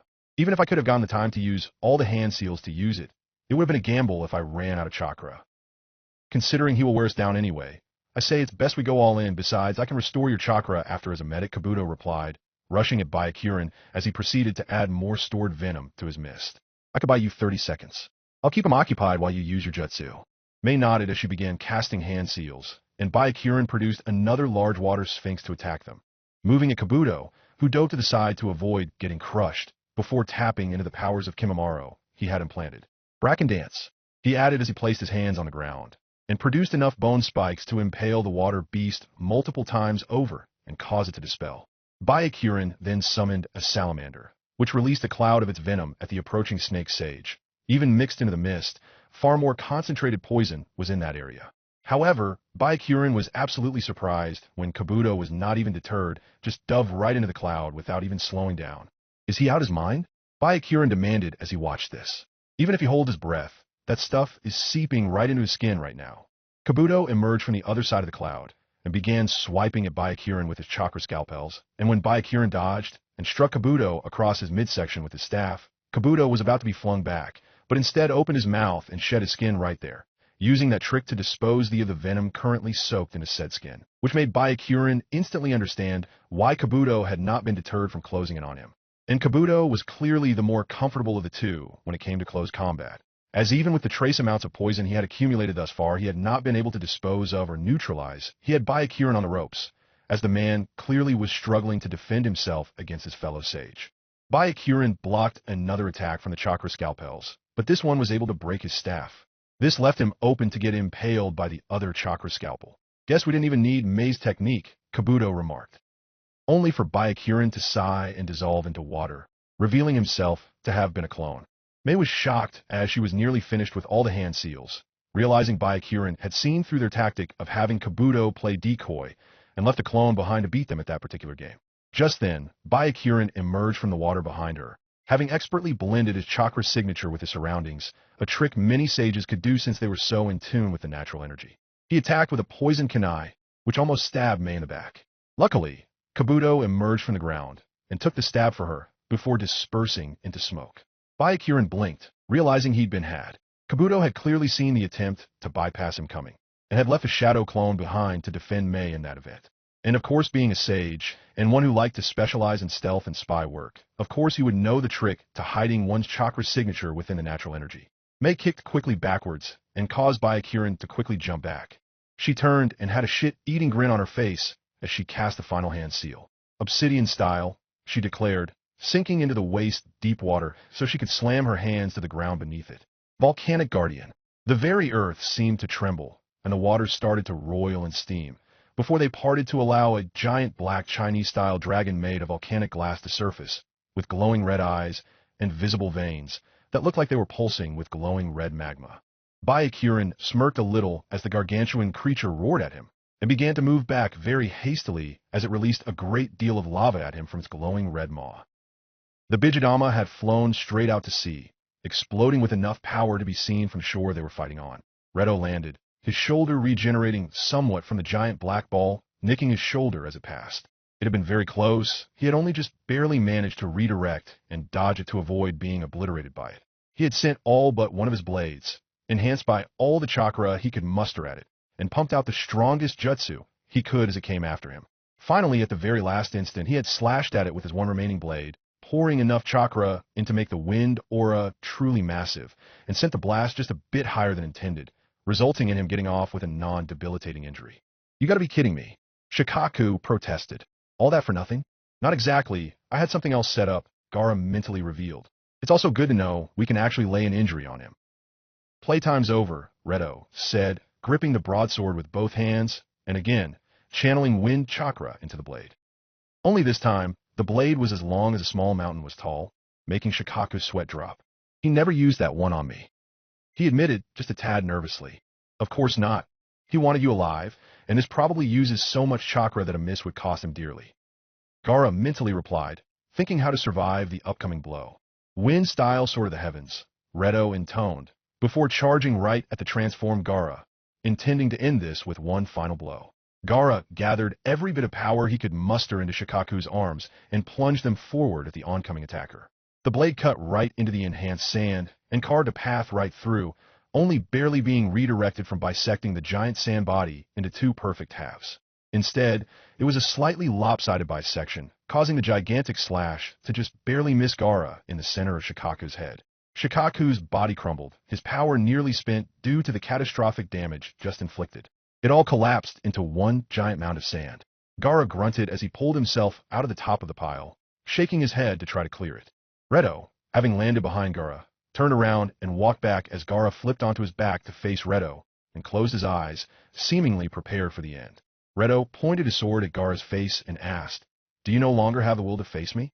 Gaara said nothing, not even looking up at Redo, just kept his eyes closed. Redo frowned and sighed. It was a solid battle, but this is the end. With that, he raised his sword and brought it down to deliver the final blow, only to stop short, his body shuddering. "What?" he asked, confused, as his blade slipped from his fingers and sand began to crawl up his immobilized body. "How?" People who have been reanimated might be undead, but they still imitate many of the same functions of life, Gaara replied, standing up and brushing himself off. Such as breathing. It's unneeded since there is no consequence to holding one's breath or having no breath at all, but it's a habit that carries from having once lived.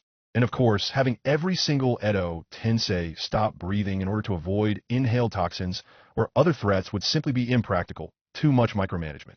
What could I have possibly inhaled? Redo asked, intrigued. I was using intense wind style. Any kind of gas would have been blown clear away. Not gas. Sand, Gaara explained, holding out a handful.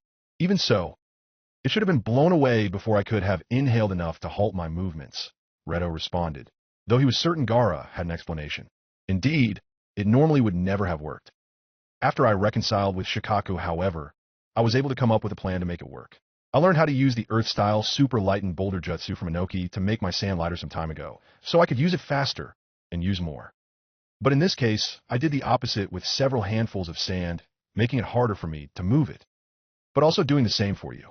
Each grain was as heavy as a fist-sized stone, and while the wind you were kicking up could have thrown massive boulders around, that is because boulders have something a grain of sand lacks. Surface area, Redo realized, a small grin on his face. Indeed, just like the wind could move ships more efficiently with larger sails because there was more for the gust to push on, a smaller object had less to press against, which meant a lot more force was simply going around with little power actually hitting said object. While a grain of sand was normally light enough to be blown about regardless, give it some more weight without making it bigger, and you had something that would take an absolute monster of storm to exert enough per square centimeter to budge. After Gaara had made this weighted sand, he just had to gradually guide it all close enough to be inhaled by the former Kazekage, making sure the jutsu broke so he could in fact inhale, of course, and of course not notice getting heavier before Gaara could get enough in his system to arrest his movements. Those tactics he was employing earlier, while they most certainly could have worked well on their own had Redo been any lesser, the real goal had been to keep him occupied until then. Indeed, you did well. You have clearly surpassed my legacy, Redo admitted, closing his eyes in contentment as the sand started to reach his face. And it was a great legacy to begin with. You should be proud. It was inevitable, Gaara smirked, causing Redo to blink a little, wondering if Gaara was simply letting his victory go to his head. Whatever was achieved in the past, there are always ways to improve, and people seeking top it, while there are certainly lessons to be learned from the past. The Shodame Reikage finished regenerating just as the Yondaime reached him and managed to land a blow to his gut, and send him flying towards B, who threw his blades to hit him in midair, only for the former to use a hastily sealless jutsu to knock them away. Before the current, it tracked their motion with his newly acquired jutsu, dashed to one and caught it, flinging it though his predecessor's torso, leaving him unable to react when it shouted, "B now?" "Righto bro." B grinned, rolling one shoulder, before rushing to Shodame as he landed. I got the other side, and both roared as their outstretched arm struck, B catching the throat, and A getting the back of his neck. Recognizing the double lariat, the original, A smirked and said, "Well done, yo," before his head flew off. Quickly producing some ink from Gyuki's power, B wrote a sealing matrix over the regenerating body of the first A. With a hand seal, he was paralyzed, his chakra and movement sealed off. "It's done. Against our founder, we won," B said, giving a respectful bow to their vanquished opponent. "We will still build further on what we learned. And though our strength may at times be individually weaker than those who came before, we are still progressing in our ability to forge bonds, to reach greater levels of understanding one another, become comrades even with former enemies," Gaara continued. Inoki flew right at Ishikawa, carrying a lightened Deidara with him. Ishikawa responded by directing the bees at them, But Deidara smirked as Inoki made a single hand seal and formed rocky sphere around his body, lightening it with his jutsu once more. Deidara created one of his birds and blasted the sphere, launching it through the crowd of bees, who were unable to sting Inoki through the material.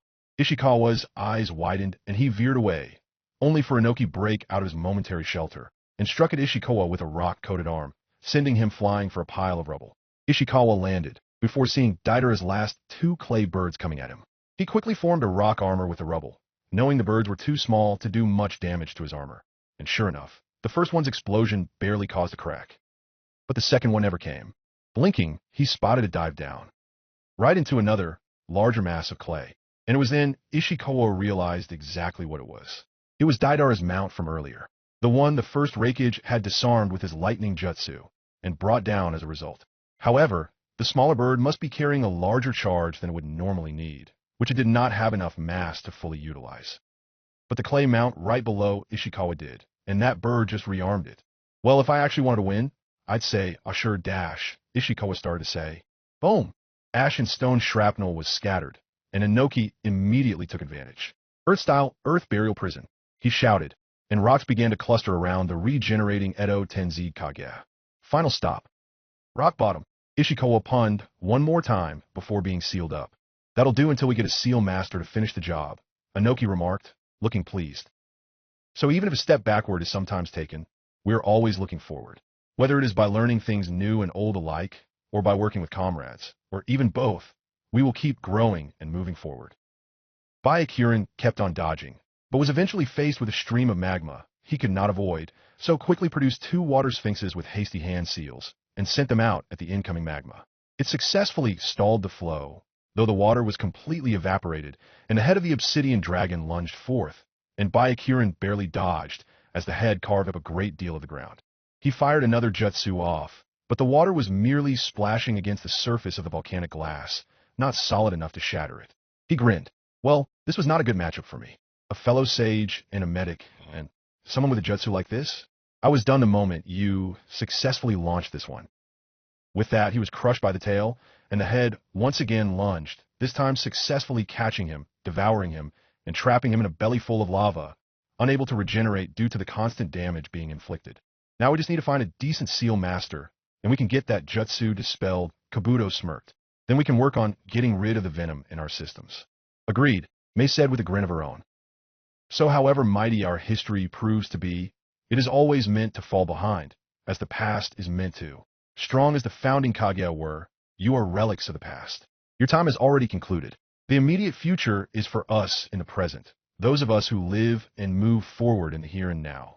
That is why you were destined to lose, and why even Raisin is destined to fail. In the end, while we all have our time in the present, we must at some point make way for the future. You had all already lost. To the march of time, Gaara concluded.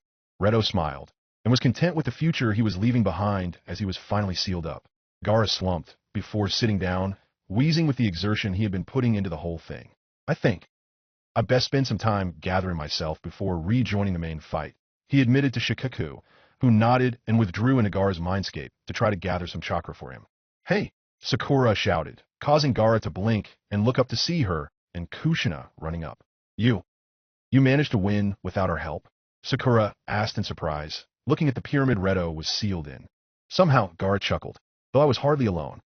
But never mind. Would you be so kind as to patch me up and then let me rest a while? I fear it'll be a bit before I can re-enter the fray.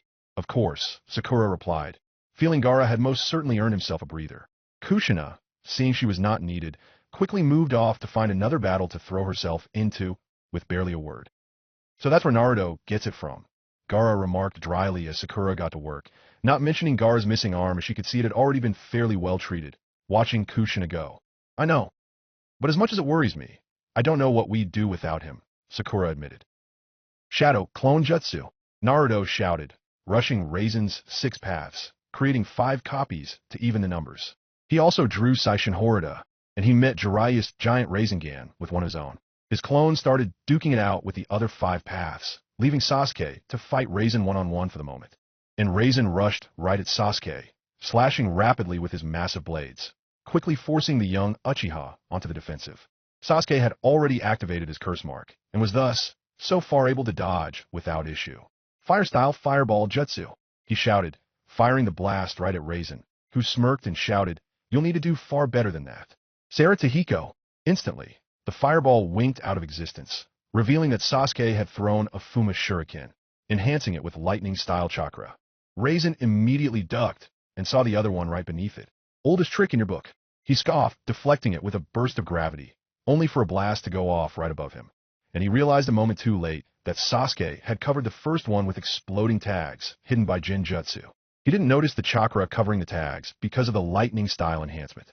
He grunted as he felt the impact on his back from above, damaging his armor slightly. Fire-style, great fire annihilation.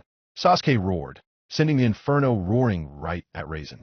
He could have just used Predapath to absorb the jutsu. No problem, except he knew that Sasuke was likely being fed Sage Chakra via his curse mark, and that damnable chakra link he and Naruto had established. Too much of that absorbed, and he would get a one-way ticket to a lawn ornament sale. He had to use alternatives wherever possible, and thus went right to using black holes to suck up the flames. Once Sasuke was done feeding them, Raisin quickly released the power of the black holes absorbed, sending 3 quases right at his opponent. To his annoyance, however, he saw them pass right through the Uchiha. "Damn Kamui," he growled, rising.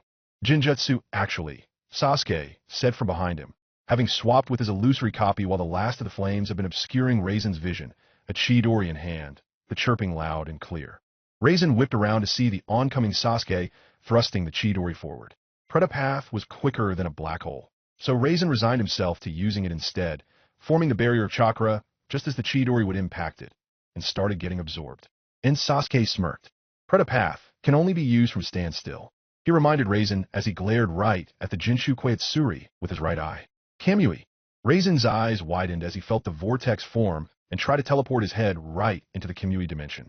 And sure enough, he'd have to turn off the Predapath barrier to try to dodge, which would give the Chidori a chance to hit home.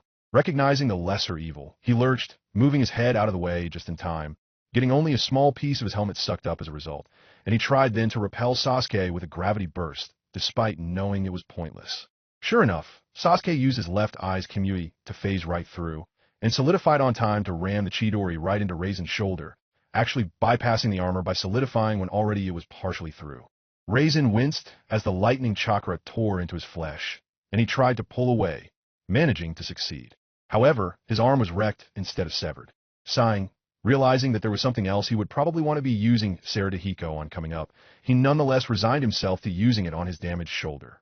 Sure enough, several boulders burst into smoke the moment he did, revealing that Naruto had hinged several clones nearby, and they formed multiple elemental Raisingans to throw. Raisin really should have known Naruto wouldn't settle for just making enough clones to keep the paths occupied, and took the first opportunity to hide some in their collective blind spots.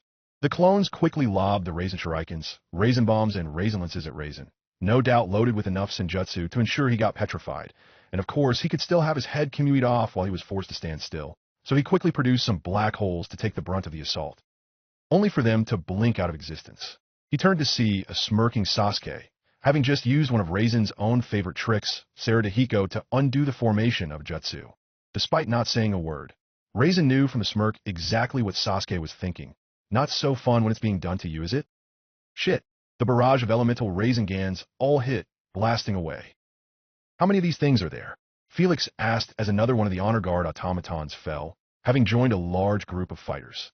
Akari was there as well, fighting a few shamblers with her wood-style forming roots, assisted by Haku and his teammates. According to reports, there were about 100. They are down to about 60 now. Kin replied for his benefit, hacking off a chunk of shambler with her lightning-enhanced Kuzagrima.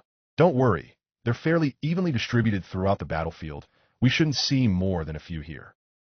Felix nodded and prepared for further battle. Chapter 132 Best Serve Cold. Felix only barely noticed the ice mirror out of the corner of his eye on time. Quickly, he lurched to the side, barely avoiding a wind-coated katana aimed at bisecting him. Even so, blood spurted from a gash on his torso as a result of being grazed. I really should have known you were going to be called into this fight. He grunted as Zurue skidded to a halt from his momentum. Akari quickly weaved some hand signs and attacked Zurue with several roots from its style, only for him to cut them down with both of his blades. Indeed, I'm really getting the hang of these new bloodlines, he grinned, fixing his Byakugan on Felix. A dojutsu, an elemental bloodline, and a physical one. Honestly, it's a good set. Still, I'm fairly interested in changing up if given a good enough opportunity. Of course, you got a hold of the knowledge that I have the same bloodline as your supposed messiah. Felix smirked. Of course, are you really sure you want it? Trust me, it's a handful. I'm only barely getting a handle on the bare basics myself, and not to mention, I have another one you might not consider and even trade for either Haku's or Jinyomaru's. And honestly, it wouldn't be worth the loss of your stolen Byakugan, especially since returning that bloodline to the new Sanbai Jinchuriki would not go over well with whoever was in charge of the effort to recapture her. And that's the first one to go with you having already reaching your maximum amount of stolen bloodlines. Zurue frowned, and then whipped around as Haku, having spotted him, had gone deathly quiet and attempted to decapitate him from behind. He, however, blocked easily, having seen Haku coming with his stolen Byakugan, using a lightning-enhanced katana to not only stop Kubikurobocho, but also start to cut through it. Haku grit his teeth as electricity shocked him as it traveled through the blade, then countered the lightning by attempting to add wind to his large blade, but Zurue realized that was about to happen, so used his second katana to channel fire and struck Kubikurobocho, causing the wind to ignite and stop canceling out the lightning. As such, the lightning channel blade made it through most of the far larger weapon.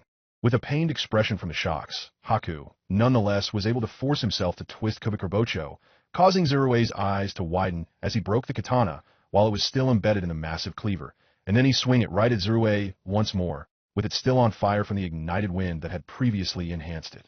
Zurue quickly dodged, though a part of his sleeve also caught fire from the weapon getting too close for comfort.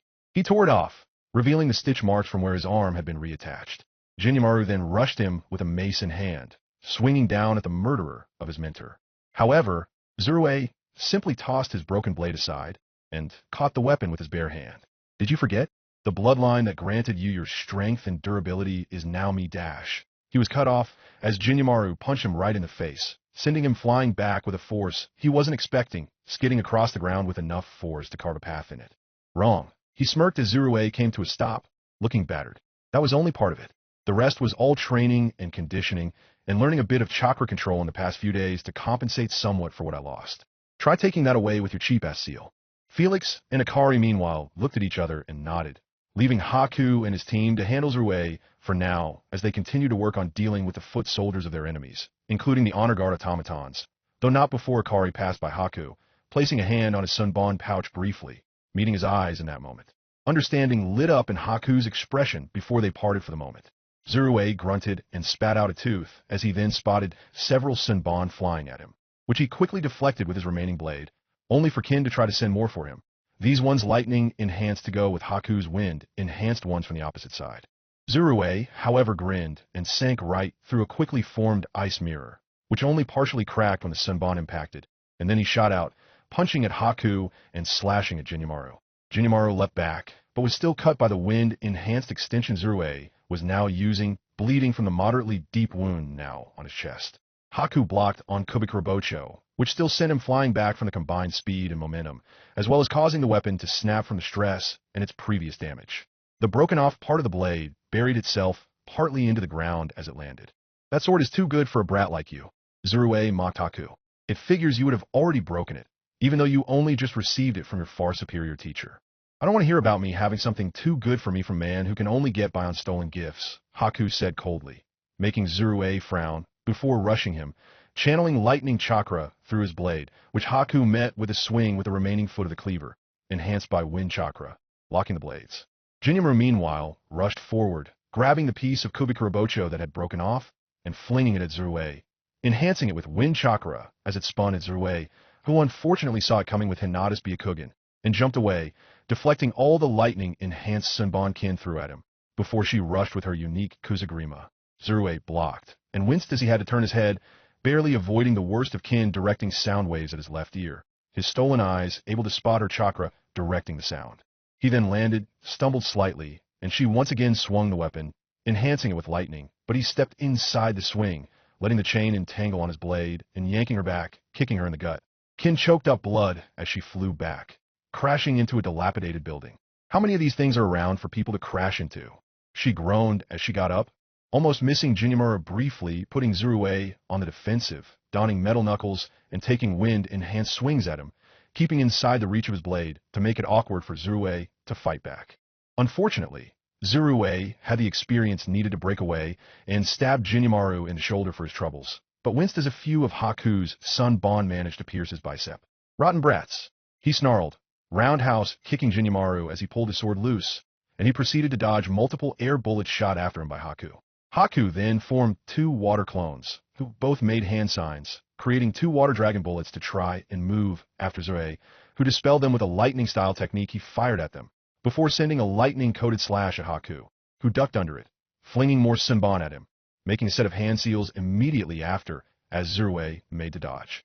Water-style, Sunbon water, clone jutsu, Haku shouted, causing the water on the battlefield to form into more needles, causing Zurue's eyes to widen and his deflections and dodging to become more frantic, but proving unable to stop all of them, getting a few cuts as he went and being stuck by a couple others.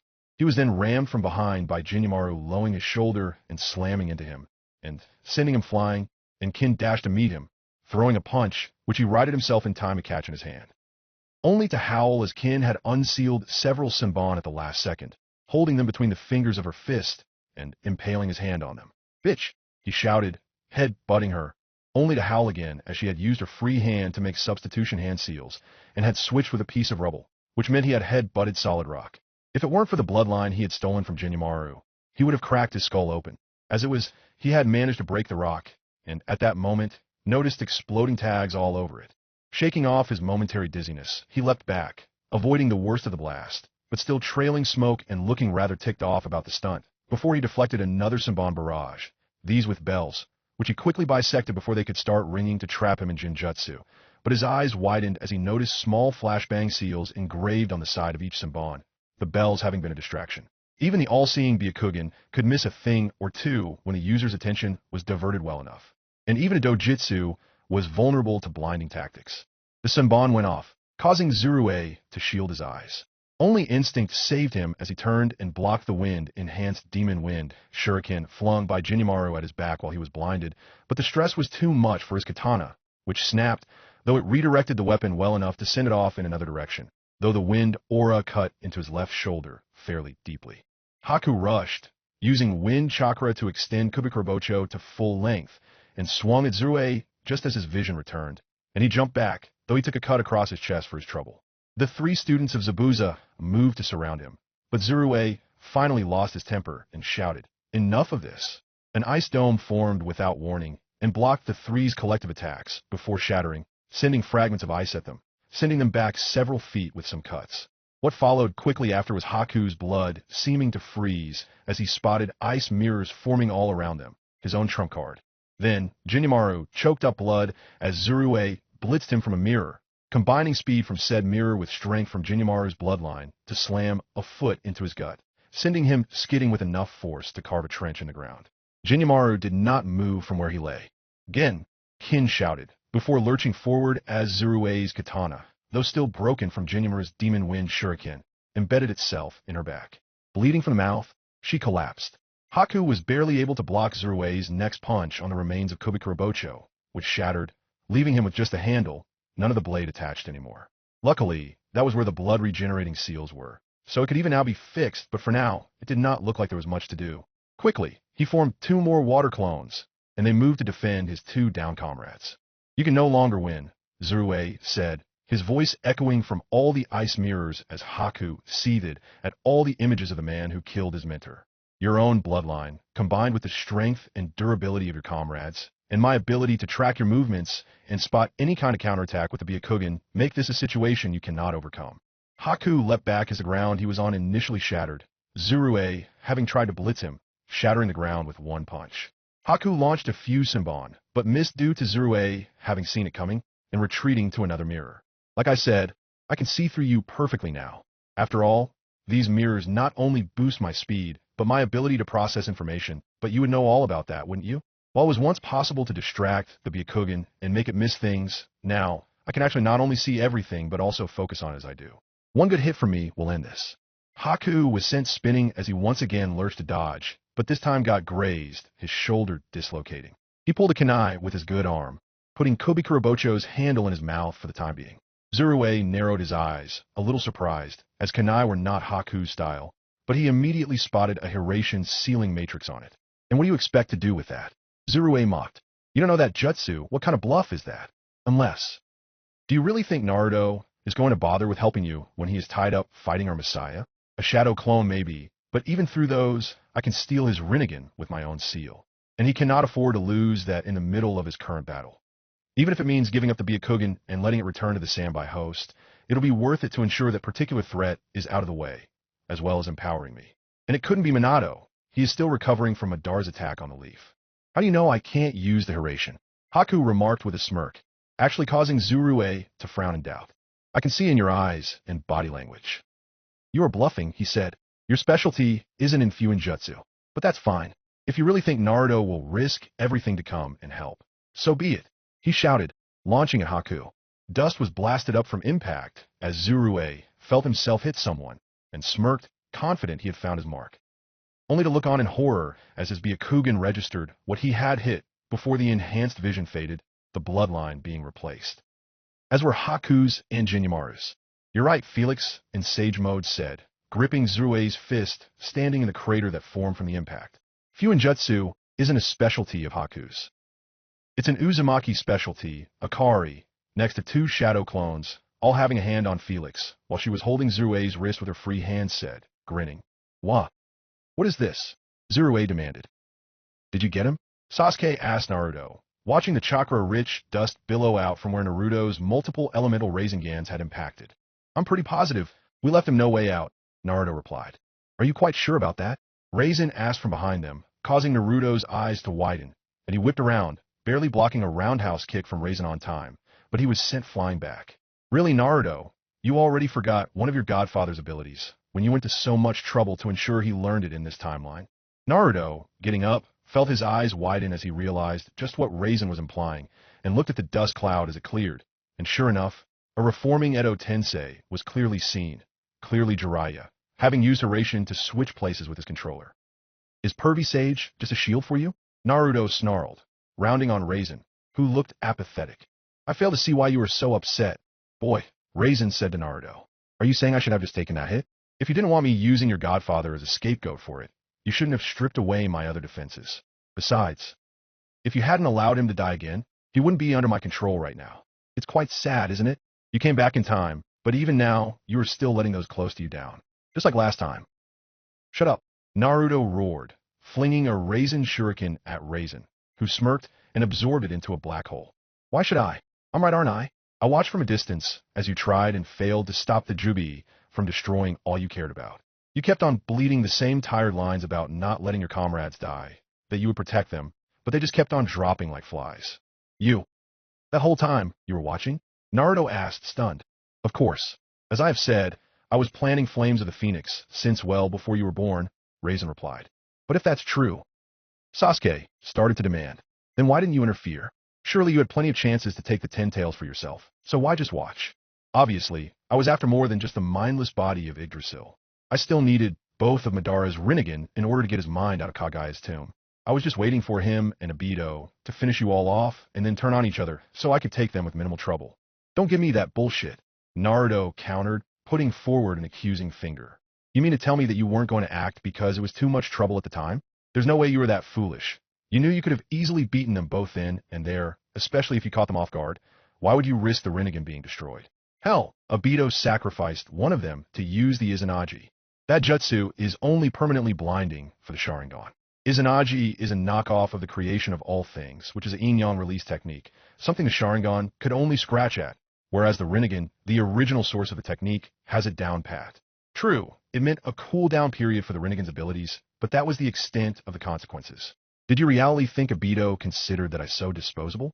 It would have remained shut for an hour at the most, Raisin corrected. Quit dodging the question, Naruto seethed, though filing that rather cheap piece of information away for later. That still doesn't explain why you held off. The possibility of one of the eyes getting stabbed by Kunai had to have occurred to you. I still could have simply dragged the Edo Tensei Madara down to the tomb, Raisin remarked, even as his path formed up behind him. Would have been more trouble, but I could have done it. You're lying, Naruto accused. Something else was holding you back. Trouble my ass. I know you are too strong to have had much of it if you jumped in then and there. You really want to know? Raisin asked, narrowing his mismatched eyes. It's because I honestly don't want to go through with my plans, but have long since run through all of my other options. Quite frankly, if I thought there was a better way, I would be pursuing that instead. You simply temporarily caught my interest, and I figured that if you could somehow succeed in the face of those impossible odds, maybe you could pull something off that I could learn from and explore. After all, I have nothing but time, so I saw no real harm in seeing if you were actually on something, or, as it turned out, you were just another of many countless dead ends. It was a moment of weakness, a brief, fanciful thought that the impossible could be achieved by you. By the time I was over such foolishness, Felix had already turned back time and put me at square one. That moment of weakness will not return, I assure you. After all, you were able to catch my interest with your talk. But you were too much of a failure to have walked the walk. I was a fool to even entertain the idea you had the means to succeed. No, words will never again sway me from what I know I must do. Certainly not from someone incapable of saving a damn thing from his past. You were spared my interference on a whim, nothing more. You. Naruto growled, his hands shaking, but Sasuke put a hand on his shoulder. Naruto, calm down. We can't win this if we're letting him get into our heads. I know. But Naruto started to reply, but was cut off by Kakuzu directing his hearts to blast at them. Knowing that using Predapath to absorb the jutsu would require him to stand still momentarily, he quickly dodged, and once again, the paths moved after him. Unsealing his ninjato, he deflected one of Victor's blows with a sledgehammer and ducked under Drek's kick, extending a hand from his cloak to grab a ladder and smash him into the former. He was blasted back from a liquid bullet from William, however. Jiraiya was then able to land a Sage-powered Rasengan on him, blowing him another way, right into a poison smoke cloud formed by Hanzo. Naruto, Sasuke shouted. You ought to be more worried about yourself, Raisin admonished Sasuke, slashing at him with his oversized claymore, only for Sasuke to use Kamui to phase through the blade and Raisin, emerging behind him and trying to stab him in the back, only for Raisin to step backwards and elbow Sasuke in the gut, winding him and making him stagger back. Raisin then whipped around and tried to slash him again, only for him to reinitiate King, phase through, then blast at Raisin with Amaterasu, then aim a lightning-covered stab at Raisin. Raisin, however, blasted away the flames, and Sasuke in the bargain with a gravity blast. Sasuke grunted as he skidded back, considering using the Deva Path Naruto had given him access to, but realized it was too risky with Naruto's current situation. Giving him a 5-second cooldown time against Raisin's 6 paths at a wrong time was too much of a misstep. Raisin in the meanwhile leapt, trying to bring down his blade on Sasuke, who rolled away hastily, barely avoiding the claymore as it got stabbed in the ground, getting up as Raisin ditched the blade rather than waste time freeing it, punching at Sasuke, who once again phased through, going out the other side, and then trying to hit Raisin with a Chidori. Raisin ducked and punched Sasuke in the chin, knocking him down again, forcing him to once again use Kamui to avoid Raisin's next kick. This pattern continued several more times, Sasuke using Kamui to avoid a hit and try to reposition himself and counterattack, only for Raisin to hit back, before rinsing and repeating. Sasuke staggered back, wheezing as he tried to regain his breath. Naruto, having managed to escape the poison trap before he could get enough in his system to overpower his healing factor, blasted Hanzo away with a Rasengan to get some breathing room, before noticing Sasuke's sorry state. What's going on? He might have taken some heavy hits, but with that curse mark active, he should have been more than tough enough to weather them better than that. He thought, before noticing a wet red X slowly start to form on Sasuke's shirt, before he coughed up blood and sank to his knees. No way. Sasuke, you idiot. You assured us those wounds Obito had inflicted were healed. He then had to block another blow, this one from Kakuzu. Damn it. Piss off, he growled. He head-butted Sasuke, sending the young Uchiha sprawling. It is better that evil not exist to begin with. Naruto grunted as he once again had to avoid a sneak attack from Kakuzu's masks. I'm putting all 6 of you back to rest, he said, making about 50 shadow clones, knowing he couldn't waste too much time. Raisin unsealed a gladius as Sasuke slowly got up, swaying as he struggled to his feet. He then charged, stabbing forward, even as Sasuke met his eyes. Tsukiyomi. Raisin blasted through the weak version of the illusion without the slightest trouble.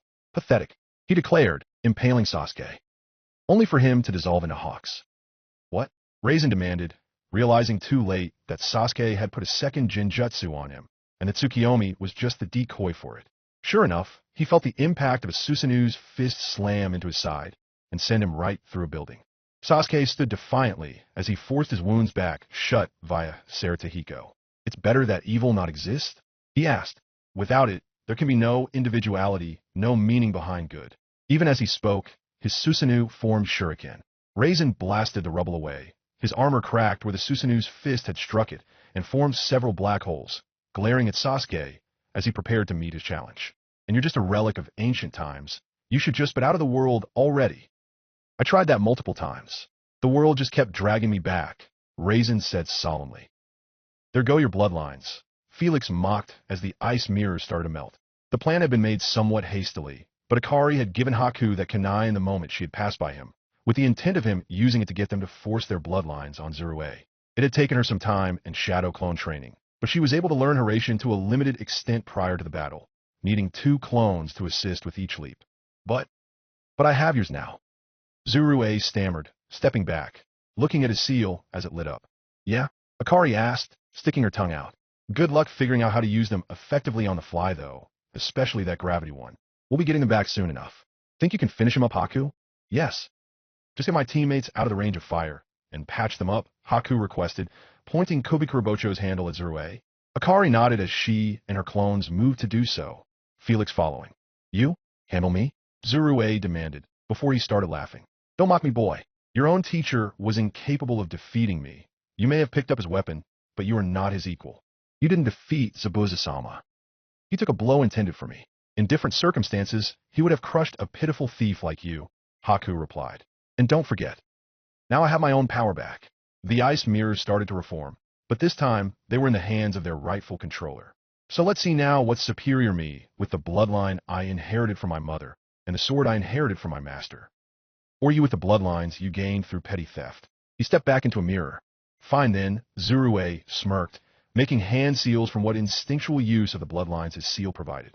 Wood-style deep forest emergence. Using Akari's wood style, trees began to form and strike at the mirrors, only to start freezing. What? Pitiful and predictable, Haku remarked from behind him. An ice clone putting a hand on the ground, formed while still in the mirrors. What's the matter? Felix's elemental bloodline too basic, and his gravity one too difficult, so you go to the one that earned the first Hokage's fame. What did you do? Zurue demanded. Ice-style permafrost. It freezes the ground solid, as well as any vegetation growing from it. Very handy counter against wood style. I used it against Akari during our fight, though I still lost since, unlike you, she had other fallbacks. Felix and Akari really thought through how to make you easy for me to finish. Don't you mock me, Zurue shouted, forming a black hole and trying to blast Haku with the Quasa, only for it to blow up in his hand. Arg! He screamed as he staggered back, clutching the mangled appendage. You don't have the skill with those bloodlines needed to win, Haku told him. And you may have had some decent skills before, but you have been letting them atrophy in favor of what you took, and it doesn't help that you lost your blades. Your taijutsu is clearly lacking. It's over. He then dashed out of a mirror, aiming to swing Kubikurobocho, seemingly forgetting something. You fool! Your weapon no longer has a blade.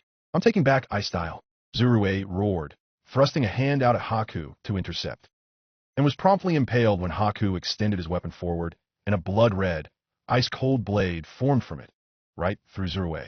Oh! Was all he had to say, his eyes widened, blood welling up from his mouth. Haku then pulled the blade free, Zurue's blood sliding off as it glinted in the sun. Frozen blood. But where did he get that much? Storage seals in the handle entwined with the ones that repair the blade with the iron and blood. Haku answered the unspoken question. In anticipation of my bloodline returning, I took a steady course of blood pills and stored my own blood in those seals. Upon releasing said blood to rebuild the sword, I froze it before it could purge the liquid from it. As it's my blood, it responded to my chakra quite well. Zurue collapsed, momentarily dead, before the seal began to distort again. Right? It creates 3 wraiths upon his death, and if they survive long enough, they essentially revive him, Haku remembered from the dossier. Each one has one of the stolen bloodlines he currently has, or no bloodline at all in the case of when he doesn't have 3 currently, and whichever wraiths are destroyed before one of them can reconstitute him, he loses the bloodline. I have to kill all 3 before they can be revived. The wraiths were formed, and the one with style and the one with the gravity-based bloodlines tried to escape as the third wove hand seals. Fire style, it said in a distorted voice. Fire dragon bullet. It blasted at the mirrors, but barely made a mark. Haku, meanwhile, kept the other 2 from escaping from the surrounding mirrors by kicking them right back in. This is it. You won't be escaping here. Water style hiding in the mist jutsu. The wraiths seemed confused as fog gathered within the ice mirrors. And that was when the liquids that had caused the coat on them began to freeze and ice crystals formed in the air as the fog also started to freeze, and the ice only expanded, growing too rapidly. Hastily, the Zurue wraiths started trying to escape again, blasting away with whatever jutsu they could muster, but it was worthless.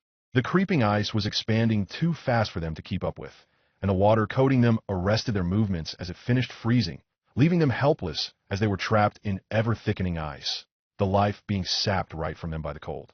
Ice-style tomb of the Ice Age, Haku intoned silently as he slipped out of a mirror to the outside of the dome, placing a hand on it. Indeed, as the dome finished forming on the inside, it was no longer merely a prison. It had become Zurue's grave. That was for Master Zabuza, Haku whispered, lowering his gaze as he reminisced about the man he had just avenged. Oddly enough, he did feel a little better. But it was hollow. He had always known revenge wouldn't change the original crime, only punish the one responsible. But at least he hadn't been truly consumed by pursuing it. He had avenged Zabuza, yes, but really, the main thing was that Zurue was a threat that had to be stopped to save others. Walking away, Haku soon found Felix and Akari, having taken refuge in a still intact building, so as to heal Genimaru and Kin. You did it, didn't you? Maiwood style is back, as are Felix's bloodlines, Akari, who had been keeping watch, asked. Yes, Haku said, allowing himself a sad smile. Zurue's final resting place is right there, he added, pointing at the frozen dome. Sheesh, guess it's true what they say about revenge, Felix said, having stabilized Haku's team, and taking a look. It's a dish best served cold? Akari asked. No, that it's sweet, so long as it doesn't cause any harm to the ones seeking it or others. What you said was stupid, Felix told her. It's over though. Is it alright if I rest here? Haku asked, sitting down after stabbing his revamped Kubikurabocho into the ground, just physically and emotionally drained. Take all the time you need, Felix said. We're rejoining the battle. Keep Akari's kunai in case you need help. Haku nodded and relaxed as they shunshined off. Chapter 133 Battles Won, Battles Lost. Sakura and Gaara were running back to the battle, having received directions to the place Naruto and Sasuke were fighting Raisin from HQ. After Shikaku had built up some more chakra for him, Gaara had decided he had rested enough, and decided they should go and make sure Naruto and Sasuke could manage.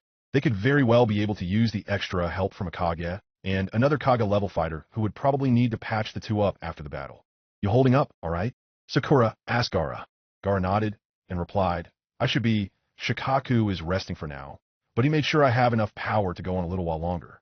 At the very least, I think I can provide support, right? The rest of the battles on this island are wrapping up now too. Once Raisin is beaten, cleanup shouldn't be much of an issue, Sakura added. Raisin and Sasuke stared at one another intensely, and Raisin launched his black holes at Sasuke, who threw the shuriken his Susanoo had formed. Raisin smirked as the black holes seemingly simply absorbed the shuriken to keep going, only for him to stare in shock as the shuriken turned into vortexes that sucked the holes up into the Kamui dimension. He dodged the remainder. I might not be like a Beto with Kamui, but he's not the only one with the ability. Kakashi had some pretty interesting ideas on how to use the ability if he could abuse it more. The Susanoo then formed a Chidori and brought it down at Raisin, who dodged. Rasengan, Naruto shouted, blasting Drek aside before dodging again, avoiding Jiraiya's Rasengan, and then blocking a sword swing with Seishin Horda. You guys just don't quit. Naruto cursed as Kakuzu fired off multiple jutsu from his masks, having retracted them into his body for now. When some tendrils came at him and wrapped him up, he cursed and momentarily seemed helpless, before grinning and forming two hands from Karama Chakra mode, and with a flick of his wrist, tossed Seishin Horda from his trapped arm to one of the chakra hands, using the other one to grab the tendrils, and suddenly yanked forward, dragging Kakuzu right at him. As Kakuzu flew through the air, he desperately attempted to harden his skin to avoid being pierced by Seishin Horda. Of course, it would not matter, as Seishin Horda was sharp enough to cut through that earth-style technique without too much trouble. Unfortunately, Jiraiya warped to Kakuzu and deflected the blade before it could stab him. Oh come on, Naruto shouted in rage. If his godfather had seals put on every one of the other paths, making it so he could come to their aid at any time, he was never going to get anywhere. Wait, if Jiraiya did put seals on all of the paths? Naruto wanted to kick himself for forgetting a key fundamental of ways one could use Hiration with an ally. As it was, he grinned. He would only get one shot at this before they caught on and took measures to avoid him trying again. But if it worked, he could take out most of Raisin's paths in one go. He quickly began to run off, running through several strategies as he went, the 6 paths in tow, He formed 5 shadow clones, who threw a few elemental Razengans at the 6, but they deftly avoided them. Oh well, not like Naruto was aiming to hit them anyway, just give them the impression he was still on the ropes at the moment. Jiraiya flung a Razing Grenade after him, the elements of earth and fire about to go off on impact, but Naruto blasted it away with an Ashura Path Cannon, and tried to blast them, only for Drek to block the beam and move after Naruto, pushing through the beam. The clones moved to attack, but were struck by some jutsu from Kakuzu, seeming to dispel. All the while, Naruto still kept on moving towards the shores of Izushio, his plan still being worked on. Drek powered through the beam in his black steel form, and rammed his shoulder in Naruto's midsection, flinging him back, but Naruto was not done, and used Deva Path to lift a boulder into the air and brought it down on Hanzo and Victor as they pursued. He never got the chance to seal them, however, as Jiraiya came after him with a giant Rasengan, forcing Naruto further towards the ocean, or at least seemed to force him. That's where Naruto was going to begin with. Soon enough, they reached the shoreline, and Naruto skidded to a halt the moment his feet hit water. "All right, guys, into the line," he shouted, slamming his hands onto the water. "Summoning Jutsu," he declared, and with a large burst of smoke around him, the seas roiled, and his Leviathan emerged from the surf and roared at the 6 paths. "Oh, please," Raisin muttered as he continued to battle Sasuke and his Susanoo. He was launching rocks and his blades at the large chakra warrior as the battle continued, having managed to crack the thing in a few locations, currently saving his chakra and not using black holes until he could wear Sasuke out some more. With his wounds, he had the upper hand in a battle of attrition. Even if Sasuke had Saratohiko to force the wounds shut every time they reopened, that would only further serve to drain his chakra reserves. Is that really what Naruto is going with to answer my 6 paths? That huge thing that's only useful in the water to begin with? It will get picked apart. "Focus on me," Sasuke declared, throwing his Saka Magatama beads at Raisin, who continued to dodge. "Oh, I am, but I can multitask." Back at the beach, the Leviathan lunged and tore apart the ground, but all 6 of the paths dodged, and William Yashuru formed several hand seals. Lightning-style thunderbreak. Multiple large bolts of lightning shot forth, impaling the Leviathan in multiple locations. "Wow, I underestimated Felix's dad," Naruto admitted, before Victor moved with blinding speed, smashing the Leviathan in the head with his massive hammer with enough force to fracture the skull and create a shockwave. Furthermore, Jiraiya threw a Razing Grenade at the thing, further wounding it. Hanzo, Kakuzu, and Drek moved at Naruto, forcing him on the defensive fairly quickly. The Leviathan reeled back, roaring in agony, before William cast some more hand seals. Water-style Water Dragon Torpedo. A massive dragon of water formed from the surf, condensed, and blasted right through the Leviathan, punching a hole right through and forcing the Leviathan to dispel, and Raisin, despite being a good distance away, to smirk at Naruto's rather pointless attempt to turn things around. Only to suddenly shout in rage as the 5 clones from before, which he had thought Kakuzu had taken care of, appeared behind William, Drek, Hanzo, and Victor before impaling them from behind with Seishin Horda. That can't be. Raisin wondered, not at all sure how that had just happened. He had figured out that the clones must have warped away under the cover of being struck by jutsu from Kakuzu's masks instead of dispelling. But how had they warped to? Of course, Naruto must have synced with Jiraiya seals some time before he died, and used them to his advantage to get the drop on his pads. Damn Naruto and his cunning. He once again had his musings cut off by Sasuke's Susanoo attacking, bringing a fist down at him and forcing him to dodge. "Now, seal them," Naruto shouted to his clones. They nodded, and the souls of the paths they had stabbed were pulled into their copies of Seishin Horda. They then dispelled, causing the souls to transfer to the original blade. "Good, now it's just you and me." "Pervy Sage," he said quietly, turning to Jiraiya, who had formed a giant Razing Grenade. "I wish things could have turned out differently. But this is the end of the line for you here. Watch over me from the afterlife, would you?" Under Raisin's full control, Jiraiya could not respond, but Naruto was certain he saw a tear of pride sliding down his cheek. He then warped to Naruto, taking advantage of the synced Hiraishin marks on Naruto's kunai under Raisin's directive in a last-ditch effort to deal serious damage, hoping Naruto wouldn't expect his own stunt being used against him so suddenly. Unfortunately for Raisin, Naruto did in fact expect this, and caught Jiraiya's wrist, using Predapath to start draining his chakra to cancel out the Rasen Grenade. Quickly, Raisin directed Jiraiya to go still and take more Sage Chakra so as to turn Naruto into a stone toad. But once more, Naruto was a step ahead. He took advantage of Jiraiya being still and stabbed him with his soul-absorbing blade. "It's done," he said quietly as the body crumbled into ash, leaving behind the medium. Raisin meanwhile cursed, dodging yet another fist from Sasuke. Despite his armor, he really was quite nimble in the air. With a loud snarl, he fired a gravity blast that struck the massive Susanoo and shattered it, causing Sasuke to go flying back from his perch, bleeding from his reopened wounds once more. Spitting out some blood, he was able to right himself in the air thanks to his curse-marked wings, clutching his chest, before forcing the wounds shut via Hiko once more. Once again, you waste that ability on injuries you should have had one of your better medics heal, Raisin remarked. Were you really so reluctant to pull the likes of Sakura and Tsunade from the foot soldiers? You're fighting me with a handicap, all to save a few people who will probably get themselves killed in the later fighting anyway. Your stupidity is truly astounding. Cursed Chidori armor, Sasuke shouted, initiating his knockoff of A's jutsu and trying to blitz Raisin, only for him to ram a fist into his midsection as Raisin used Hiko to cancel out the armor at the last second, opening the wounds for a third time. Pitiful, Raisin remarked, only for him to realize at the last second what Sasuke's true aim was as borrowed Rinnegan was active, linking his vision to Naruto's, as well as drawing on Naruto's chakra to serve as a marker. Sure enough, with Sasuke right in Raisin's face, it was a simple matter for Naruto to jump right behind Raisin, a handheld version of a Bijidama on hand, and rammed it right into the armor covering Raisin's shoulder blades. Raisin naturally went flying, and Naruto caught Sasuke before he could fall. They quickly headed back to the ground via Ashura Path thrusters. Alright, first of all, how did you hit your injuries still not having fully healed this long?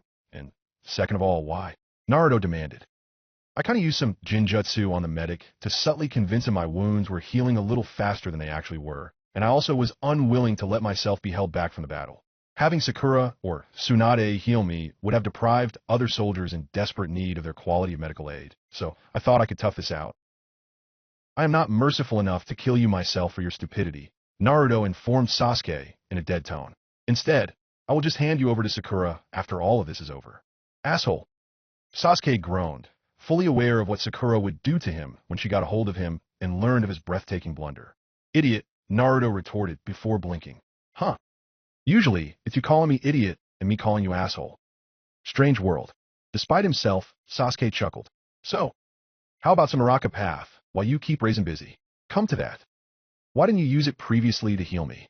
It's not just some convenient means of healing just about anything. The King of Hell demands a price, Naruto replied, even though he made some shadow clones to go see where Raisin had went from a sneak attack. When Nagato was just using it to repair his paths, who were just corpses, it was just some chakra, no biggie really. But to use him to mass revive the dead or heal a living person requires something a little steeper life force from both the user and the receiver. Anyone flat out brought back from the dead with the King of Hell's aid loses about 10 years off of their natural lifespan. Though compared to still being dead in the here and now, that's still easily the better deal, and the user loses a bit of their life as well. Though if they have enough chakra, they can substitute some of that to reduce the long-term impact. Even healing injuries, however, can take a few years off the recipient's lifespan, so it's better to let it heal naturally if possible. Will it cost you any lifespan to heal me, though? Sasuke asked. Just for healing? Unless I use life force to substitute for chakra. Not really, Naruto replied. Then do it, Sasuke replied. We can't afford me to be like this against an enemy like him. I was an idiot, so I'll pay the price. Naruto sighed and said, alright. Still handing you over to Sakura, though, after this. Drat, Sasuke muttered, having hope that would get him out of the inevitable earful and hits. Naruto summoned the King of Hell and got to work. Damn brats. Raisin grunted as he forced some rubble off of him. The Bijidama had blasted away a good portion of his armor, but it was still mostly intact. Some of the shockwave from it had injured him through the armor regardless, but nothing too concerning for now. Regardless, he showed annoyance when 10 Naruto clones appeared in front of him. Really? Stalling tactics now? He must be doing something about Sasuke's injuries. Oh well, at least I managed to bring his chakra reserves down before he got that taken care of, he remarked before flying at the clones, blades in hand. Done, Naruto said, allowing Sasuke to step out of the King of Hell's mouth. That really is disgusting, Sasuke remarked, running a hand over his now scarred over injuries. No arguments there, but it's definitely effective regardless, Naruto replied. Raisin floated up, having dealt with the clones without too much issue. You boys have certainly grown stronger. I never expected to lose all 6 of my paths to deal with you two. But your efforts in here, he declared, making hand seals. Earth-style quintuple stone Goliaths. Lightning-style shock goblin unit. 5 massive warriors of stone rose from the ground as little goblins made of lightning formed and converged upon Naruto and Sasuke. Sasuke drew his two blades and began cutting down the goblins while one of the Goliaths swung a massive stone blade at Naruto, who blasted it back with a Shinra Tensei, shattering it as it hit the ground. He then quickly dodged a second one and ducked as Raisin swung a blade at him. He dodged back and used his Kurama cloak to extend a giant Rasengan at Raisin, who absorbed it into a black hole he quickly formed. The other four Goliaths moved in on Sasuke, who blasted at the first with a long-range Kimui, taking off its top half and doing the same with another before having to dodge the remaining two, settling for finishing them off with Amaterasu. Fire style, wind style, Raisin declared, doing another set of two one-handed seals. Scorch style dragon bullet, combining the two elements into a massive pure white flame dragon. It charged at Naruto, who hastily extended a Kurama cloak hand, using it as a shield, only for the flames to consume the chakra, being immensely hot on a level just below Amaterasu. But Naruto was able to dodge without too much issue after that. Sasuke once more used Kimi, trying to dispense with the dragon, and saving Sarada for something really important, but a water jutsu Raisin fired struck the dragon, making it explode into scalding steam that rushed over the battlefield. Hot, hot, hot! Naruto yelped, feeling it even through his cloak, while Sasuke, despite being enhanced by his curse mark, could already feel his skin blistering. Yep, this was worth using a Sarada to reverse, and he quickly did so. However, this little diversion was all Raisin was looking for at the moment, and he had swiftly taken to the skies again, making one-hand seal and unsealing a good portion of his arsenal of claymores. Gravity-style, endless, descending blade graveyard. He shouted, the blades beginning to fall. Oh, come on, Naruto protested, flinging a couple Raisin shuriken up to serve as a temporary umbrella, even as Sasuke quickly used Obito's version of Kimui to eject the two upper halves of those Goliaths from earlier up at the descending rain of swords, letting them get ground into dust.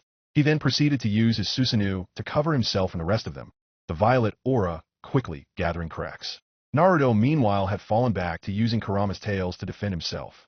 Eventually, the heavy storm of blades ended, and not too soon either. Sasuke's Susanoo was just about to give, which it ended up doing when Raisin landed, and threw a fist, shattering the damaged exterior and smashed Sasuke to the ground.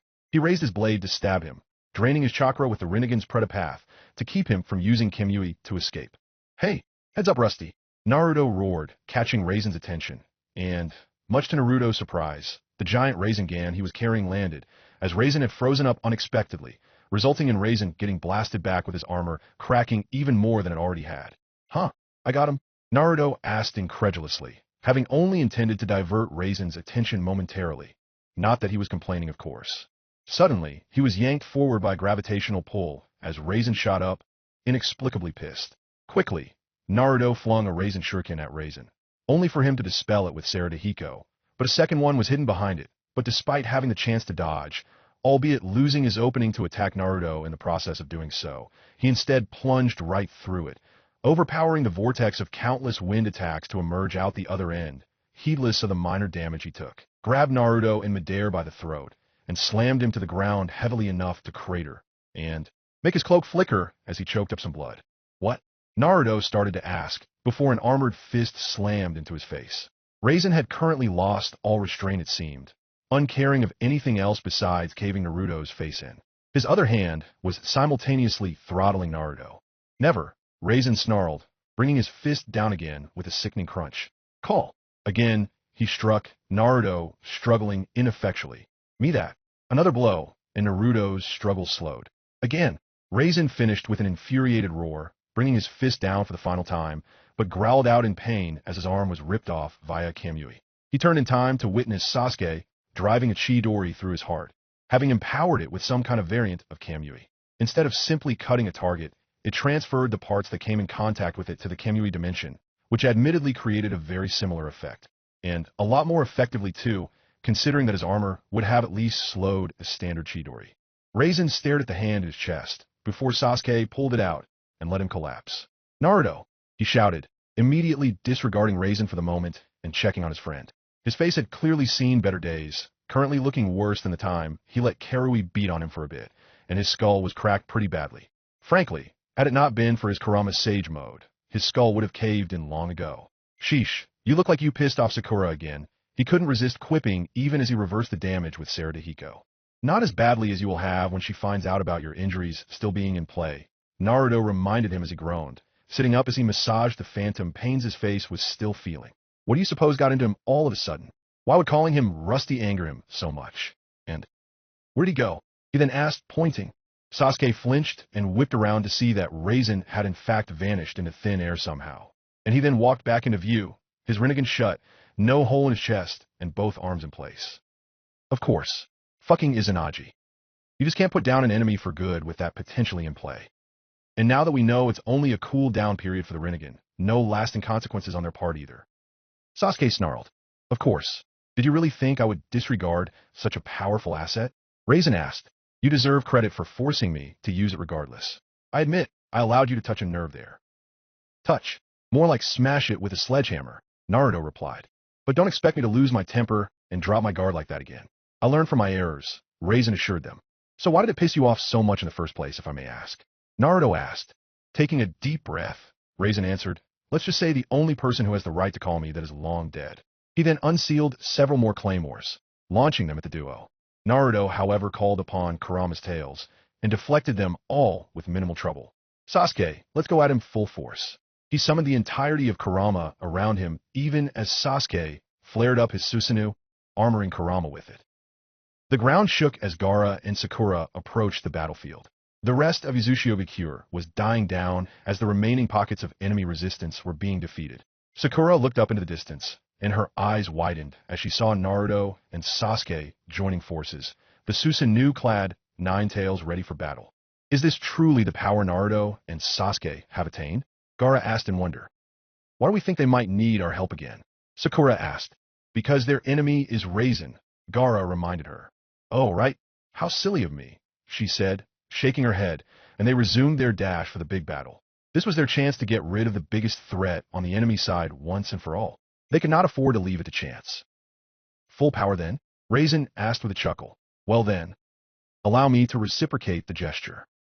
He floated upwards, arms outstretched. Gravity-style advent of creation's destruction. He unsealed his entire arsenal of blades, even as he pulled up more rubble to serve as additional ammo, along with the blades he had used previously in his reign of swords, and multiple black holes formed. Naruto counted over 50. This was able to overpower even Hashirama's 1,000 arms jutsu, which defeated Madara when he did the exact same thing with his 9 tails. And that was the entire thing, not just the half-inside Naruto. Do you honestly think your full power will work? It was just Madara and a controlled and unwilling Kurama. Naruto retorted. There's more on our side now to work with. To Raisin's surprise, the armored Kurama made a familiar hand seal, and 4 shadow clones were formed, all clad in a copy of Sasuke's Susanoo. I'm here, and Kurama is fully on our side. Who's on yours, Raisin? Here you are, fighting us alone. Raisin closed his eyes momentarily and said, I see. Indeed, few things are so empowering as the feeling of having comrades willing to stick with you through thick and thin. I envy you for still having yours, even though you had previously lost many of them. Mine. Mine are gone and never coming back. Not until I've gained the power to fully restore them and ensure the world never rips them from each other again. With that, he flew forward, roaring as he launched his blades and rubble forth, blasting at the many Bijidamas that the 5 Nine Tails were firing. Multiple Kinui Shuriken flying forth from the hands extended from the armor, pulling in large amounts of the attacks. The black holes moved to absorb many of the Bijidamas as the blasts went off and quases were fired. 2 of them struck one of the clones, stripping away the armor of the copy and putting a hole through it, forcing it to dispel. Meanwhile, Naruto had been forming multiple elemental Rasengan and used the free hands of the clones Kurama clones to launch them, even as they fired more Bijidama.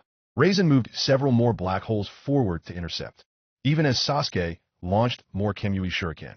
5 holes were sucked up as 2 of the 8 elemental Rasengans were cancelled out by enough blades and rubble, setting them off, whereas 2 black holes absorbed the remaining 6, but dispelled due to being unable to remain stable from the chaotic amount of power they had absorbed, much to Raisin's irritation. 4 more quases were fired, taking out another one of Naruto's Kurama clones, and taking the arm off of another. Naruto grit his teeth, and the 3 remaining Kuramas charged forward, taking hits from boulders and blades being flung at them by gravitational forces, the Susanoos cracking under the hits. And with another hand seal, he formed 27 clones of himself, 1 for each tail, each one forming a giant Rasengan within the chakra of the tails. The attack was sent forth, blasting into the black holes Raisin had remaining, even as Sasuke added Amaterasu to the mix of spinning chakra in the Rasengans. Most of the remaining black holes got dispelled from the overwhelming amount of power they were being forced to absorb. Still, The remainder fired off quasars, dispelling the remaining clones and putting several holes through the original Kurama cloak and destroying the Susanoo armor. Kurama flew back, carrying Naruto and Sasuke with him. Panting, Raisin grinned and flew after him, forming 10 more black holes, and attempted to blast them while they were weakened. However, Sasuke grinned, and Raisin knew what was about to happen a moment before it actually did and cursed, crossing his arms as Kurama flared right back to life, fully armored and all, with Naruto clones in the tails once more, courtesy of Sasuke's Sarada. Seriously, it wasn't a technique Raisin was nearly as fond of when it was being used against him. Oh, for he cursed as a few of his black holes got cancelled out, courtesy of another round of giant Raisin Gans from the tails of the Kurama mode, and a couple more Kamui Shuriken. He used the remainder to fire off quasars, which struck, but before they could penetrate too deeply into Kurama's chakra mode, Kurama vanished. What? Raisin demanded, before he spotted the shadow overhead, and looked up, realizing belatedly that Naruto had flung a Hiraishin Kunai above them, and now had a tailed beast bomb fully charged and fired it down at him. Forming a few hasty black holes, Raisin struggled to stop the blast. It was certainly a lot more powerful than what Saiken could muster, making it difficult. Despite managing to weaken the blast by absorbing a good chunk of it, the black holes gave out, and a remainder of the explosion slammed him heavily to the ground, making him grunt in pain as his body cratered the ground. However, Naruto blinked as he realized Kurama was withdrawing into his body. Kurama, what gives? We worked the limit to about half an hour. That was barely a few minutes. Sorry, Naruto, but you ate through too much of my chakra with the damage you sustained from those quasars and using my power for multiple clones. Not to mention the amount of chakra we still had to set aside to deal with Zetsu that remains with your clone at HQ, and the chakra you used before taking on full form. Kurama apologized. You'll have to do the rest on your own. Thanks for the help so far at least. We almost have him beat anyway. Take 10. Naruto replied, letting Kurama off the hook as he was reduced to simply Sage mode. Sasuke, let's finish this now, he declared, forming a Rasengan, and adding all 5 elements to it, preparing the final Rasengan. It was taking most of his remaining power, but he was certain he could manage. Yeah, I'm almost out of power myself, so this needs to be the last attack, Sasuke replied, his Susanoo fading entirely as his curse mark receded into stage 1. With a few hand seals, he formed the Chidori and empowered it with Kamui, and they rushed at Raisin, prepared to finish him off once and for all. As Raisin slowly got up, his helmet breaking off, and he saw the Kamui Chidori and final Rasengan coming at him, he seemed finally unable to dodge, his hastily formed black holes being erased by Sarada, his own Sarada suddenly being needed to erase Amaterasu as he caught on fire with the black flames, his Rinnegan still shut from his use of his Anaji, and a gravity burst easily countered with Shinra Tensei. However, Raisin smirked, and instead of trying to blast them away with a gravity burst, instead yanked them forward with a gravitational pull, which they had not anticipated in time, and unsealed a Gladius with the same motion, making a quick and well-placed slash before they had any chance to counter.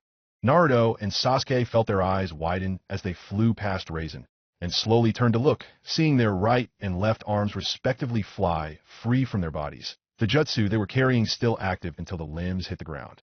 And with Sasuke having used Sarada on the black holes earlier, it was no longer viable to undo what had just happened.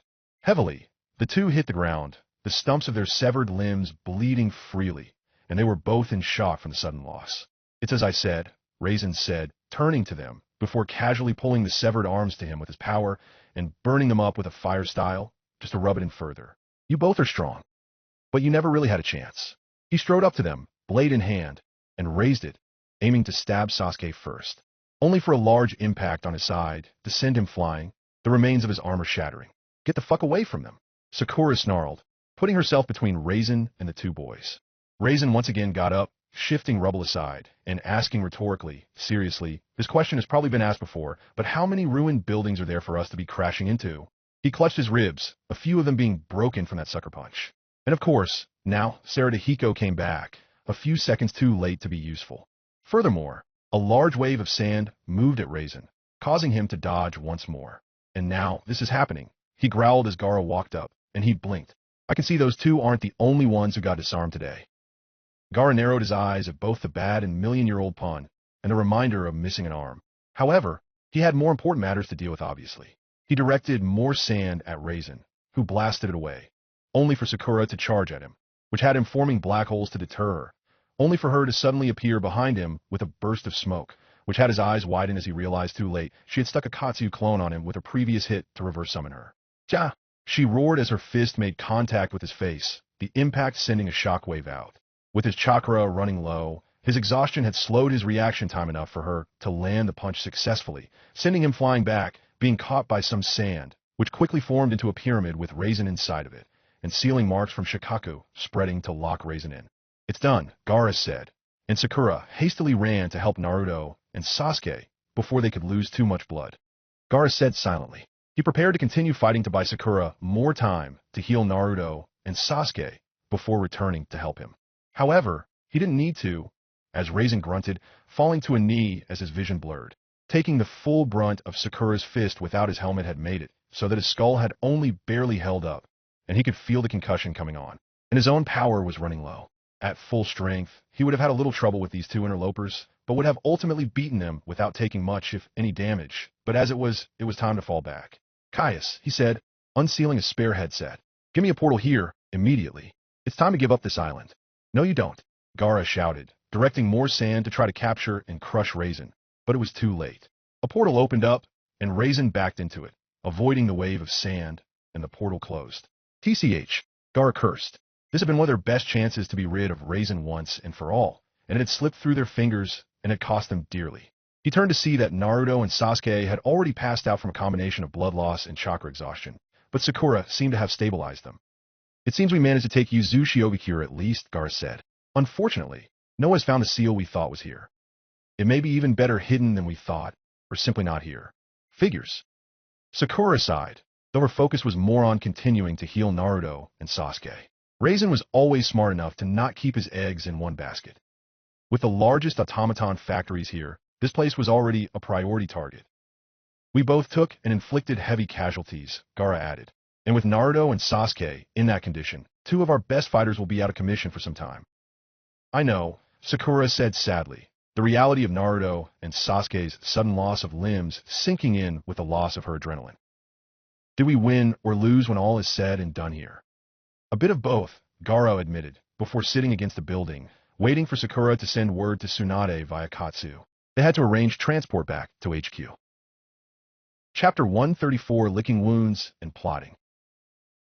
In the infirmary of the Konoha Hospital, which had thankfully been spared Madara's rampage, Naruto slowly woke from his slumber. How are you feeling? Kurama's voice echoed in the groggy teen's mind, some concern evident. Ugh, feel like crap. In the nightmare, I didn't help matters any, Naruto replied. Nightmare? Kurama asked. Yeah, Sasuke and I were fighting Raisin, and it ended with. He trailed off as he made to rub sleep out of his eyes, and with dawning realization, slowly turned to look at the empty sleeve of his hospital gown, and he started to recognize his surroundings as those of a hospital, and that getting his freaking arm cut off was not in fact a bad nightmare. Oh, that's unfortunate, he groaned quietly. You're taking this fairly well, Kurama noted. Well, we might have lost, but we did take Raisin's path from him. That will leave him a bit weaker for at least a while. Losing an arm's probably worth it, Naruto replied, laying back deflated. He turned his head to see Sasuke in the adjacent bed, out like a light. I just hope Sasuke and I can adjust without too much issue. Think Kankuro or Chiyo could hook us up with those puppet prosthetics. Not the worst idea you've ever had, though that says very little, but they may have alternatives. What kind of altern weight? The hell do you mean, that says little? Naruto roared at the jab. It was to Naruto bickering with Kurama that Sakura walked into.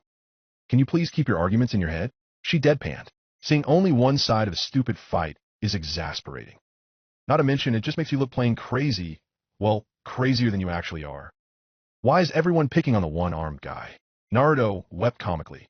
Day 1 of missing an arm, at least day 1 being awake for it, and already you've started milking it. Sakura chuckled, and Naruto realized that the ribbing was an attempt to soften the blow. You alright? About as alright as I can be, Naruto replied, glancing at his severed arm. I mean, losing an arm. Not the worst thing that's happened to me, but it's probably at least in the top 10, he admitted. How long was I out? About 2 days. The rest of the Alliance has been fighting defensively without you directing clones to fight off the White Zetsu, meaning we had to depend on amping up Karen's mind's Eye of the Kagura to detect them. It's much slower going than your method, but it's at least workable. How are you managing to power her up to that extent? Naruto asked. This, Sakura answered simply, pointing to the jewel mark on her forehead, and continued, I've been boosting her chakra levels while simultaneously healing her, so she could exert herself a lot more than she is usually able to. It wasn't easy on her, but we managed to be effective enough to drive the Zetsus back, and they're not trying their trick nearly as much. Guess Madara knows he can't afford to lose too many of his forces before Raisins are whittled down a little bit further. So, our loss against Raisin wasn't a total disaster then. How did the remainder of the battle in Uzushiogakure go? We pretty much removed all pockets of enemy resistance. Zurue's dead now, so Haku, Jinyomaru, and Hinata have their bloodlines back, Sakura listed off. Good, so Haku and his team pulled it off? Naruto asked. Yeah, though they had a bit of help from Felix and your sister. There's still some traps, but nothing too serious anymore. Sadly, we couldn't find any trace of the dimensional seal, so it either is very well hidden or it just plain isn't there. Dang, it seemed like the most logical place to hide it, what with how isolated and well defended they made my ancestors' old homeland. Naruto cursed quietly. Well, it was a bit obvious, and they already had major automaton factories set up, which have already been demolished, so they probably just chose not to have all their eggs in one basket. Sasuke then began to stir. By the way, Sakura, Naruto remarked, you need to have a little talk with Sasuke about hiding the fact that his wounds from Obito weren't fully healed before he returned to battle. What are you talking about? I checked him over, they were scarred over, but fixed just fine. Sakura asked, confused. That's because I had to resort to Naraka Path to fix him in the middle of the fight with Raisin, Naruto replied. They kept reopening before then. If he hadn't had Sarada to close them back up every time, it would have killed him before I finished dealing with the paths. I usually reserve this term for you, Naruto, but that idiot. Sakura growled, clenching a fist with a tick mark in it as she radiated a demonic aura. Sasuke, who was on the verge of waking, instinctively and immediately went right back to sleep, hoping to ride this out. Due to him losing an arm, I'll go easy on him when he wakes up. But he's still getting an extension to his hospital stay. Naruto sweated, aware of just what Sasuke was in for. Honestly, he wouldn't wish Sakura's punches on anybody, but frankly, Sasuke needed some common sense beaten back into that thick skull of his. Seriously, they called him stubborn? He and Sasuke could trade notes on that trait. Speaking of hospital stays. Oh, right. Well, considering all of your wounds are already healed, and if there are any other issues, then Kurama can help sort you out. I think I can discharge you after a quick checkup.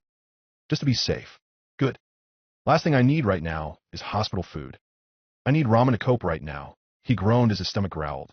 Sakura rolled her eyes and shook her head, but smiled regardless. Oh, Naruto, you're hopeless sometimes. Several minutes later, Sakura nodded. All right, you're good. Just be careful, and try to adjust before you do anything crazy. I think Lady Tsunade is working on making you an artificial arm, but it will take some time. At least a few days. Really, what's she planning? Naruto asked curiously. She said something about the first Hokage's cells, though she plans to alter them to ensure there is no risk of them trying to take over if you guys end up half dead again. She's just going to keep the structural strength and healing factors involved so cloning the cells doesn't cause the arm to fall apart later down the line. Sadly, that involves removing the wood-style traits from them, so no getting a new bloodline for you. Hey, I'm awesome anyway, Naruto sniggered. Besides, I don't really think wood style is my. Well, style. Can't outshine my little sis in every aspect. Gotta leave her something. You're gonna be okay. Right? Sakura asked, a bit worried about psychological trauma now, as he was okay physically, albeit a little lopsided, but his mental state. Sakura, I told you, this is not the worst thing to happen to me. I'll come out of this fine, Naruto assured her, even as he got up. Besides, you said Granny's gonna stick a new arm on us, right? It's harder to replace casualties in a fight, and if beating Raisin up, taking out his paths, and making him more cautious of us going forward keeps him from wreaking as much havoc on the battlefield, and saving some lives, an arm is a small price to pay. Speaking of, I saw you coming in right before I passed out. Thanks for bailing us out of that situation. It really helped, Naruto replied, giving his trademark cheesy grin. It was nothing. It's what comrades are supposed to do for one another, Sakura replied, though smiling a bit. It finally seemed like she was making a difference, that she wasn't dragging down those so much stronger than her anymore. By the way, Raisin mentioned another high-level threat on a battlefield. An 8 Gates user. How much damage did that cause? And were you guys able to stop him? Quite a bit, and yes. It took a lot to bring him down, though. I had to get clever, and it still barely worked, Sakura said modestly. Wait, you beat him? Naruto demanded. Well, thanks to the vote of confidence, Sakura remarked in a sour tone. To be fair, I had a lot of help from a bunch of others like Kabuto, the Raikage, B, your mom, Kimimaro, and even Deidara, but I'm still one of your stronger comrades at this point, aren't I? I worked out a plan, and we got him sealed up. Not to mention, I got to rub it in Caius's face. Wish I could have seen the look on it when we took out such a powerful card in his deck. Heh, I'd pay to see it too. Naruto sniggered. Best be off then. Rather not be here when Sasuke wakes up, not getting involved in that. With that, he used Hiraishin to warp out, even as Sakura turned a glare at the idiot Uchiha in question. Shortly after, Sakura made sure Sasuke was roused shortly after. I'm going to the morgue after this, aren't I? Sasuke asked dully. Idiot, Sakura sighed. I'll go easy on you this time. What, really? Sasuke started to ask before wham. He was sucker punched right in the gut. Wind knocked out of him. Gasped a little as Sakura said, Learn your lesson? You said you would take it easy, Sasuke wheezed. I did. I was going to put you through 3 walls, Sakura replied in a matter-of-fact tone. What were you thinking? Based on yours and even Naruto's reactions, I apparently wasn't, Sasuke said ruefully, before Sakura pulled him into a hug. Don't ever take such a stupid risk again, she said softly. You're lucky your arm was all you lost. Sasuke said nothing, instead simply wondering to himself why he even deserved someone like Sakura in his life, and wrapped his remaining arm around her silently. Raisin was in a sitting position in his cot, still wearing multiple bandages, despite his side's best medics attending to him, namely around his head. That concussion he got from that girl before leaving Uzushiobikure was worse than he had thought. A lot worse. Caius had taken one look at his head while assisting the medics, and could only say in stunned disbelief, how the hell did you take such a blow to the head and manage to remain conscious, let alone fight your way out of being sealed? At that time, Raisin had been completely unable to resist a bit of childish bragging when lacking a better answer, and having come out of the closest fight in his latest century, not to mention, he was kind of delirious from the concussion, and answered simply and somewhat jokingly, haven't I made this clear by now? Because I'm a badass. It was in ruin somewhat when the adrenaline wore off, and he passed out then and there, and his last thought at the time was, oh. Never mind, it was the adrenaline. Still, his recovery was going fairly well, and now Caius strode up. I haven't seen you push this much since your battle with Zion, he said simply, and you threw that fight. So tell me, how much are you holding back this time around? Nothing, Raisin replied. Neither are quite as strong as Zion was at the time we fought, but they weren't that far behind. Had they fought me as I was at the time, I would have lost, no question. Sasuke's complete Mangekyo Sharingan caught me off guard, as did Naruto's surprisingly good tactics. Even at the end, it was mostly luck I was able to win. Flashback.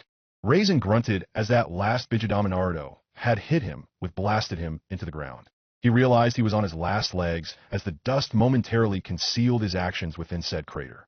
Of course, that was true for them as well, but he needed a weapon if he wanted to defeat them at this point. Trouble was, he had unsealed his whole arsenal to use his ultimate techniques, and if there were any nearby him, they were likely blasted away by the Bijidama.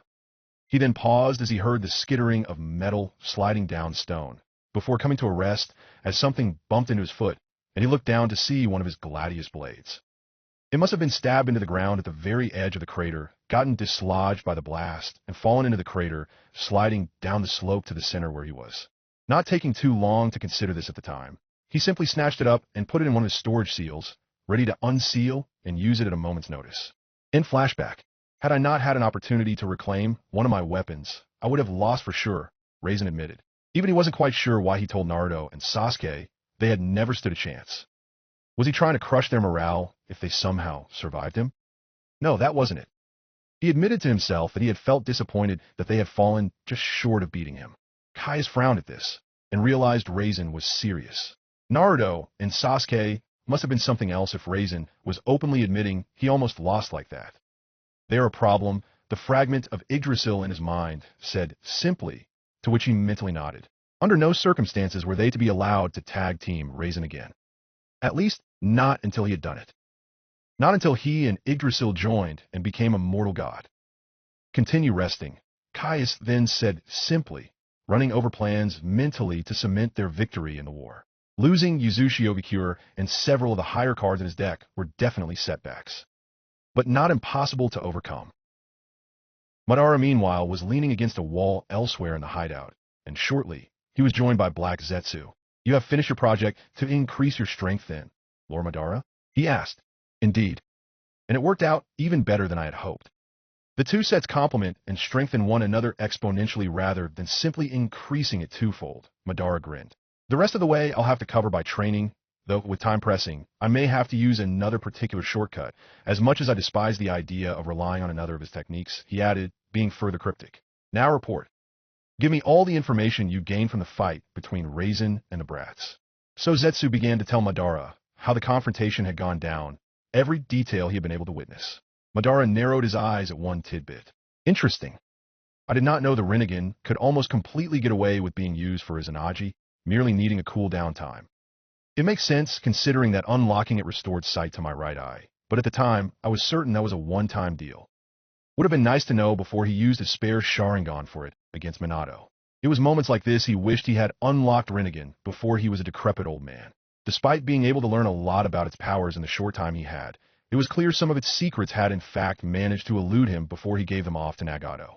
Whereas Obito had nearly a couple decades to learn and deduce the Rinnegan's powers, even if it was secondhand observation mostly. But it still made sense that he would make the connection between Izanagi being related to creation of all things, being an Yin-Yang jutsu that the Sharingan could only scratch at, but the Rinnegan had inherently.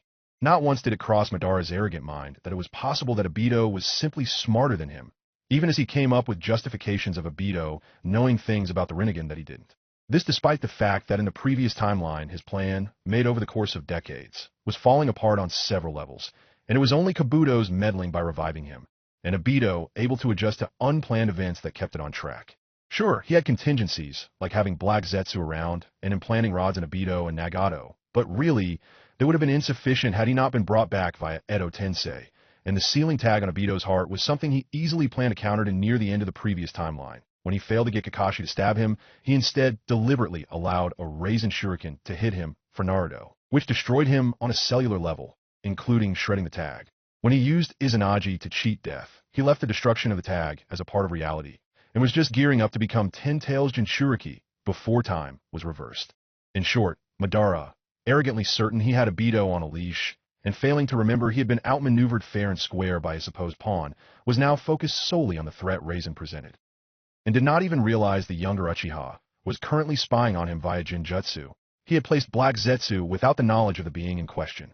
He knew what Madara had done to strengthen himself, and was taking it into account on his own plans. After Zetsu left the meeting, Obito put him back under Jinjutsu and grilled him before walking off, letting Zetsu go about his day, none the wiser. Obito smirked as he walked up to Kisame. Honestly, having Raisin around, while an obstacle, had been exceedingly good for him. He had gotten rather complacent in the previous timeline, mostly focused on the long game, not really doing much to increase his power and chances, and had plateaued as a result. With Raisin having shown up, the active threat had motivated him greatly, and he kept up with his training in secret, created new techniques. He only stuck to his basic move set for the time, being to conceal his true strength, so he would take everyone by surprise the moment he decided to stop screwing around. So, is Madara a threat to Raisin now? Kisame asked. Honestly, I'd say yes, but a small one, Obito replied. I'm almost disappointed really. While Madara has gotten significantly stronger, he still overestimates himself. In a straight-up fight, Raisin would still clean his clock, though at least now, he'd have to exert to do so. And you? How do you stack up to Madara now? Kisame asked. It wouldn't be easy. But at the end of the day, after all I've been doing to catch up with Raisin in the past 16 years, I've completely overtaken Madara. Funny, last time, I didn't think I needed to, not with him out of the way, but now I've done so almost by accident. He's not really even on my radar anymore, as anything besides an unwelcome distraction to Raisin. True, he's a decent planner, but not the chess master he fancies himself as. Everything is almost in place regardless. Once I've finished creating Animal Pass summons to supplement everything else I've done, we're taking the Geto Mazo and preparing to make me the Jinchuriki. Caius, meanwhile, was comparing notes and resources with Derek, the former still very sour about the loss of several high cards in his deck. You're using cards for strategy instead of chess pieces? Derek asked incredulously. Of course. I have too many Edo Tensei to properly visualize chess pieces. Plus, this way is a lot simpler, Caius noted as he arranged cards. An ace, all 4 kings and a queen had been moved to a sort of discard pile, while another ace was put on a table with other cards like a jack and some tens and lower cards. Right? So what's that pile? Derek asked. Those are the cards that represent my losses in the case of the battle with Yuzushin Obikure. The ace I lost was Richard, the user of 8 gates. The 4 kings were the 4 founding Kage, and the queen is Sarka. Damn. Not so funny I lost several Kinzoku Kaijins now, is it? Derek asked wryly, earning himself a sour look. So, for the royals of your deck, you still have 3 aces, 3 queens for jacks and 4 tens? 2 aces actually, Caius shrugged. I considering Redo of the founding Kage as the fourth ace, but really, he just fit the theme of king better with his peers, and no one else really measures up to ace, so I settled for 3 being represented. It means being resigned to playing with an incomplete deck, but such is life. He showed Derek his deck, each card representing an Edo Tensei he still had yet to play. Sure enough, there was only one ace in it, the other 2 being the one in the discard pile that was Richard, and the other one that was on the table. Let me guess. The cards on the table represent Edo Tensei you have on the field. Derek mused to a nod from Caius. Huh. So were your other 2 aces. Well, the one still in my deck is between me and Raisin, but the one I have in the field. Suffice to say, he is another of Lord Raisin's kin. In fact, Raisin's own former clan head, he grinned. He should be about to start wreaking havoc on the allied shinobi forces as we speak.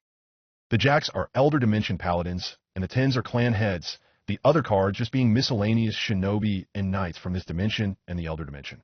The queens are simply the 4 strongest females I have at my disposal. One of them also a paladin. Makes sense. What did you do with the extra ace in the deck? Derek then asked out of curiosity. Tossed it out, Kai shrugged. I couldn't find anyone who fit the bill, so it was useless anyway. So where does Zurue fit? You did revive him with Edo Tensei, right? Sadly, that option is unavailable. The seal he used to steal bloodlines was developed by the Uzumaki, but has a price. You are aware that the Uzumaki clan had developed seals involving the Shinigami itself to have influence over souls, correct? That seal was one of them. Wait, so? Derek trailed off. Exactly. I might have failed to mention the bloodline seal meant that once the one who used it died, their soul would go to the Shinigami to be eaten rather than the pure realm when we put on him, Kai stated with fake sheepishness. Which of course means that I can't use Edo Tensei for him. Shame. But wait, why didn't we use the Shinigami mask? Actually, wasn't it the plan to get an entire half of the 9 tails? Someone took the mask before we could get to it, Kai said, his mood very sour at the reminder. He'd attempted to have a thief take it while Madara was making a diversion in Konoha. Having been able to deduce Madara had something in mind for his former home, but upon reaching the shrine in the outskirts of the village, the thief reported someone else had been there and took the mask. Why do you think we haven't deployed Kinkaku in Ginkaku? Without the ability to reanimate Sarutobi, we can't afford to lose the piece of the 9 tails we do have. And the worst part is, I don't even know who is responsible. It's almost certainly someone who remembers the previous timeline of this dimension. It could be one of the things Madara was after, and he has it now. But other suspects are Sasuke, for obvious reasons, as he would have known about the mask, and then there's Kushina, who might have known via her Uzumaki heritage. It could also simply have been caused by someone else who died previously, but now survived to learn of and take it for whatever reason, essentially another example of the butterfly effect. So in short, I have no freaking clue who has it now, and I'm not fool enough to provoke Madara at this stage by confronting him about it. Most I can do is observe him carefully at this point, and regularly test to see if I can revive Zurue and Sarutobi, which would imply it was used. So, ultimately, things are not going as well as they should be. But don't get me wrong, we still have a lot going for us, but we have had serious setbacks recently, Kai's groused. Lord Raisin actually almost lost for real against the enemy's 2 best fighters. Shoot, I still have an army of automatons we haven't deployed yet, and 2 more of my Kaijins. Good. Next time Sasuke Uchiha hits the field, I'm going to need you to deploy them. He has to die before he can join Naruto for another round against Raisin, and he'll be easier to kill. Plus, there is still the possibility of extracting the 9 tails from Naruto, Kai stated. Fair enough, Derek said. He then headed off. As if I'd tell him about my 4th ace. Kai smirked to himself, glancing at his sleeve, which just for shits and giggles held, sure enough, an ace up it. After all, why would Caius tell Derek? When even Raisin did not know of the ace up Caius' sleeve. To be honest, if he did, he would probably try to kill Caius on the spot. Damn it, this is ridiculous. Darui shouted as he sent another storm-style jutsu at the armored corpse, but another black hole absorbed it. This guy, he's almost as bad as Raisin. He chuckled nervously as his unit once again formed up. Things have been going fairly well on this battlefield, and they have been advancing with little issue up until several Edo Tensei were raised. And most troublesome of all was the one that was clearly from the same clan as their strongest foe on the other side. And now, he was completely devastating them, almost single-handedly. This is Darui to HQ, he said, taking cover from a claymore that had flown at his head, using a comm link to get in touch with a nearby comm core shinobi to deliver a message to HQ. We got some serious problems on the front lines. Think an Edo Tensei version of Raisin, albeit probably a little weaker. That can't be right. roared as the news reached them. They seriously have another monster like that? The Kage, having returned to HQ in the previous days, were clearly perturbed by this. Inoichi, figure out who we have available to meet this threat. At least 2 commanders, Minato ordered. I'll have a shadow clone Hiraition them to Darui's position. In the meanwhile, we need to direct all other available forces to that battlefield. Hey guys, what is going on? Naruto asked, teleporting in. I'm ready to return to duty. Oh, you're awake, Gaara noted, noting Naruto's still missing arm. His own arm had already been replaced with a puppet prosthetic, courtesy of Kankuro. Yeah. Before any of you ask, I'm good. Sakura cleared me, Naruto said. Yes, to leave the hospital, but I'm keeping you on medical leave for now, Minato added, in a concerned and serious tone. But, Naruto protested. Naruto, things are under control except on one battlefront, and we'll be having that handled, Inoki interjected. Right now, we need you to save your strength. We'll let you back into the fight soon enough, but right now, you need to leave the war to us. You've done enough for now. Go see your mother and sister, let them know you're okay. They're likely worried sick right now. Listen to Inoki Naruto, he's not usually this nice, Minato joked. Oi, but seriously, you have earned some downtime, Minato said. We have things handled. If that changes, you will be the first to know. Alright, Naruto sighed, a bit reluctantly, before flashing out. Find anyone in Inoichi? Minato asked, getting the shadow clone made. Of course, 2 of our best have already volunteered the moment I reached out to them. Inoichi smiled. I think they might be able to do something against even that kind of foe. The armored Edo Tensei burst through multiple earth walls, and Darui, channeling storm style into his cleaver, leapt down at him in an attempted surprise attack, but failed as he got grabbed by the neck. I never expected to be reanimated to fight so much cannon fodder like this, the man said. He then attempted to stab Darui, only for an unseen force to pull him away in the nick of time, and several bright red chakra projectiles that almost looked like spinning flames to fly straight at him. As an explosion seemingly consumed him, Darui landed at the feet of his saviors and looked up in time to see a shadow clone of Minato vanish, chakra spent. Looks like we made it in time. One of the figures said, clone dropped off stated. Indeed, the other said, even as a crimson-red aura surrounded him, a skeletal arm extended. Almost feels like old times, a Nagato. Sure enough, the 2 were in fact Nagato and Itachi. Indeed. Just please refrain from turning on me this time, Nagato joked. So long as you're not being controlled by the enemy, you have nothing to worry about, Itachi replied, even as the smoke cleared to reveal their opponent with 2 black holes to absorb the attack from before. Besides, I do believe any infighting would get us killed against someone like this. Chapter 135 Relics of the Past. Caius was keeping a close eye on things as he manipulated Edo Tensei over 2 battlefields at the moment, mainly focusing on the main one for the time being. Especially because one of his aces was on what was currently the main battlefield, about midway from Konoha to the mountain graveyard, which remained a major base of operations, albeit not the main one. There were plenty of automatons and shamblers to give the Alliance a good deal of trouble, but the real ringer he was bringing in to strike a blow against them was none other than Kokatsu, Jinchukui Tsuri. This man had been able to put up a solid fight against Raisin and Zion themselves, albeit they were not quite at the level they had been at the time of their death match, but regardless, he remained a solid threat capable of dealing with large numbers of high-level foes. He was slightly worried about the fact he was now up against Itachi Uchiha and Nagato Uzumaki, but not too much. They were definitely a fair bit of power behind where Raisin and Zion had been when they had fought Kokatsu, so unless they were able to outmaneuver him, Kokatsu would easily win, even without being an Edo Tensei. But let's play it safe at first, guide him to fight conservatively, assess what they were capable of, then dismantle them. He was down to 2 aces after all, no sense in making it one so soon. How are your new eyes? Itachi asked Nagato, even as he activated his purified Eternal Mangekyo Sharingan. It was a difficult transition at first, but once I adapted, these eyes Naruto replicated for me seemed to be an even better fit than Madara's ever were, Nagato grinned, even as he ran through hand seals. Summoning Jutsu. When the smoke cleared, the ox was charging right at the Edo Tensei. Is that all you got? He asked, simply extending a hand and blasting the ox back with a basic gravity burst. He then used gravity manipulation to levitate a bunch of rocks and brought them down on the beast, burying it in rubble, causing a burst of smoke to emerge from that rubble. Off to a good start at least, Nagato grinned, glad his immediate gamble had apparently paid off. What? The Jinchukui Tsuri asked, not at all sure what Nagato was grinning about. Except the rubble he had buried the ox under hadn't collapsed. In fact, it had expanded. How? Mass should have vanished the moment the ox was dispelled. Instead, it seemed to have increased. But instead, the rubble suddenly had a bunch of giant dogs burst out. What the? He demanded. Normally, he would attack the dogs, but instead felt himself moving to dodge to avoid being surrounded. His mind was racing as he considered this. His controller must be familiar with the summon in question, and there must be something about it that made attacking it directly a bad idea. Made sense. Rinnegan summons were known to be tricky to deal with. Nearly every single one of them from his experience had some kind of extra power in addition to whatever natural physical abilities they would naturally have. Still, that was an ox he had struck. Why was it suddenly replaced with a bunch of dogs? Was that the trick, or did he do something? So, the Rakuto clan survived well after my time I see. You look a lot like him, the Edo Tensei said as he gazed at Nagato. Like who exactly?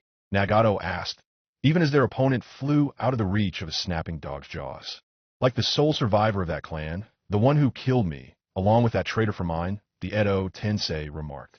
Itachi called forth his Susanoo and sent Yasaka Magatama beads after him, followed by setting them ablaze with Amaterasu. Their opponent easily dealt with this via conjuring black holes, which absorbed them. Of course, that was expected, and Nagato extended a hand and shouted, Shinra Tensei. He exerted a great deal of force to try and smash their opponent's own jutsu into him, but unfortunately, he reacted quickly enough to redirect them, even as one of them tore off a chunk of his shoulder, but Edo Tensei took care of that. Damn, knew it wasn't going to be that easy. Nagato grunted. Of course it wouldn't be. We are dealing with one of Raisin's kinsmen. Even if inferior to the man himself, they are a powerful lot.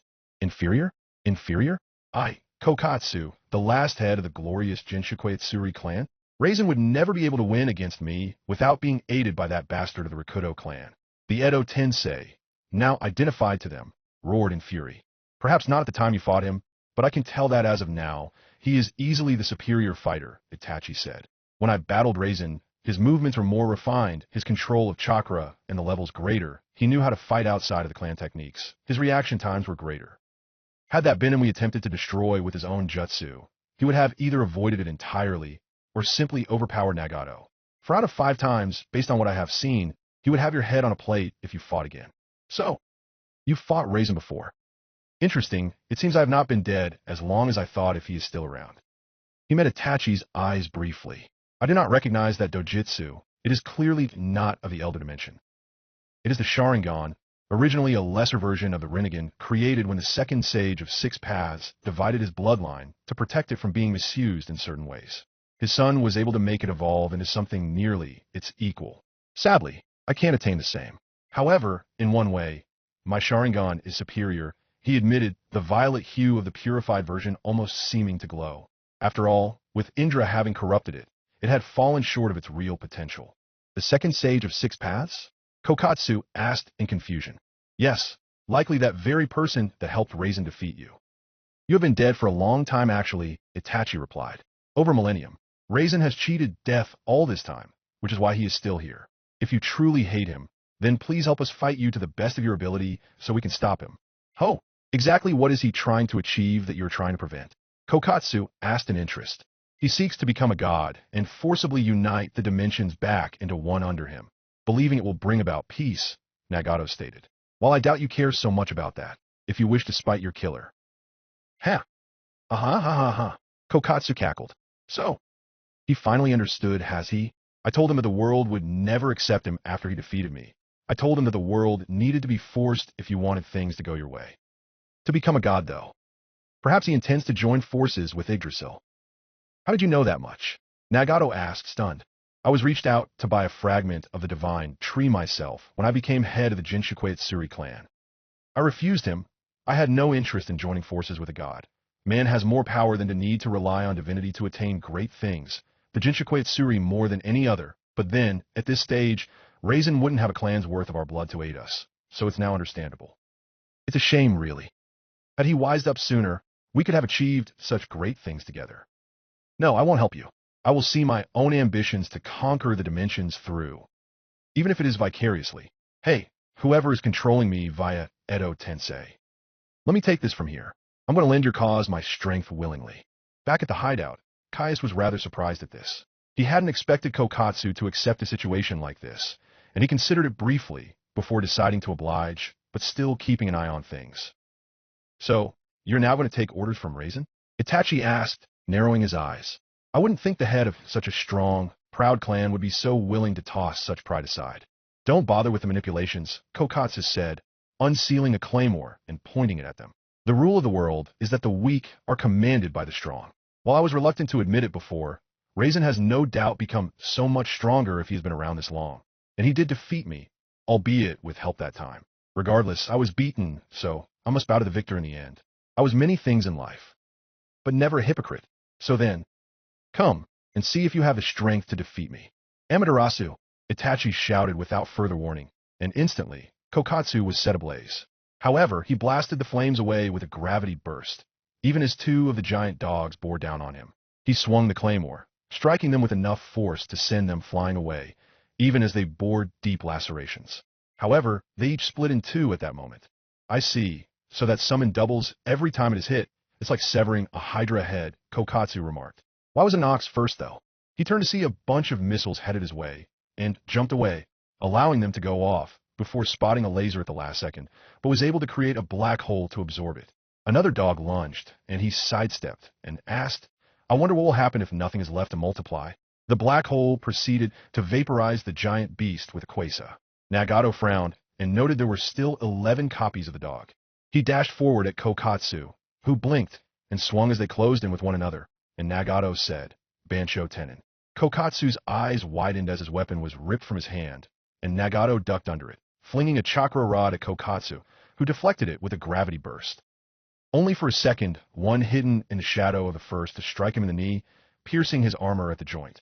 With a hand seal, Nagato quickly attempted to suppress Kokatsu's chakra, long enough for Itachi to stab him with the Totsuka blade as he manifested it.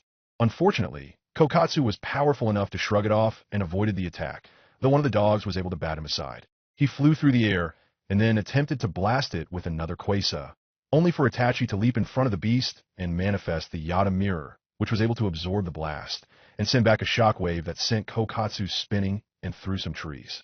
This sadly did little damage due to Kokatsu's armor, but it didn't need to do much, as Nagato quickly cast several hand seals and shouted, Earth-style swamp of the underworld. Kokatsu hit the ground just as it turned into a swamp.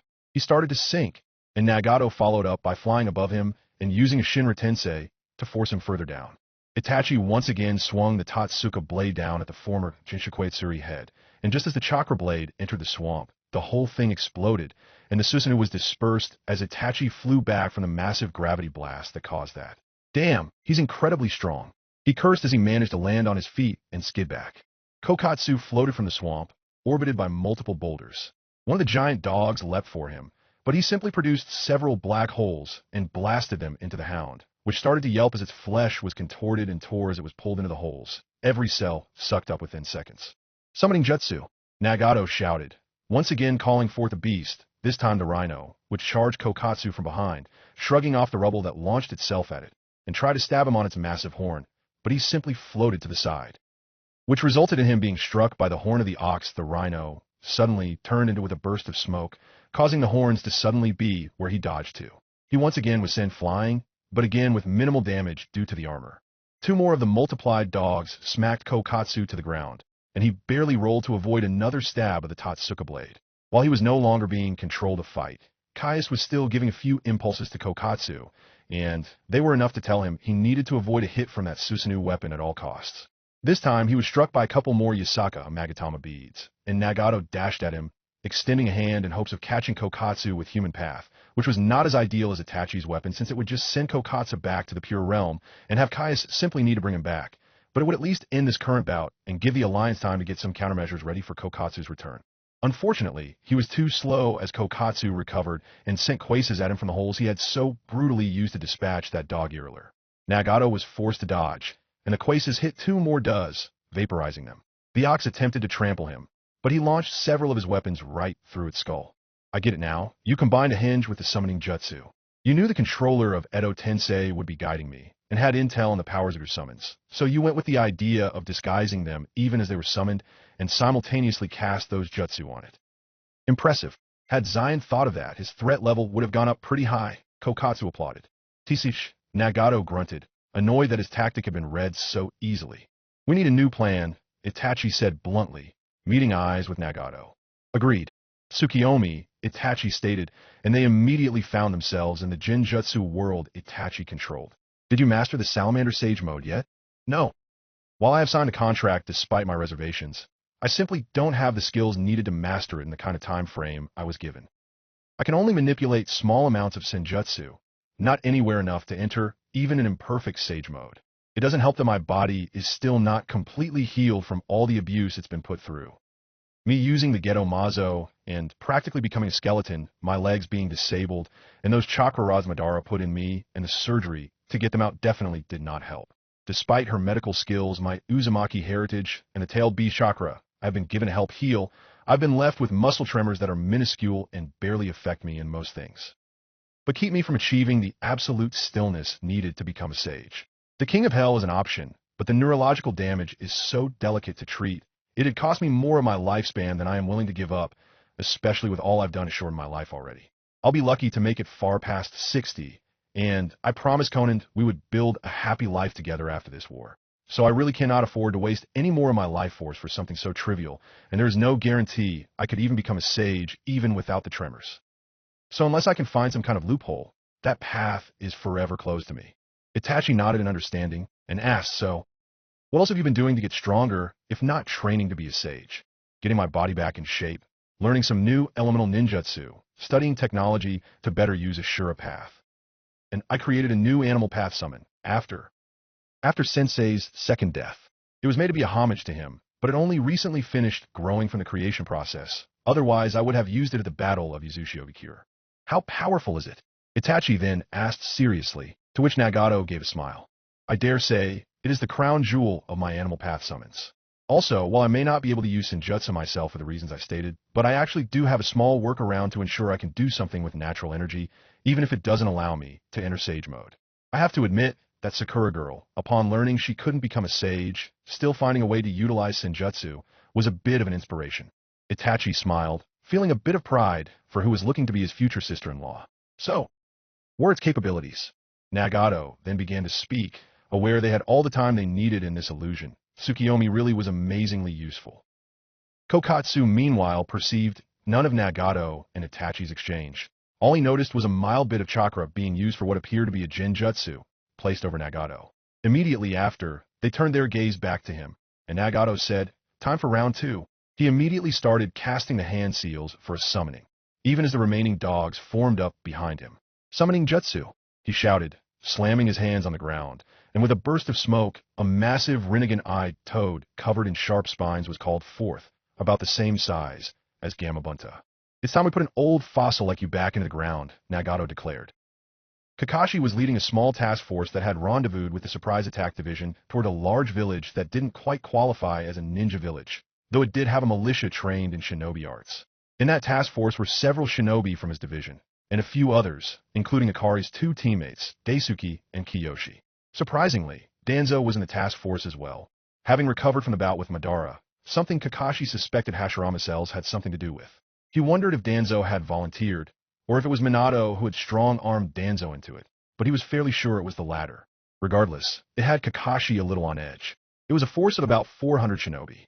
The reason they were going there was due to a captured member of the fanatics of Raisin's religion being captured some time earlier, during the ending stages of the battle for Uzushiobikure, and they managed to get intel from her, detailing a backup factory Derek had set up in said village, where transportation seals were linked to the factories in Uzushiobikure, where equipment and materials were sent upon the capture of the island before destroying the factories there could happen. It hadn't initially made sense to the Kage why the higher-ups of that village would allow Raisin's side to build their factory there, as they were known for a lack of corruption to those that actually knew of the village, so money couldn't have been a reason for allowing it. But then Karen had briefly turned her sensory jutsu towards the village in question and cleared things up. There was a Zetsu presence, and it made sense. They had killed the higher-ups and replaced them with transformed Zetsu in order to put it under their control. Of course, this meant Madara was in on that part of things, since he commanded the Zetsu, where he simply did not care what a few were used for, so long as it meant more trouble for the Alliance. Regardless, if the intel was correct, Derek was trying to finish building another Kinzoku Kaijin, which was a significant threat, as well as a few thousand more automatons by the end of the week, so they were going to take care of that little issue before too many more enemies could be produced. As they approached, Kakashi called for a halt and made several hand seals. Summoning Jutsu. Several dogs had been called. Disperse, and see if you guys can't find any kind of traps ahead, Kakashi requested. Be careful though. Pakken nodded and dashed off as the rest of the hounds scattered. Daisuke shifted nervously as Kiyoshi chuckled, his crossbow out. Do you really think they're expecting us? Or is the captain just being a little paranoid? Daisuke asked, though he activated his Sharingan as if to be ready himself, reveling in just how refreshing it felt ever since it had changed from crimson to violet. They'd have to be mad not to be prepared for an attack, Kiyoshi said reasonably. It's not paranoia if it's reasonable caution. Pakken soon returned and reported to Kakashi there are several small patrols of automatons and shamblers up ahead. Not a lot of them, though. Seems they wanted to avoid drawing attention. Good. That seems as long as we are careful, we can take them out undetected and get into the village to find the factory without too much issue, Kakashi sighed before dismissing the summons. Let's move. Sure enough, the difficulty level was set quite low at this stage. So how did things go so badly less than an hour later? Having just finished a patrol off, there was suddenly multiple bursts of smoke and multiple Edo Tensei coffins rising from the ground, and Kakashi's eyes widened. How'd he missed it? This had trap written all over it. It had been way too easy to deal with the patrols. And with a bit of thought, he realized how they were now surrounded by a couple thousand automatons, shamblers, chimera, and a few Edo Tensei as the lids of the coffins fell to the ground. Hidden under a layer of dirt was storage seal after storage seal, having hidden the mindless soldiers and the Edo Tensei, suspended in animation. Stepping out of the lead coffin was a figure with dark hair, and who looked very familiar to Daisuke. No way. Former clan head Fugaku? He asked, shocked. Sure, he had only been about 3 at the time of the man's death, but he had seen the pictures of him in Sasuke's home, being his student and sharing a clan with said teacher after all, not to mention being related to Itachi's fiancée, so he definitely visited often enough to be able to recognize him. Kakashi sure as hell recognized Fugaku as well. They had not been on good terms when Itachi had killed him. What with the fact that he was consistently pressuring Kakashi into returning Obito's last gift to the Uchiha clan, something Kakashi obviously just as consistently refused to do. The Uchiha as a whole hardly took kindly to their bloodline being in the hands of someone outside the clan. The second Hokage, even beyond the grave, he just continues to do so much harm to members of the Uchiha, doesn't he? Fugaku grunted, looking at his reanimated body. Even dead, I just can't seem to get away from the bastard's influence. Don't speak ill of my mentor, Danzo interjected, looking quite pissed despite his calm tone and demeanor. Fugaku glared up at him. Well, if it isn't the man who consistently made life as difficult as possible for the Uchiha clan, he smirked. Perhaps there is a silver lining to being brought back from the dead. Though I do wish that I wasn't turned against the leaf like this. Oh, weren't you planning a coup? Danzo asked derisively. Many of us had reached our limit due to the discrimination against us. We only sought to seize power so as to renegotiate our place in the village, even if it came to bloodshed. In the end, however, you turned my son against me, and I could not bring myself to cut him down. So you won then, I suppose. I wonder what you did with the eyes of the clan members who sided with me after they were killed. Might that have something to do with the different chakra signatures I am seeing in that right arm of yours? He asked, his Sharingan focused squarely on the old war hawk. You play at protecting the village, but tell me something, Danzo. When was the last time you sacrificed something of yourself to benefit the village, rather than something of the village to benefit yourself? Danzo opened his mouth, but to his shock, could come up with absolutely nothing initially before stating, I had to gain power, so I could one day lead the village to lead the world into a new age, to move forward toward the dreams it was founded for. Wasn't one of the founding principles something to do with not putting children on dangerous missions? How did you train the kids you conscripted in a route again? Something about making them murder one another for the purpose of killing their emotions? Fugaku asked rhetorically. He glared at Danzo intensely, his Sharingan Goemon Mangekyo, which he had gained in the Third Shinobi War, but barely used for obvious reasons, and certainly wasn't going to use on Itachi, even if it had meant his death. I was on the front lines in the Third Great Ninja War, Danzo. Where were you? Cowering, building your private army, justifying it as a necessary measure to protect the village, when you only wanted to boost your own agenda. Honestly, I'm surprised to see you out here fighting in whatever war this is. I'm guessing the Hokage, Minato, or whoever else is in the position right now just isn't as forgiving of your sniveling nature as a close personal friend had been. I'm not a coward, Danzo shouted, casting hand seals. Danzo, stop. Kakashi tried to order Danzo, but it was futile. Apparently, Danzo had simply been pushed too far. Kakashi-san, what should we do? Oboro asked Kakashi quietly, being in charge of the surprise attack division, with Kankuro having taken leave to see to Gaara's missing arm to replace it with a puppet arm. Even as he spoke, Danzo fired off a few wind-style vacuum bullets at Fugaku, and the undead Uchiha simply dodged, letting the jutsu tear apart a couple shamblers. There are too many for us to defeat here and now in open combat, Kakashi said, already thinking hard. We need to break away from the fighting somehow. He immediately thought of the kunai of Minato's he had kept on him for that kind of emergency. But his Sharingan could see a layer of chakra a fair distance away in all directions, and he deduced it was a space-time barrier that prevented direct teleportation in and out. So unless they could get outside of that, calling for help like that was out. Figures they'd spring something like that if they bothered to set a trap to begin with. Kiyoshi nodded grimly and took up a position near Daisuke, who drew his pair of katana blades, and Kiyoshi spotted an opening to shoot an automaton, his lightning-enhanced crossbow managing to pierce the shielding and hitting a vital seal and making it drop as Daisuke used his katana to carve up a shambler, using fire style to blast it backwards at first and move to get him on a group of them. When one struck him, he used his favorite abused jutsu substitution, with tags put on the log in question, blasting the shamblers in question for serious damage. Oboro, meanwhile, had singled out one of the Edo Tensei, aware that Jinjutsu was mostly pointless against the mindless cannon fodder, so picked a Jonin reanimated on the enemy's side to keep at bay with his illusions. This Edo Tensei was a Kiri Jonin that had made a decent name for himself during the time of the First Great Ninja War, and had briefly been considered a potential candidate for the 7 Great Ninja Swordsmen, but simply had not been up for it.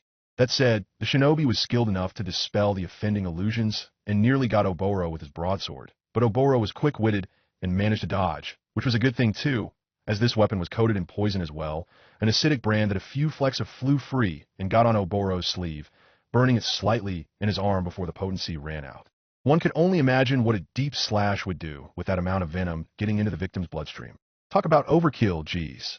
A couple of shinobi rushed to help Oboro, but one got cut down quite quickly, and the other would have too had the swordsman not noticed Kakashi blitzing him with a lightning blade in hand. He moved to block, using wind chakra in the blade to counter the lightning of Kakashi's attack.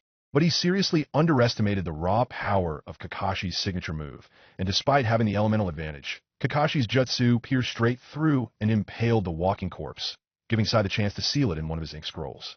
Right element, wrong caliber, Kakashi stated simply as the Edo Tensei, as the ink tiger dragged it into the scroll. Back at the enemy's base, Caius simply scoffed and put a 7 into the taken pile. A bit of a blow, but hardly a major loss. Meanwhile, Danzo was on the defensive as Fugaku proved to be the superior fighter. Not to mention, Danzo was clearly off balance. Everything that had been happening recently, with all of his efforts to bring the Leaf Village to the top of the world, it was all falling apart spectacularly. The only reason things had not turned out worse was because others had cleaned up several of his messes. Was everyone who had been chewing him out right? Was he truly a coward? Fugaku sent a fireball at Danzo, and Danzo ducked, beginning to undo the seal on his arm. However, Fugaku was done playing games and focusing on his right eye for the Mangekyo, stated Hachiman. Danzo blinked as he saw multiple objects Fugaku had touched and clearly marked with a seal of some type move and launch at him. Telekinetic manipulation, Danzo correctly deduced even as he dodged. Fugaku then proceeded to call forth the skeleton of his Susanoo, which was as far as he had developed the technique due to his sparing use of Mangekyo in life. But it was still a force to be reckoned with as he leapt after Danzo, the burning yellow color easily seen, and smacked him with a lot of force. But he was luckily able to pull off a substitution and escape the otherwise killing blow. Before Fugaku could follow up with Danzo, several lightning-covered kunai impacted his Susanoo, cracking the skeletal structure pretty extensively, one actually piercing and grazing Fugaku's shoulder. He turned to see that Kakashi had thrown them. Kakashi Hitaki, Fugaku said. What happened to the Sharingan you gained? He asked curiously. Kakashi blinked, before realizing he was talking about the current coloring of the eye. Your son, Sasuke, broke an ancient curse on the Uchiha bloodline. The Sharingan is no longer gripped by the relic of the past, that is the Uchiha hatred. It only remains in the red form for those who refuse to let go of the past and stop pursuing hatred, looking to the future. Old grudges should be buried, Fugaku. It would be nice if the villagers had remembered that after the Nine-Tails attack, but if they had, I would never have rebelled. My hatred was not about past events, Kakashi. It was about the discrimination that was happening in the time I was alive. Tell me, is it still happening? There is still bad blood, but your sons and widow are striving to put that in the category of history, and things have improved significantly. Good. Despite our differing philosophies, I am proud of them for changing the course of events the Uchiha was headed for.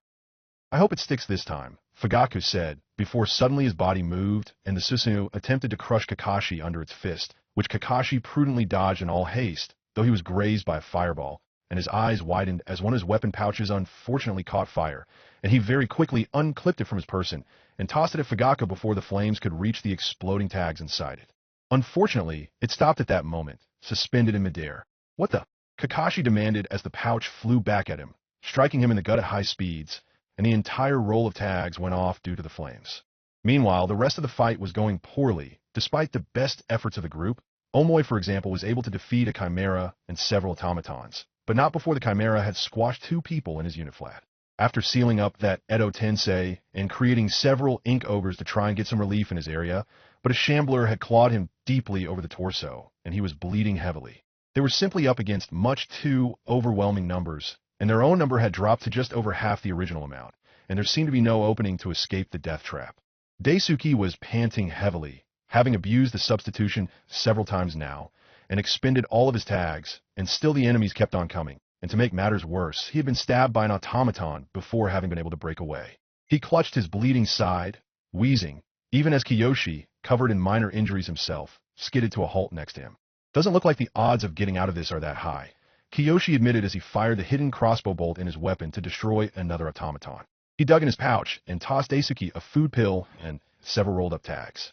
"Don't talk like that. We're going to get out of," Daisuke started to say before a shadow came over them, and he looked up in time to see a chimera aiming to squash them flat, and no time to dodge. However, he was suddenly sent flying out of the range of the chimera's paw, courtesy of Kiyoshi thinking fast and shoving him with a quick shove and all his might, and getting smashed to the ground in the next instant, even as he pulled out his last few exploding tags.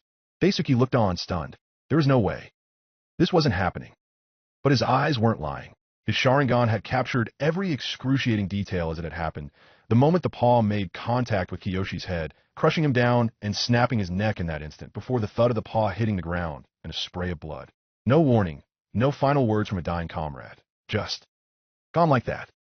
Daisuke clenched his fist with enough force to make the nails draw blood from his palm as the tags Kisoi had with him went off, doing a lot of damage to the chimera's paw. But as the undead creature had no sense of pain, it simply adjusted the way it moved as it moved towards Daisuke.